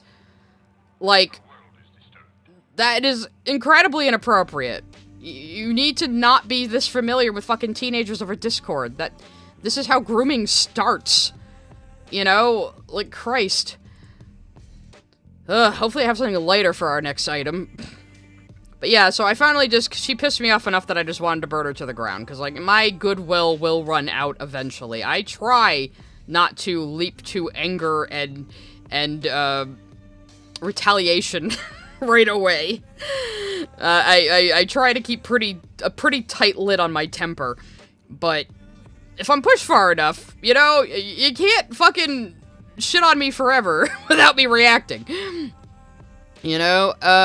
Okay. So, after that, what happened after that? So, I think I just have more of me arguing with Courtney, but we don't... skipping over that. You've seen enough. So, on the 23rd, Beckett's video came out. And this video is very good. It's called The Shaming of Saberspark, but it does go into the Black Gryphon stuff quite a bit. And he actually interviews Claire Corlett and Michelle Krieber, the two women who were at the center of all of this. Because really what happened was, it starts with people saying Black Gryphon groomed Claire because people thought their age gap is weird, and it is. But, I mean, what can you do at this point? Are you gonna go to their house and force them to sign divorce papers because you think their relationship is illegitimate?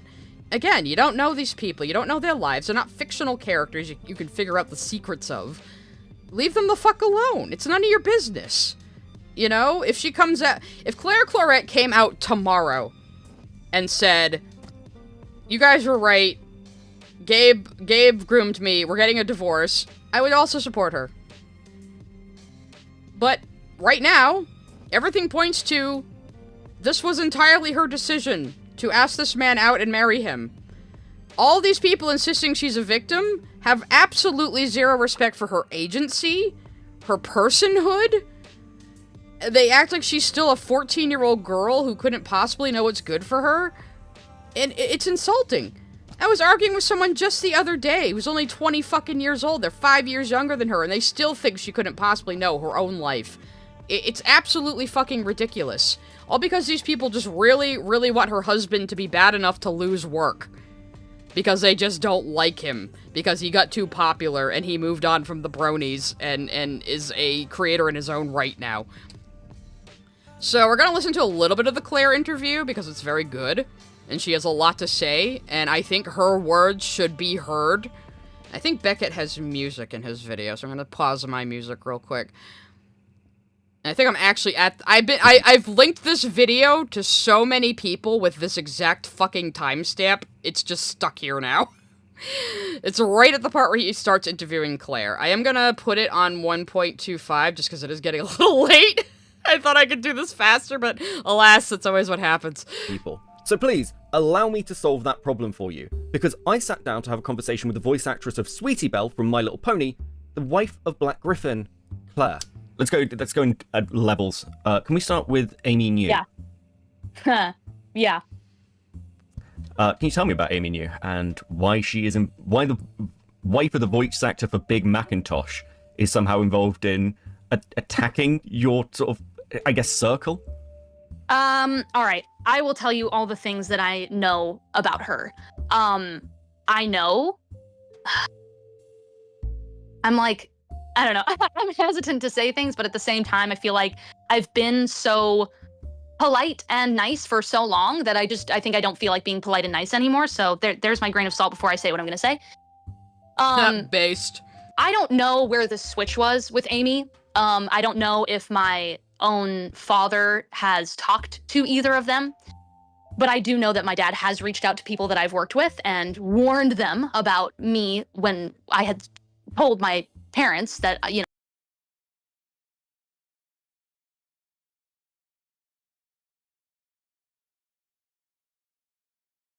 Oh, sorry, I was muted because I was drinking my water. We're not going to play that part, but there is audio in this video of her father admitting to making alt accounts on Twitter just to fuck with her husband and try to stir up trouble and try to stir up this internet drama about him grooming her. So it almost kind of starts with her dad, even. You know, which is terrible. You know, I was in a relationship with Gabe. And this is when I was almost 20. I don't know when the swap or switch was for Amy.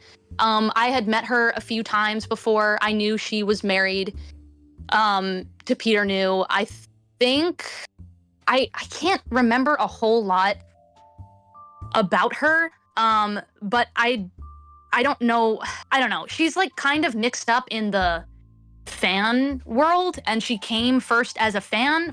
To my knowledge, she was a fan. I am gonna skip a little ahead because she kind of gives the backstory on Amy, who we haven't really talked about, but you'll learn more about from this video if you watch it yourself. And this is the thing too, like, even if I get frustrated about it, people are like, oh, I understand that you're so angry. Like, you're a very, like, you know, it doesn't mean that you're stupid. You can be a smart person and get in a situation like that. I'm like, yeah, and I freaking know what that's like because that was my family situation.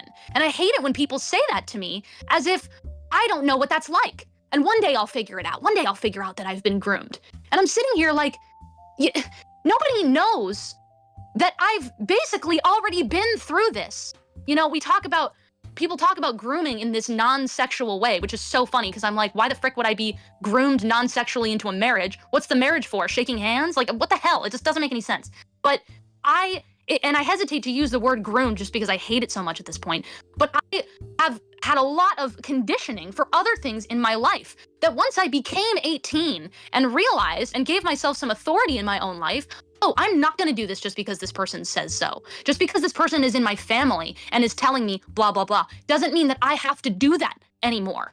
And so, anyway, to make a long story short, there are...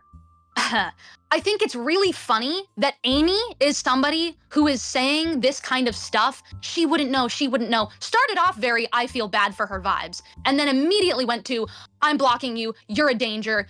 You know, and I'm paraphrasing here, but that is the vibe that is being directed towards me. That seems to have happened with everybody who says, you were groomed, and she says, no, I'm not. And they go, you're a dangerous person and I'm blocking you. Like, they immediately turn on her for the crime of saying, I wasn't groomed. And does this sound like a woman who doesn't know what she wants in life? I love how spicy she is while avoiding swearing. It's kind of funny. But yeah, she's not a fucking 14-year-old girl voicing a baby pony anymore. And like she just said here, she was groomed into show business, so telling her she doesn't know, she wouldn't be able to detect grooming at all is insulting to her, as it should be. You know? Let's skip a little ahead to, I think, Michelle's part. Can't see the damn video, but I think it's after this bit. She goes more into, like, about Bonk and stuff. As just passive observers concerned for victims. No wonder so many people want to remain anonymous. They're not just random people from the internet, they're people with large public profiles in the community. I was astonished to find that people had either outright ignored Claire's public statements on the situation, or actively attacked her as somehow complicit. This is also the case with Michelle, who played Applebloom on the show, whose long-term friendship with Gabe is the origin point of these rumors. And once again, because I can hear that scratching, I don't know the truth behind the Black Gryphon allegations, and neither do you. But when I said earlier that many people do not care about victims in this story, This is what I mean. Because, hypothetically, let's say this mob is correct about Black Gryphon. That would mean his two primary victims, quote-unquote, have been relentlessly attacked alongside him. And the reason for this is obvious. The people leveling these accusations don't care about victims. Their motivations are entirely self-interested. And that's exactly it. So the two women, they are banking on being victims, so they can justify getting Black Gryphon fired from jobs. Both go, we're not victims.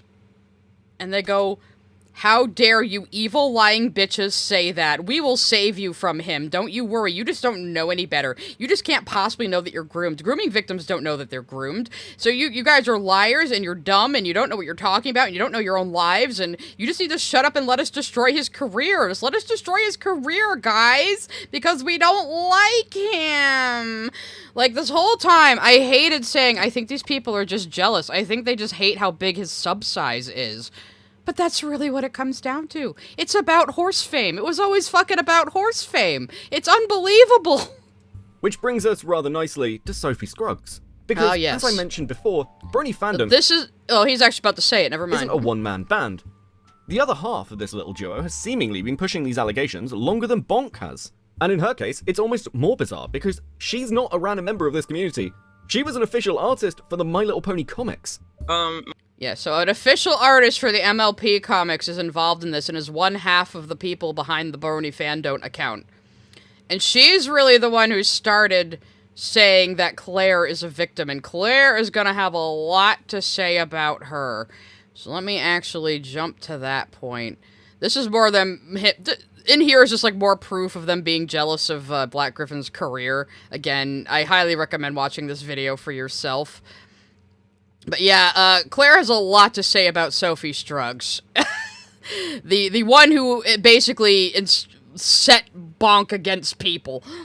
That possibility. Before we move on from Sophie, I want to just highlight one section in Lazy's video. But also claiming that they associate with people who defend drawn child sexual abuse material? I meant to try to get to the beginning that accusation of association is not random. And like I said earlier, Lazy's video was not good. But I also don't think she was malicious. I don't think she was like KP and Bonk and was malicious in this. I think she just jumped the gun, didn't do her due diligence, trusted the wrong people. That is something to criticize her for, but I don't think she's a bad person. I want you to keep in mind the name Whoopmaster for when we get to Fandont. But before that, I mean, I think that moves us on to sort of Sophie Scruggs and Fandont. But why don't we start with Scruggs, because I'm... baffled at their involvement, frankly. I don't really understand it. Okay, so here's all that I know about Sophie and my history with her. I just, these people, I don't understand. It's like this weird parasocial behavior that has rapidly moved. Oops. It's like, it's dancing on the borderline of obsession. Because the moment somebody is like, knows a bunch of stuff about you, looks up to you, and I'm not saying that to be arrogant. I'm saying that because I've witnessed this firsthand when people treat you differently because you're a voice actor on a show that literally outside of the hotel the convention is held at, nobody gives a rat's anus about. And it is so weird to me that, and I'm using this as a specific example, and I actually had to go back and research this because I had forgot about it because it meant nothing to me. Sorry, Sophie, I'm not trying to be rude here, but I don't remember that I complimented your snail once. That was something that I did in the moment because I was being friendly and nice, and now somehow I'm getting backstabbed because you decided to tweet out to everybody years ago, the last time you got frustrated that I was in a relationship with Gabe, before we were married and we had announced that we were dating, you said you were worried for your dear friend, your close friend, Claire, me. And I'm sitting here going, who the hell are you? Have I even met you before? Like, what the frick? Then I have to go back and I find out, oh, thank God. I actually did meet her. Okay, so she's not, totally crazy. But then I keep reading this stuff and I'm like, oh my gosh, this is literally it. I complimented your snail one time. And I think I might have DM'd you about a bag that I saw at a convention. And you were at the convention and and I walked through the vendor hall and I was like, wow, you have really pretty bags because one of them had my character on it. And I was like, that's so cool. I think I might have taken a picture of it. And then I was like, hey, like, how do you sell your bag? I think I DM'd her of like, hey, how do you sell your bags? Like, I might have wanted to retweet that or promote that at some point, right? And I find out that this person is, first of all, has also been kind of a Gabe hater for a while. Like, prior to me being involved in this situation, had one person tell her one thing that was complete hearsay, because this went around at conventions a lot. People were really, I think, pissed that Gabe, you know, had found success, quite honestly. I think that's what it was. And there was this bubbling, underlying level of jealousy, basically, that had kind of started surfacing the more popular that Gabe had got within the fandom. And I think now, because, and Saberspark is another one of those people who are ending up finding success further than outside of the pony fandom, which nobody should freaking care about anymore, by the way. It's over. They're finding success. They're moving on in their lives. They're figuring out what they want to do with their careers. How am I going to pivot? How am I going to, you know, create content? What is it going to look like now? And as they do that and they find success, these freaking bronies, and I hate to use that as an umbrella term because I know that there are plenty of bronies who are out there that are very cool and very sweet, very nerdy, nice people who just, you know, want to have a community and want to make friends.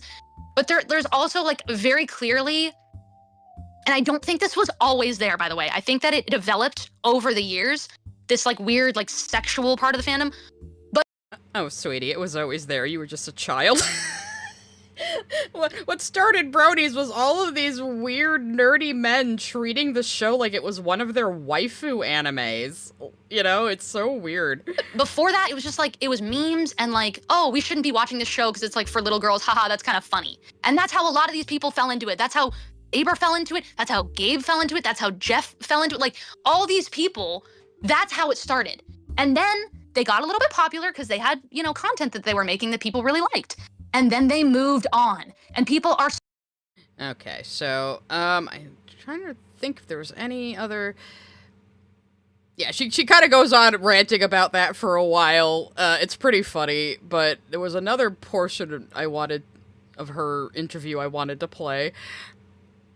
It's the people who are taking this way too seriously that get so wrapped up in this, and they're like, "Look at here, they're by themselves," and I'm like, "No, we're not. We're with another person. They're right freaking there." And they just take screenshots of, which acted they're like screenshots from videos that I made. And someone's like, "Please send this to Claire. We can still get her out. There's still time." I'm like, why is your goal that you want me to get divorced? Or is it a step further? Do you want me to freaking marry you? Because that's creepy. You know why? Because unlike Gabriel, you guys have been obsessed with me since I was 13. So maybe think about that the next time you look at yourself in the freaking mirror. Jeez. So one of the things that people... And there it is! The people who are all insisting that her husband groomed her have all been fans of her since she was a child. All it took was her being a friendly professional to Sophie's Drugs, saying, "Oh, hey, that's neat. Cool bags. How do you sell them? Maybe I'll retweet about it. Bye-bye now." Like, that's all it took for her to think she has a personal relationship with this woman who she met when she was a child and was a fan of when she was a child. Like, holy shit. You know? Look at the 2-hour-long video. What is there, uncut interviews too? I've watched a lot of this content, and I implore you guys to watch all of these videos yourselves. We don't have time.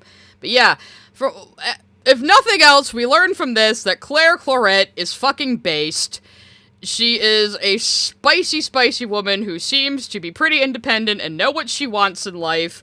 And, like, she says she wasn't groomed. Leave her the fuck alone. And the only people insisting she was groomed are these fucking parasocial weirdos who have been a fan of her since she was a fucking child, who now seem to be angry that she grew up and married a guy who was from the fandom that they didn't like.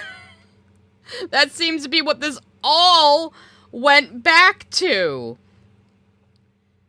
So with that covered, it was, it started with this Black Gryphon shit, and people were like, how could Saberspark still be friends with Black Gryphon? He is supporting a groomer and a pedophile. And that's what this all came back to. So that's what we can go right back around to KP and why she made her fucking stupid-ass video. I'm trying to see what else I have here on the docket. Let's see. So, Bonk came back. from a hold. Immediately started bitching about me. I'm not even fucking kidding. I initially thought it was mostly a Twitter problem, but Cy Scribbles is genuinely a disgusting person. All she does is insert herself to harass anyone possible, as aggressively as possible, to help other disgusting people. This from the full con enthusiast who has been harassing a woman and her husband for fucking years because he's mad that she grew up and married that guy, and yeah, that is really what it fucking comes down to. So first thing Bonk does is just quadruple the fuck down on everything and bitch about me after coming out of a psychiatric hold, so that's good.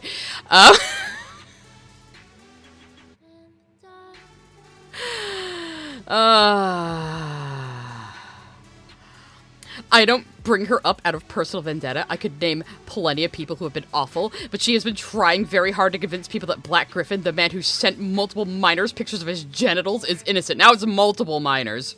Instead of this just Destiny chick saying, he sent me a dick pic when I was 13, just trust me, bro. Fire him off of Billy Bustup. Billy Bustup is a thing in the story, too, apparently, which we're gonna get into a little bit, because, again, after coming back from a psychiatric hold, after suicide baiting on a bridge, crying loudly and fakely, Bonk is just right back on his fucking bullshit. Let's see, yeah, and then he starts bitching about Claire. So, it's almost funny how a handful of right-wing losers heard Claire claim she was forced to pet snails under duress, found it a lot more solid to them than all the proven information, and now believe they have done anything other than add to the list of crimes that the Brownses have committed.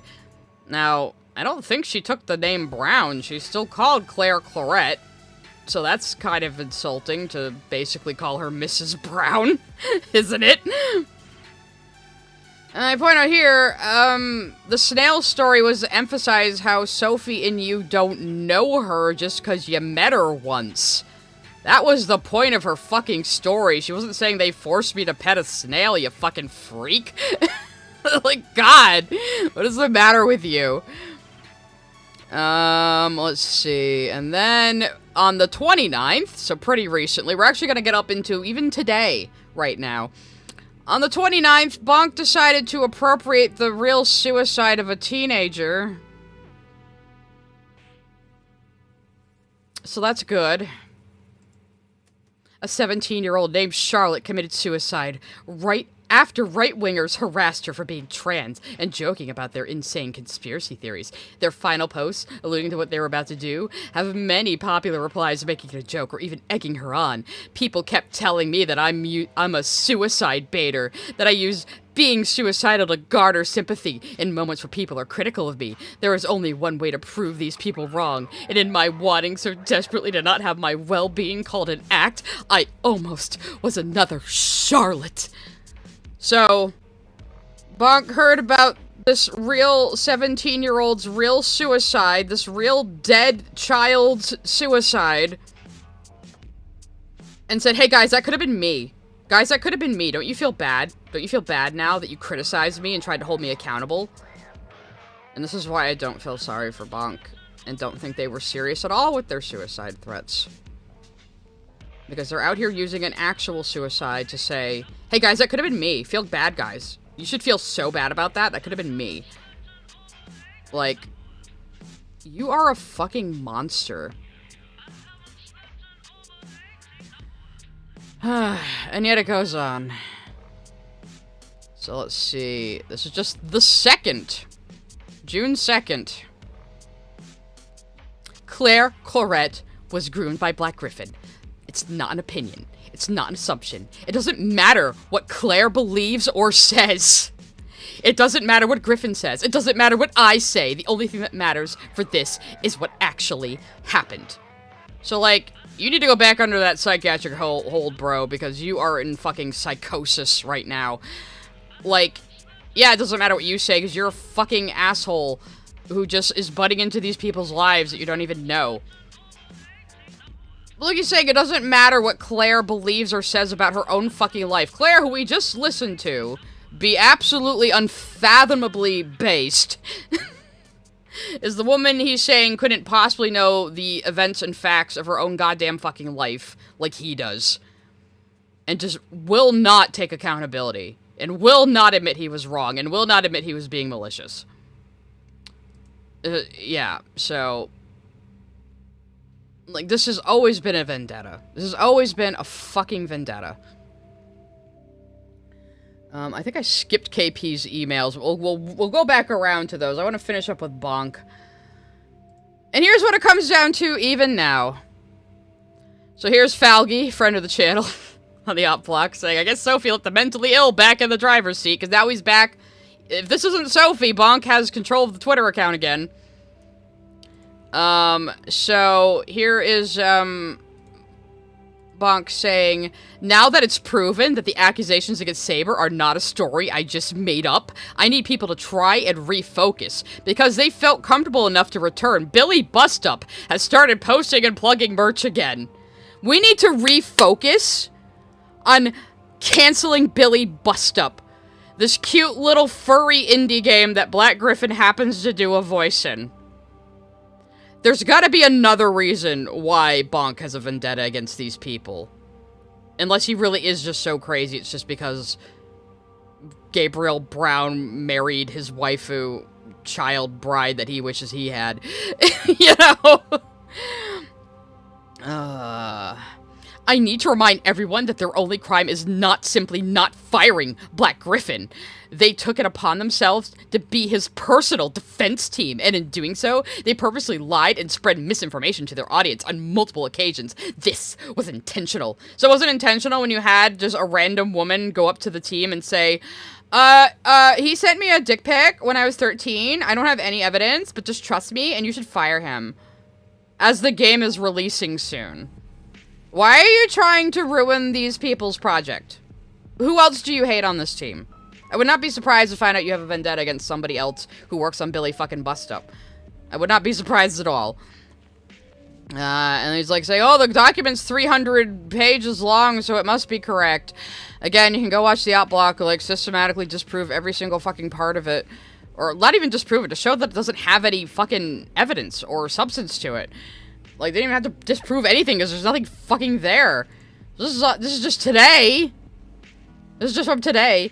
If you are a Has-Been Hotel fan, you need to address this. Maybe Edward truly doesn't know the situation even exists, but he needs to. There are multiple people harmed by Gryphon and Billy Bustup. One of them is another in your own community. Speak up, please. Like, they just will not accept they did anything fucking wrong. This is what is, like, making me not feel bad for them in the fucking slightest.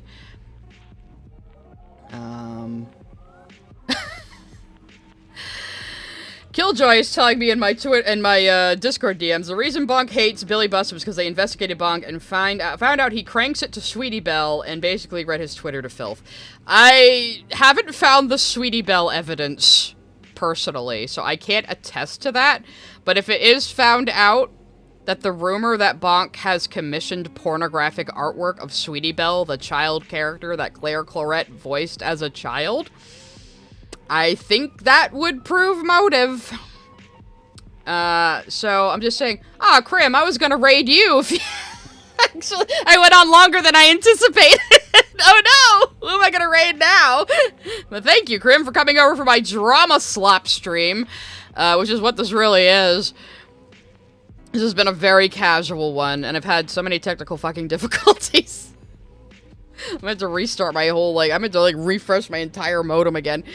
Anyway, so let's see what this horrible, horrible game is that he wants destroyed. It must be something awful. It must be, like, a 4chan game or something, right? It must be, like, something in that vein.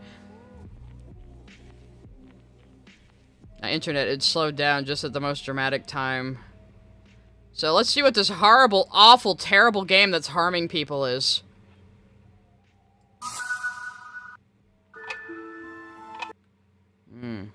Pretentious. I clicked off, sorry. It's buffering. No! You're ruining my timing, my terrible internet!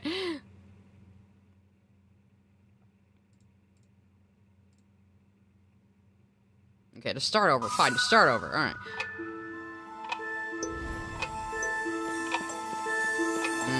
I can see this is definitely harming people. Right now, this is causing so many murders. I'm being harmed by just looking at this. Okay, it's just not gonna load for me right now. Trying to steal my stuff. Oh wow, how horrifying. We definitely need to destroy this project and get people fired from it. And make sure that they can't get the game out because we don't like Black Gryphon and how popular he is. Yeah, so, yeah. Well, anyway, so let's go back to KP, finally.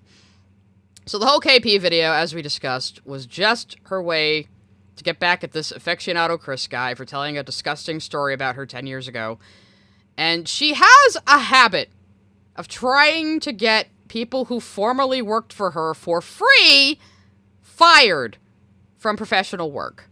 There's this other guy named Bogsy who worked for KP for free when he was 16. He is now working for Spindlehorse. And KP tried to message VivzyPop and warn her about Bogsy and get him fired. And VivzyPop never answered her because she's a fucking nobody. And so now she hates VivzyPop and Has-Been Hotel.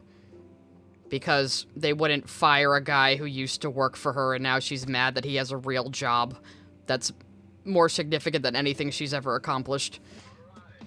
Yeah. So that's why she went after this Chris guy, but it was really a backdoor way to fuck with Saberspark. Now, we have the emails she showed in her video, but she cropped out certain sections of them. So, let me see. I think, yeah, here we go. I call them her Karen emails. What? Here they are. So here was her email when she tried to get Chris fired for making a disgusting sex joke about her 10 years ago that he profusely apologized for and owned up to, and yeah. So, here's her trying to sound like a fucking professional. It's painful. Good afternoon, Steven. This email is your requested private communication regarding Chris and the overall sexual harassment situation that he has caused. Our full incident report can be found here if needed. Incident report. You're a fucking YouTuber. Also, Malcolm, I think, pointed out, like, she started this fight with Saberspark on Twitter, and he said, why don't you contact me privately? And she was like, I can't believe you're asking me that. It was like, what? Oh, there's also a Billy bust-up doc. Jesus fucking Christ. I'm not even gonna look at that right now. We're already going on too long. Hey, let's keep up with this. Since you publicly displayed confusion at best about my attempted communication with you prior to this point, below are screenshots of my conversations with blank, aka the friends/employees I passed Chris's information to. The conversation with blank specifically mentions a possible staffing change. So yeah, she's like, I heard about a staffing change, but he wasn't fired, and I want him fired, is basically what she's saying here.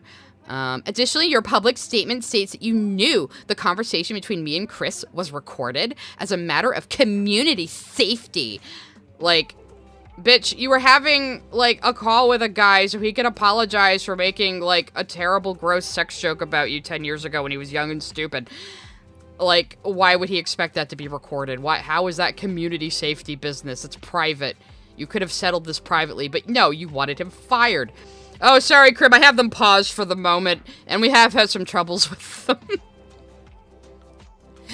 Let's see. You still have the choice to either hold Chris accountable, i.e. firing him with proof, or keep him on staff. Should you choose the former, please communicate this to me as soon as possible to avoid any miscommunication and any public statement/information present after. Like, who the fuck does she think she is? Like, she doesn't work for his channel. She's not his boss. They're not collaborators. They're not even, like, associates. Who does she think she is that she can make demands like this? You need to, like, choose to fire him and then tell me about it. Like, the delusions of grandeur are unfucking believable. You know? And then she had a second email to him. Steven, it is clear to me that you do not wish to correspond with any direct communication, despite you personally requesting so. To say I'm disappointed by your behavior would be a severe understatement. You called me a liar publicly without even asking for the truth or further clarification, because you fucking started saying shit in public, you dumb bitch. My understanding is that you have jerked around your employees and generally treated them with very little consideration, says the woman who gets people to work for her for free and for 10 years has held a grudge against Aficionado Chris for filming for her for free and telling people who she is. Yeah, but everyone else treats their employees badly. Sure, yeah. Not you, though. Not you, though. This, on top of your treatment of me when you were romantically/sexually interested in me, which I'm happy to elaborate on. Can you imagine getting a message like this from someone you were friends with for like a year and like haven't even talked to recently? Like, remember when you were sexually interested in me? Like, she is mad that Saberspark didn't date her. Really, honey, Saberspark. That's who you're spurned by. Like, I like the guy's videos and all, but really? You're still burnt up about this? Like 10 fucking years later? That guy? But this is the second time we've seen her insist that Saberspark was romantically and sexually interested in her. Like, why does she feel the need to say it? She said this to Slug Entertainment. So it's not like this is something she'd only say in private to Saber. She says it in public. Like, why would you even, like, mention this to anybody? You know, it's pure projection. She wanted a relationship with him, and she's jealous that he moved on to be a bigger YouTuber than her because he has more talent. Sorry, you're bad at this. You're one of these people that's been on YouTube for 10 fucking years and still has no idea how it works and doesn't understand internet culture. It's astonishing. And again, I'm fucking 10 years older than you, and you meme like a fucking boomer. Anyway, to me, it seems like, good sentence structure there, that the only reason why you wanted to get involved is that your name was attached and you're more interested in damage control for your brand than your brand's actual integrity. Yeah, his brand's actual integrity that you are trying to, like, knock the legs out from under like a little termite because you're fucking jealous. Like, I fucking hate saying they're just jealous, but it's true. You know? Oh, bye, Krim. Krim had to go. And she signs it off with, "See you around, kid." Like, she's, like, I have no desire to get into an internet squabble, she says while she starts one, you know? It's like, it's so fucking bad. And right before stream, actually, I stumbled across one of the emails she got back from DA Games. So, let's check this out. Oh, this is one of her posts, actually. Okay. So she posted the email she got back from them about Chris. Chris. Did I start going Mia there? I was trying for Valley Girl, but I guess I ended up in Mia, didn't I? As I got angrier. Hello, thank you for your patience in this matter. While we understand that you are personally serving as the primary point of contact for this case, we believe it is important that Rachel, which is KP's real name, is given direct communication as we proceed. Therefore, we will continue to CC Rachel on communications on this matter.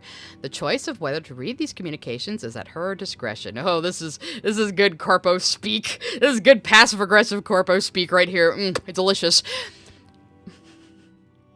Is KP just a yandere? She's more like a yandere dev.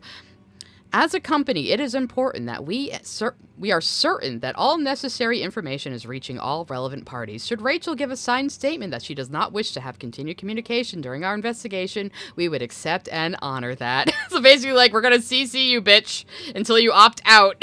Fuck you. See, I can translate it. I'm good at these kinds of emails.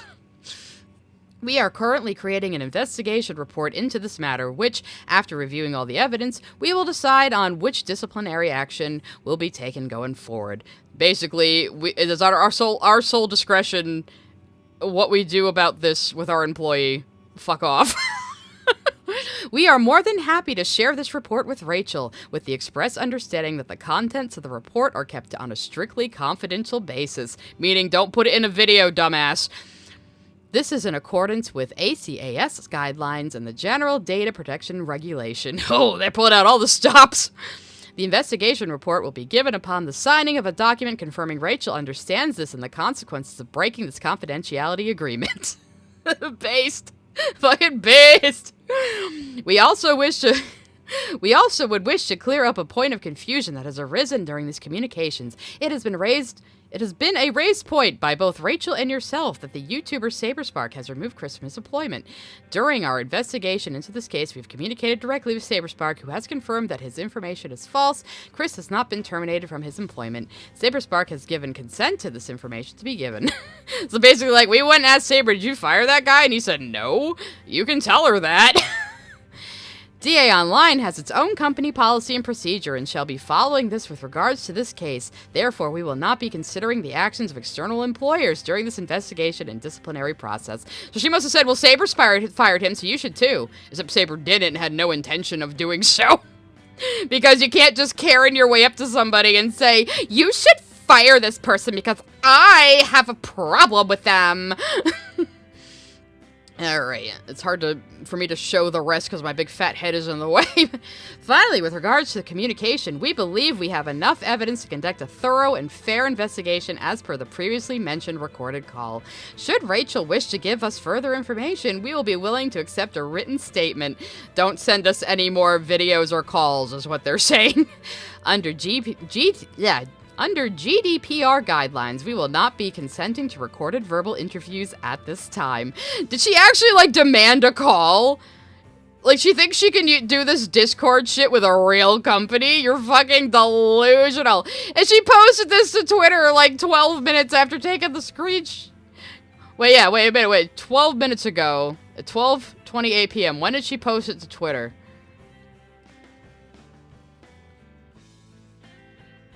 Oh, come on, I want to see the actual date. Oh, down here. Right, I'm not on Tumblr. Okay, so she posted it sometime later. I thought maybe she posted it right away. But yeah, she has, like, fucking Karen energy here. So yeah, the whole point of that disaster of a video she made was just ultimately to get at Saberspark. And that's how she got crossed over with Brony Fandont, who was leading the Black Gryphon stuff, which people were also using to try to get at Saberspark. Because they're all fucking jealous that they all used to roll in the same circles 10 years ago, and he went on to greater YouTube fame and they didn't. Because he knows how to be an entertainer, he knows how to do the grind, he knows how to actually put in the work, and these people don't. KP's videos are awful, the editing's awful, the humor is awful and poorly paced. You are not good at this. Alright? I always say I feel like I came into YouTube with cheat codes on, because I already know how to perform. I can make all my own graphics. I draw and stream. I'm an artist. I can make all my own thumbnails. I know how SEO works. I had the entire skill set coming into this. I had already been helping other people with YouTube and with their social media. So that's why I've grown so quickly. And I've had my own little jealous ankle biters about that. You know, like, oh, how is Shy getting such rapid growth? Because I know how to work the fucking system, and I know how to be entertaining, and I know how to make eye-catching graphics. That's how. And I teach other people that for free in my Discord. If anyone wants to ask me for advice on stream layouts, or thumbnails, or video editing, I will give them my advice for free. I will give them consultation for free. I don't care. There's like a tiny little barrier to entry of $1 into my fucking Discord server. Once you're in, you're in. You don't have to keep pledging. So, I will help people get better at YouTube with the knowledge that I have. Anyway, well, that's it and that's all, I think. We're kind of at the end of this now. We'll just let the supers go and then wrap up, I guess, because I don't really have much more to say on the topic. Just, this is why I kept saying the Black Gryphon stuff is complete fucking bullshit, and I hope you all will listen to Corlett herself instead of these fucking weirdos that are stalking her. Adric sent a super chat. Gay P wanted to emulate you so badly she copied your Dragon Age in June hype tactic. Nah, I mean, that's a common joke, the Majora's Mask countdown, so I wouldn't say she copied that. Nick Wolf sent a super chat. Didn't know and knew 2010's gay pop star RAINN. Skull emoji. I would be surprised if he didn't. He's bi, right? He likes K-pop. Lex Fiasco sent a super chat. Bonk, go to RAINN? There's like 0 clouds out. That's basically what that conversation was, yes. Magic Man sent a super chat. With no real evidence to condemn him, I predict Saber will weather the storm, albeit bruised. KP, on the other hand, you better know a good lawyer. She turboed her whole career doing this. It's incredible. Oh, I think I tried to pause the supers and it lagged and cut off the fucking dialogue again.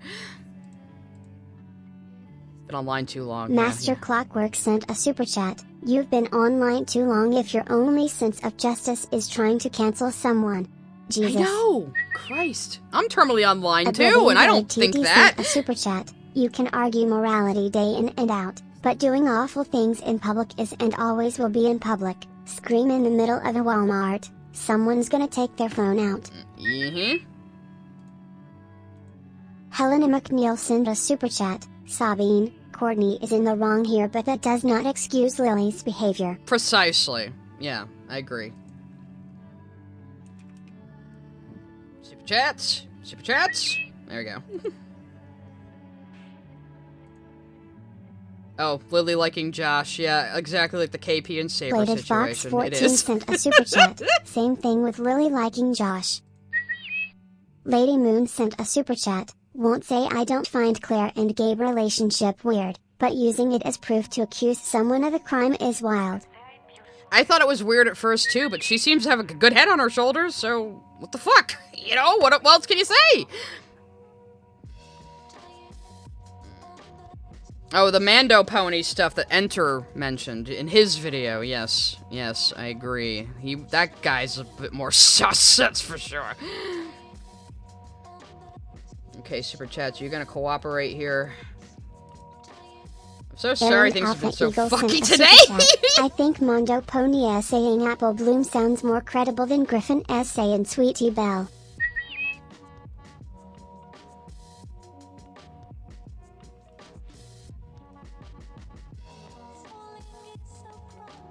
Okay, I'm gonna try to pause them again and let that one play and see if I can get them synced back up.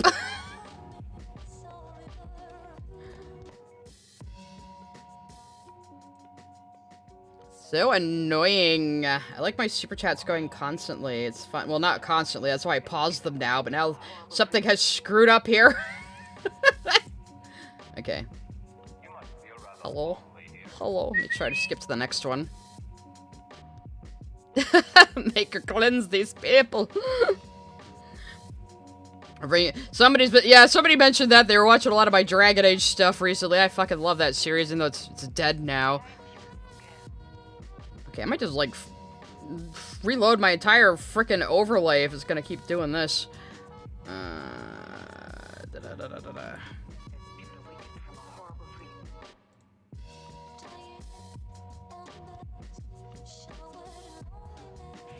just turn off completely and just read the fucking super chats myself. Hang on, let me see if I can get them working again. My little tool for that is definitely, like, just broken now, unfortunately.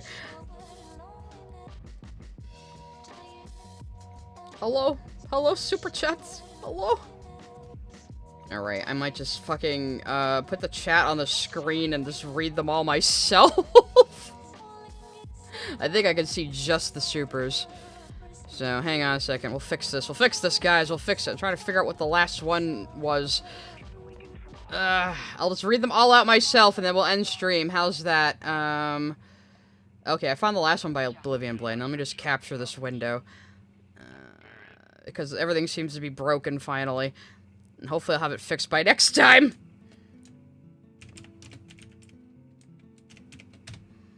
Alright. Where are you? Is it not going to be able to capture that?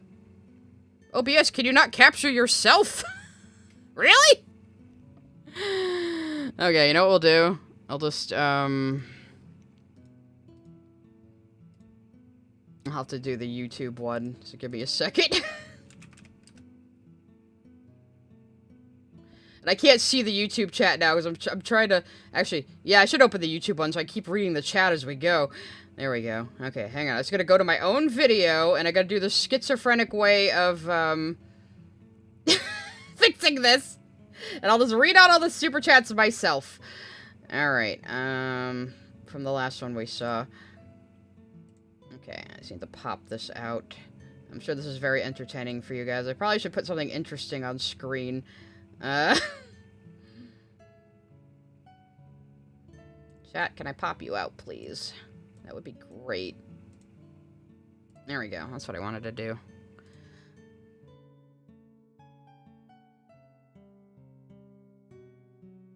Listen to the nice, soothing Undertale music, guys. Deltarune came out today. Did you know that? This is our winding down period after the roller coaster that fucking was. Scones and Jam sent a super chat. Sebastian she's back! from DA2 voice maker. Cleanse these people. Suddenly she's Face back. Prince, sung with face emoji, sent a super chat. She knew I was gonna replace her. Discord was a fanwork that also had a ship between a child and an adult. Take Oh, that good. For what you I'm just not gonna pause them again. Igor sent a super chat. Bronies are what normal people think furries are. I said I was a furry. It's fair. It's fair. You need to put on some Ed soothing Stevens images or sent something. a super chat. Screwy was a one-shot gag character whose design was what get the fandom attention if I remember correctly. I see. Zeta Ridge 7 sent a super chat. Ultimate Wood Chipper Review. UWR. Yeah, yes, wood chipper review. A lot of these people need to be in the wood chipper, especially Which Cash Bonk. sent a super chat. Neat. See, My soothing first background. super chat. I miss when the worst thing ILoveKimPossibleAlot did was not credit the animators for a video she did about Discord. Thomas93 sent a super chat. Seriously, looking like Brony Fandont's source is that they made this the fuck up. Yeah, there we go. We have a nice, that's not that. Here we go. It's nice watercolor Netherdead clouds sent or a super something. chat. My understanding is we should mass report the Brony Fandont account? Perfect internet justice emo. Yeah, I mean... Steph the Scientist sent a super chat. With all the crap bronies get up to, I hope Lauren Faust's liver is okay. I'm sure she's left it behind by now. I hope Master so Clockwork anyway. sent a super chat. Oh, I can confirm the parents were a pain in the ass, while the girls and Gabe were delightful. Oh, that's fair. Yeah, I mean, they're showbiz parents. What can you do? Space_Prince, son with face emoji, sent a super chat. All this feels misogynistic. Oh, you're not an adult woman who can make your own decision. You're a helpless little girl who was hypnotized by this scary man. Exactly. Errand Alpha Eagle sent a super chat. Okay, but Screwball often has screwy eyes. I don't see how. Oh wait, Sweetie Belle in another art makes the rolled up eyes too. Strasberry sent a super chat. Claire is so based. How could you ignore her? Because she's inconvenient to their narrative that her husband groomed her. That's how. Master Clockwork sent a super chat. In truth, Claire was grooming Gabe. Devil's face emoji. I disavow?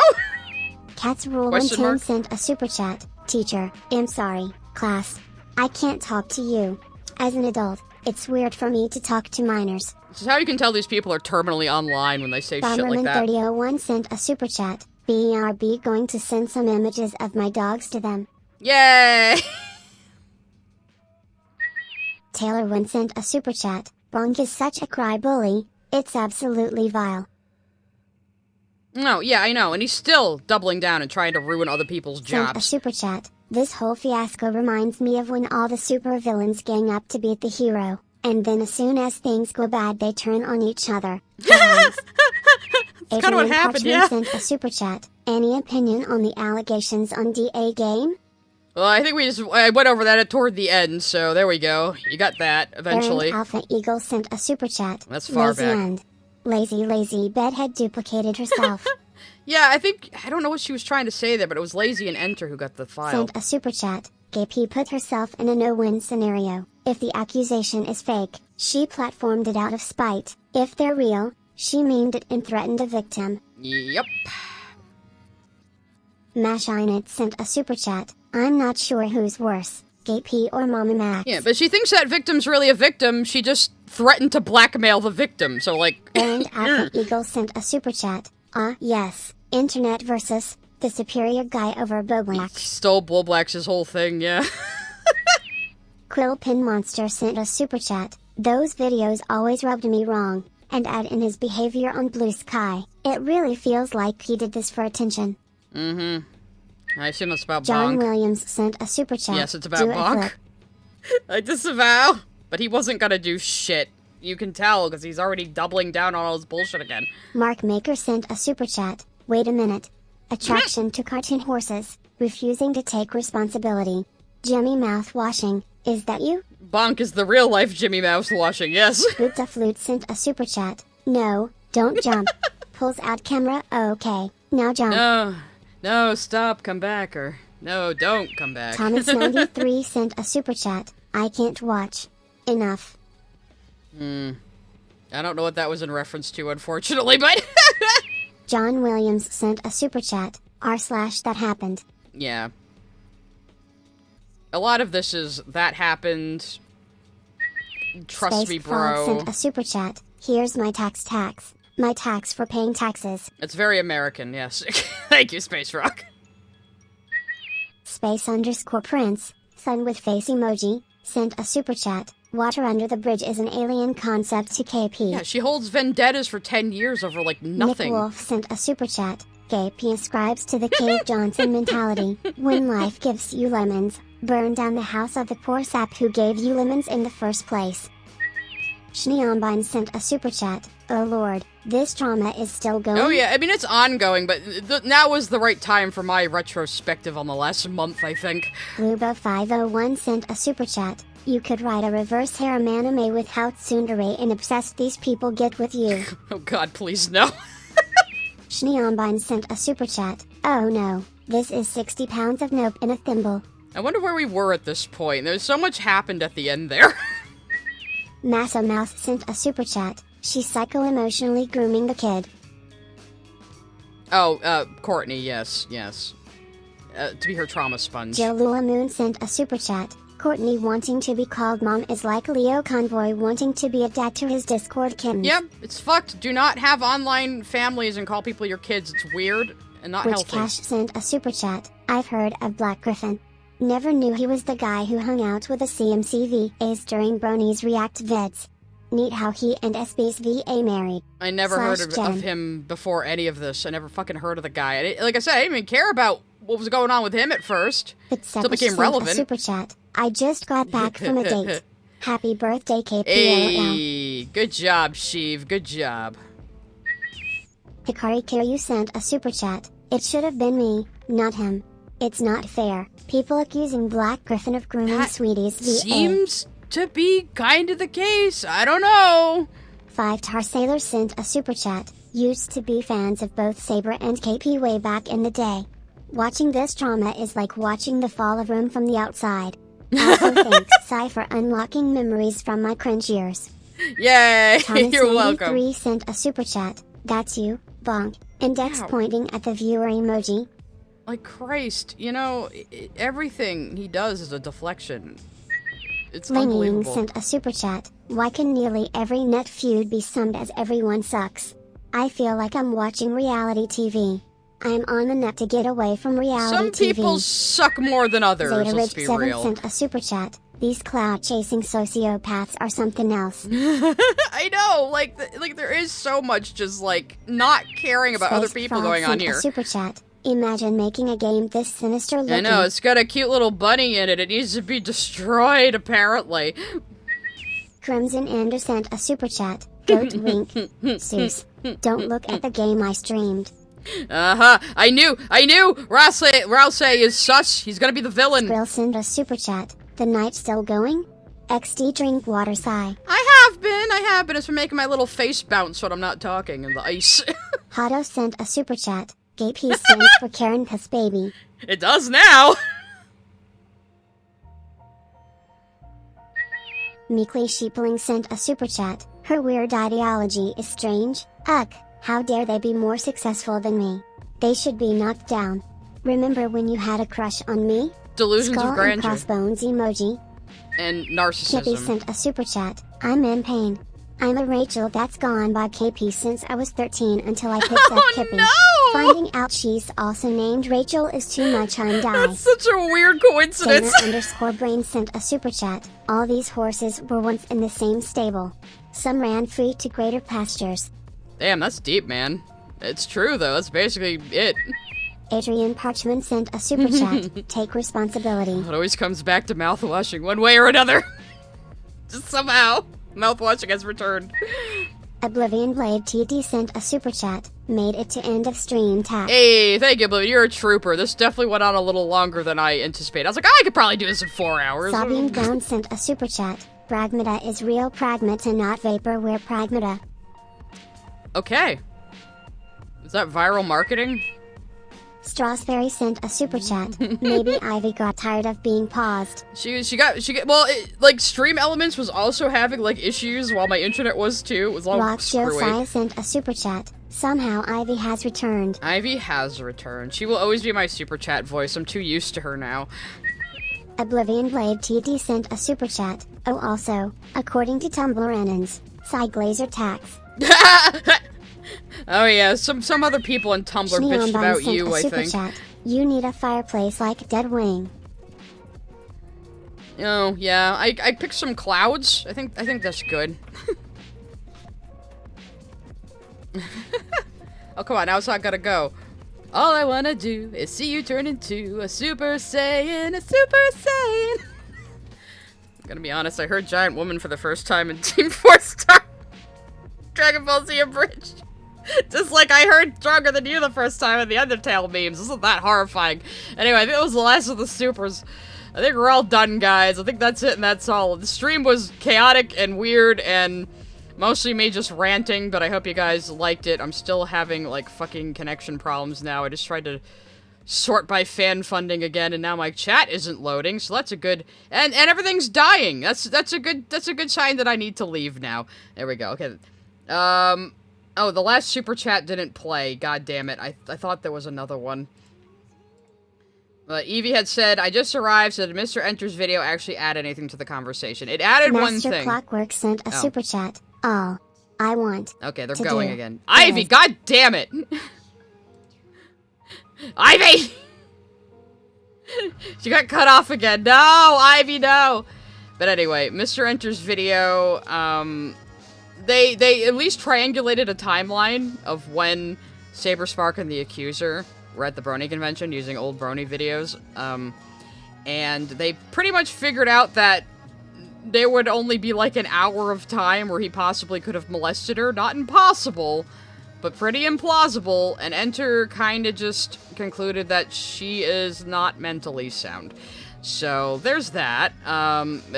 His video is worth a watch. I just don't think it's as strong as Beckett's Copenhagen video.